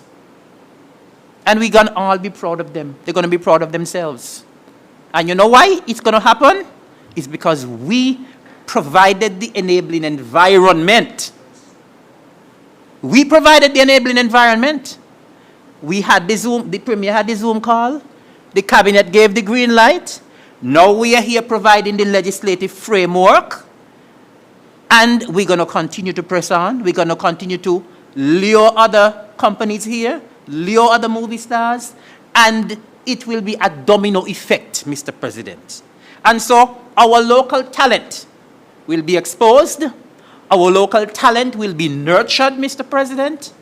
And as I said, I can foresee with the academy that has been established here to train our local people that we're going to have a cadre of movie stars born right here on the island of Nevis. This tiny island paradise of Nevis is going to become a breeding ground for movie stars. And they're not going to be just acting here. I foresee them going to Hollywood and all over the world. And you know what that means again, Mr. President? More promotion for us on the island of Nevis. And so I really want to commend this government once again on what we have done to bring these folks here, what it will do to us as a people, what it will do to the locals, Mr. President. And of course, Mr. President, we have to realize as well that there are some persons on Nevis, right, who may not have been so inclined to be in the film industry. But with the excitement that has been created now, Mr. President, because a lot of the persons who are working in the movies as extras, they have become so excited that they now want to get speaking roles. And so, they are now excited. They are going to press on. Some of them are now attending the academy to get the requisite training to get speaking roles, Mr. President. And so that interest has been piqued and sparked in some persons who may never have had that interest before. And so this is another opportunity for many of our locals to get that opportunity and become movie stars. Mr. President, I don't want to be too long because I believe, as I said, the mover would have done a marvelous job. But I am excited. And all divisions should be excited over the prospects of what is happening here. And as the Minister of Culture, right, I believe that this film industry thing is going to move mountains for us, you know. Because a lot of the times you hear about having film festival and so on. And I believe we're going to reach to the point where we could have our own film festival here on the island of Nevis. That's where we want to go. That is the height to which we want to take this industry. I want Nevis and the Federation to become the envy of our neighbors in the region. And I believe we already are. But I believe we're going to get to the point where we can have our own film festival here. And it is possible that we can have a film festival that stands on its own. Or it's also possible that we can have a film festival that could be an extension to our Culturama festival. And so I believe the opportunities are endless, Mr. President. With the start that we've had in this film industry and the enabling environment we are creating now by creating the legislation under which the film industry will operate, Mr. President, I believe we have a very, very long way to go. I foresee, Mr. President, that with the culture we have here, with the greatest cultural festival in the region that we have here called Culturama, I believe that sometime in the future, our Culturama will be documented in a film. That is why we ain't going to rest until that happens, Mr. President. And when that happens, it's going to be beamed all over the world. Mr. President, I believe our cultural practitioners that we have here, they are second to none in terms of the way they create what they do, in terms of the way they act out what they do, Mr. President, in terms of their performances, second to none. And I witnessed it when I was in Trinidad 2 years ago for Carrie Festa. Every time our masqueraders hit the floor in Trinidad or the stage in Trinidad and Tobago, everybody was in awe, wondering where these people come from. Nevis. Wondering where these people came from. We made headlines down there in the newspaper and everything because of the raw talent that we have. And so I believe that with what we have here now with this film industry, it's going to provide another stepping stone for our cultural practitioners to be featured in films and be seen all over the globe. And as I said, Mr. President, I believe the possibilities are endless. And we, as a government, we will continue to provide the necessary support that is necessary for this film industry to blossom. The seed has been sown, and we're going to provide the water for it to bloom and blossom and grow. And you know what? It's all of us in Nevis and St. Kitts going to benefit. All of us. All of us are going to benefit, Mr. President. And as I said, as the Minister of Culture, I foresee that big things are going to happen. Big things going to go on in Nevis. It's already going on. And more big things going to happen for culture and for the island in general, Mr. President. And I want to say as well that you realize when the mover of the bill spoke, he spoke about all the accommodations and so on that has been, the people have rented and so on. And he remembers to say that most of the action taking place in St. Thomas's Parish, most of the action taking place in St. Thomas's Parish. And that is why I believe the people of St. Thomas's Parish, I ain't going to go further. I will not go any further. But the people of St. Thomas's Parish, they are the huge beneficiaries. It's over there. Most of the movie was being filmed, It's over there. Most of the action was, But as I said, Mr. President, is the entire island benefiting? And this is a government that cares for all of us. Every citizen on the island of Nevis. And so, Mr. President, I just want once again to give my full support to this bill and to commend the mover for doing such a marvelous job. And commend my cabinet colleagues for standing with him in supporting the move to have this film industry here. And we are confident that this is only the beginning. This is only the beginning. The island of Nevis will continue to move in strides. This is only part. More things are coming, Mr. President. But I want to wish this bill safe passage through this honorable House. May it please you, Mr. President.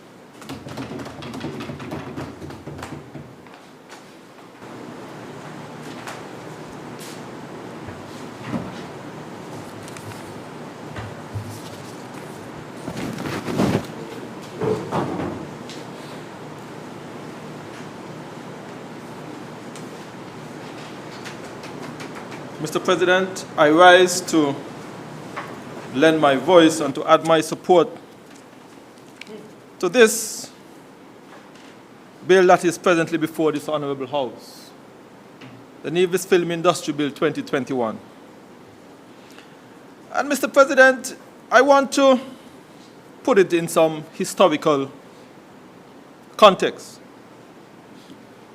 It was in 1984, when the then Premier would have stand in this very Parliament and pass a similar legislation, Mr. President. I was a mere boy then, I think around 14 at that time. It was the offshore sector legislation, Mr. President. And there were those who questioned the wisdom of that piece of legislation. Mr. President, we have seen the benefit over the past 37 years of that very legislation. We have seen many persons who were able to put a roof over their head because of the offshore sector. We have seen, Mr. President, many persons who are able to send their children to colleges because of the offshore sector. We have seen that many businesses here on the island of Nevis were able to expand their various buildings. And I look at this Nevis Film Industry Bill 2021 in a similar light. Because I am envisioning, Mr. President, that perhaps in 5 years' time, in 10 years' time, I don't believe that it would take 37 years, when we will see the transformation of the economy because of this piece of legislation. We have already heard from the mover, Mr. President, the rentals of various accommodation properties, the rental of cars, the various restaurants around that are seeing the benefit. And some may argue and some may say that nothing going on for them, Mr. President.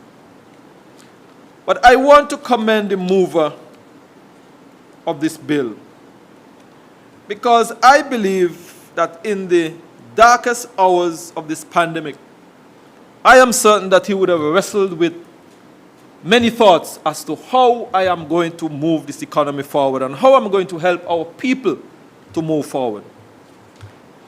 It's a short legislation, Mr. President, but I look at it as a piece of legislation that would be transformative. And I want to commend the mover. I also want to commend, Mr. President, all those persons who are associated with this film industry. And I would hope that in the not-too-distant future, that the whole of Nevis will continue to see the benefit of this Nevis Film Industry Bill 2021. Mr. President, I want to wish this bill safe passage to this honorable House, to the benefit of the people of Nevis, and certainly to those on St. Kitts as well. May it please.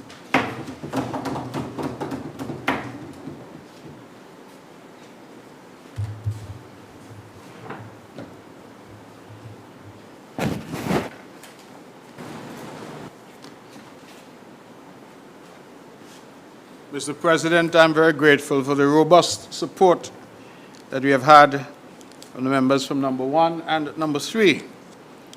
And I believe the member for number 1 made a very poignant point. He reminded us that in 1984, another premier would have stood in this house, one who would have become a national hero. And the reason why it struck me as poignant is because at the time when he did what he did with the passage of the Nevis Business Corporation Ordinance, many said it could not be done. Many would have criticized and said, where are you going with that? Today, the member for number 1 is absolutely correct, that hundreds, if not thousands, have benefited from the financial services industry, which had its start way back in 1984 with a simple bit of legislation, same that we're doing now. And so I believe there's no better way to wrap up this debate than to thank the members who have supported so eloquently, those who have supported just as eloquently in their silence, because I know the discussion that we had in the cabinet, that this undertaking, this enterprise, has their fullest support. And it is my hope, member for number 1, that your words here today prove prophetic and that just as 1984 turned into a bonanza for the island and people of Nevis, so too I hope that this day, the 23rd day of March in the year of our Lord 2021, turns out to be a bonanza for the people of Nevis. And so I wish this bill safe passage. I now ask this Honorable House that the bill shortly entitled Nevis Film Industry Bill 2021 be read a second time.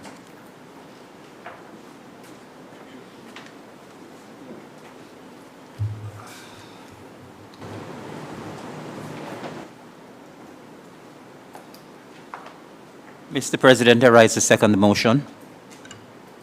Question is that this Honorable House, this bill, the Nevis Film Industry Ordinance 2021, be read a second time. Those in favor? Aye. Those against? Ayes have it. The ayes have it. A bill to provide for the licensing of persons or companies providing film production services and for matters related thereto or connected therewith. The bill in committee stage right now. The bill has been read a second time.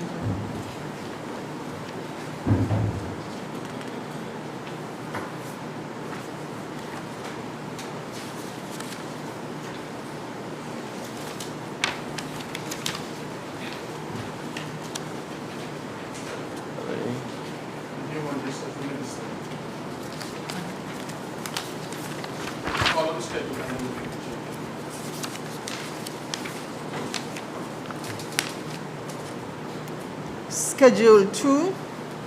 The question is as Schedule 2. There's a minor amendment just to remove the name Eric Evelyn and put Mark Grant. Mark Grant is the minister first. Yeah.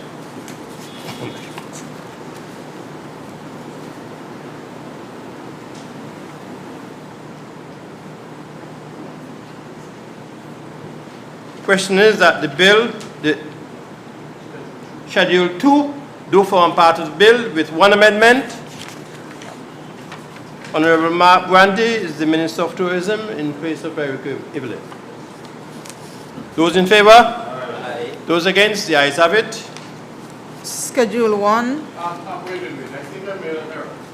Schedule 2 actually shouldn't have the name. It should just say minister. But Schedule 2 is correct. The error was at the objects and reasons. Sorry. Which is not part of the bill. Yes. Forgive me. Yes. I got it. So where the change should be made, they say objects and reasons. Object and reasons. To be Mark Grantley. Schedule 2 is correct as it is. But the minister may change from time to time. So no name should be used. It's just the form. The form, the question is that the objects and reasons, the name should be Mark Grantley and not Eric Evelyn. Those in favor? Aye. Those against? The ayes have it. Schedule 2. Schedule 2. Question is that Schedule 2 do form part of the bill. Those in favor? Aye. Those against? The ayes have it. Schedule 1. Schedule 1 do form part of the bill. Those in favor? Aye. Those against? The ayes have it. Section 11. The question is that Section 11 do form part of the bill. Those in favor? Aye. Those against? The ayes have it. Section 10. The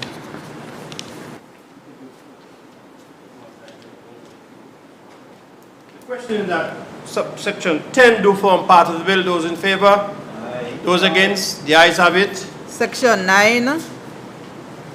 The question is that section... Forgive me, Mr. Chair, please. Section 10A should say has contributed provision of this ordinance, not this act. Sorry.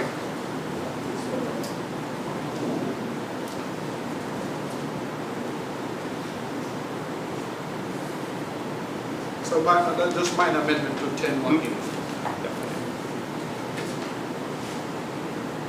Question is that there's a minor amendment in section 10 in A has contravened the provision of this ordinance.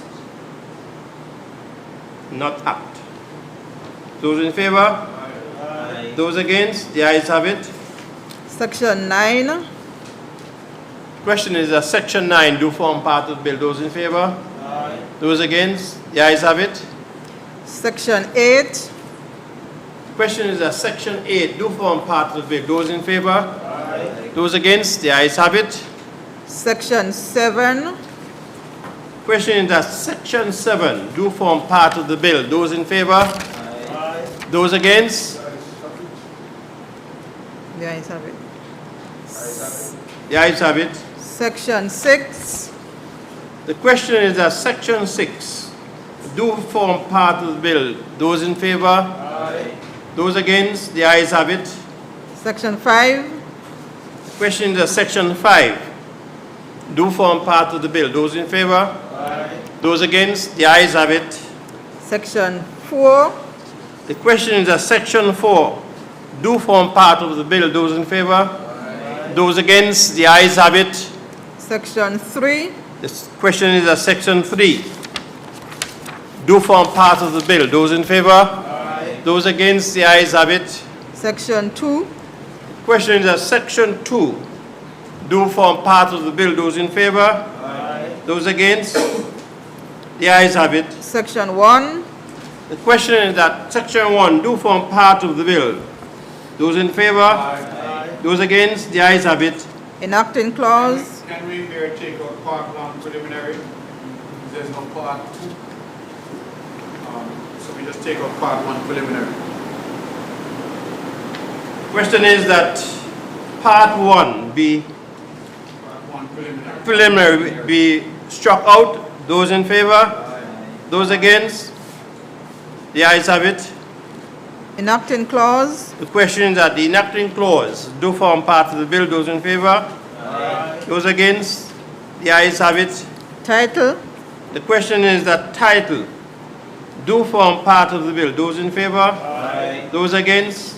The ayes have it.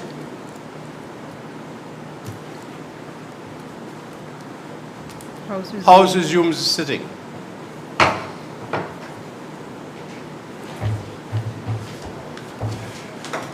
Mr. President, I'm pleased to announce to the Honorable House that the bill shortly entitled the Nevis Film Industry Bill 2021 has gone through committee stage with some minor amendments, and I would respectfully ask that Order Rule 57 of our standing rules be suspended to allow us the opportunity to have this bill read a third time and passed in a single sitting.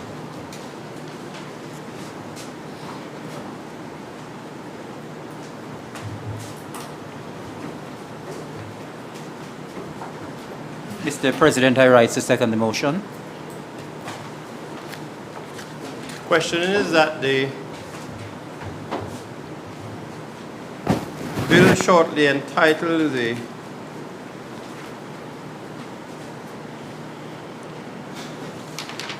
Nevis Film Industry be read a third time and passed. Those in favor? Aye. Those against? The ayes have it. A bill to provide for the licensing of persons or companies providing film production services and for matters related thereto or connected therewith. The bill has been read a third time And pass. and passed.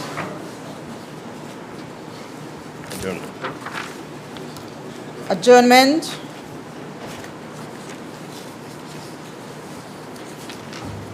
Mr. President, I rise to seek your leave for the adjournment of this Honorable House. But before I do so, I just want to make three quick comments. I just want to inform the general public here at Nevis, and especially our livestock farmers, that through the efforts of the Department of Trade, the Department of Agriculture will next week be making a donation of animal feed to livestock or registered livestock farmers here on the island.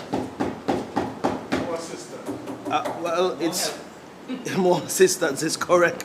Now, through the efforts of the Eastern Caribbean group of companies who we have had a long association with here on the island of Nevis, they have donated these feed, And the container of feed should be here by the 6th of April and will contain 690 bags of feed. I will want to break it down quickly, let the general public know, especially livestock farmers, what will be coming for them. And that is 70 bags of layer pellets, 150 bags of layer crumbles, 200 bags of general purpose feed, 20 bags of pig gruel, and 70 bags of dairy ration. Now, the information pertaining to the distribution of these feed will be done through public announcement at some point between now and at least the 6th of April. So once again, that's another initiative on behalf of that is being done by the Nevis Island administration to provide all of the necessary help we can to farmers, livestock, crop farmers, fisher folks. There are other things that are on their way to us. We'll pass that on to the general public accordingly. While I'm at this microphone as well, let me also appeal to all out there who are engaged in any activities that are meant to create mischief in the agricultural sector, whether it is through stealing of persons' crops, whether it through the destruction of people's crops as well, and also livestock. Anything that would create harm or danger to our farmers and their efforts and their investment, I would want to say from these rostrums that this is something that the entire government that is responsible for the management of affairs here on the island of Nevis, we condemn. And we want to say that even though you don't hear us every day, we have been in touch with farmers who have been affected, and we have been trying our best to assist wherever is possible. But of course, I want to commend the member for Nevis 2 and Premier for his leadership in this regard, because he has always issued his condemnation on behalf of this government and on behalf of the people of Nevis who want to see better for this island and who expect better of those who continue to engage in activities that are negative and activities that are meant to destroy. So I want to say that we will not tolerate it. The police, of course, will have their role to play. And indeed, all of us must be our brother's keeper and understand that we are all in this together to ensure that we're bringing about food security and stability and sustainability for the island of Nevis. We are doing an excellent job so far in ensuring that we are planting and we are providing food, and we want to continue to do that. But any action that would minimize our effort, we certainly will not condone. Mr. President, on closing, let me just say quickly, and let me offer my profound sympathies on the passing of one of our beloved sisters from the village of Butlers in the parish of St. James, and that is Miss Glendora Martha Busu. Many of us knew her as Martha. She would have passed on Sunday, this past Sunday. I want to express my profound sympathies to the surviving family, her children, Carolyn, Farron, Latoya, Theron, or Shadell as we would call him, and also her brother, who many of us know, and I'm not so sure, is he still working at the Public Works Department, Crow? That's Wilson Busu? He has been a mechanic there at the government garage for many, many years, so still work there? Okay, well, I haven't caught up with him in some time, but all of them are feeling the pain of losing their mother, sister, family member. And Martha would have worked at the airport, well, let me say, for NASPA, but was assigned to her duties there at the Vance Amri International Airport for many years. She was a part of the airport services personnel, which is, of course, responsible for the general upkeep and maintenance of the airport. And, of course, there as well, her colleagues there would miss her and miss her effort. She was a perennial figure there. And I have known her for many years, and I too would miss Martha. We have had many conversations. And of course, all I would say at this point in time is that we'll listen out for the funeral announcement so we can go and lend our support to the family. But may her soul rest in peace and rise in glory, but she will surely be missed. Mr. President, with those few words, I beg your leave. Yes, sir. Oh, okay. Mr. President, I too lend my voice to that of the member from number 4, the family in St. James and Butlers who have lost a loved one. And let me, in that same vein, express my very deep condolences to the family of young Heskett. What did he carry? Tyson, I think he would have carried in Brownhill. He would have left us at a very young age, not yet 50, and the entire Tyson clan that is there on the hill in Brownhill, well-known family in Nevis and in Brownhill, that they have lost their brother, their mom who's ailing, has lost her son, and I just would want to extend my deepest condolences from this rostrum to them on the passing of their brother. Some call him Heskett, was his correct name. They call him Linton, they call him Packin. We are very sad that he has left us, and so I would want to extend my condolences to the family.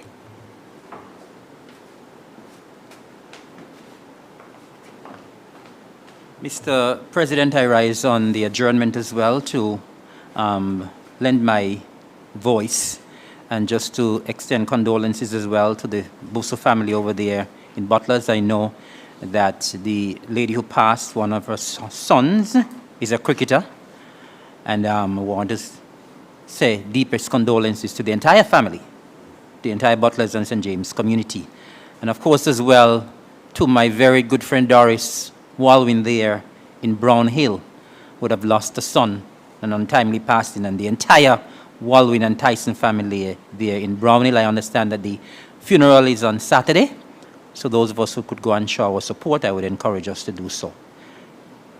May it please you, Mr. President. And I would like to second the motion for the adjournment. Yes, I too would want to extend sympathy greetings to one Henry Martin.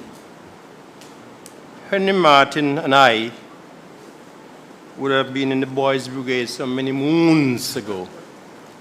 And he's passing. My understanding is that his funeral would be on Saturday. And I wish to convey my sympathy to the family, and hopefully I'll be at the funeral. I would also wish to lend my support to the member for number 4 in respect to Martha in Butlers. I would have taught Martha at St. James's School many moons ago. Whitehall. Many moons ago. And she was ever so quiet and unassuming. May their soul rest in eternal peace. This House stands adjourned, sign and aye. Those in favor? Aye. Those against? House adjourned.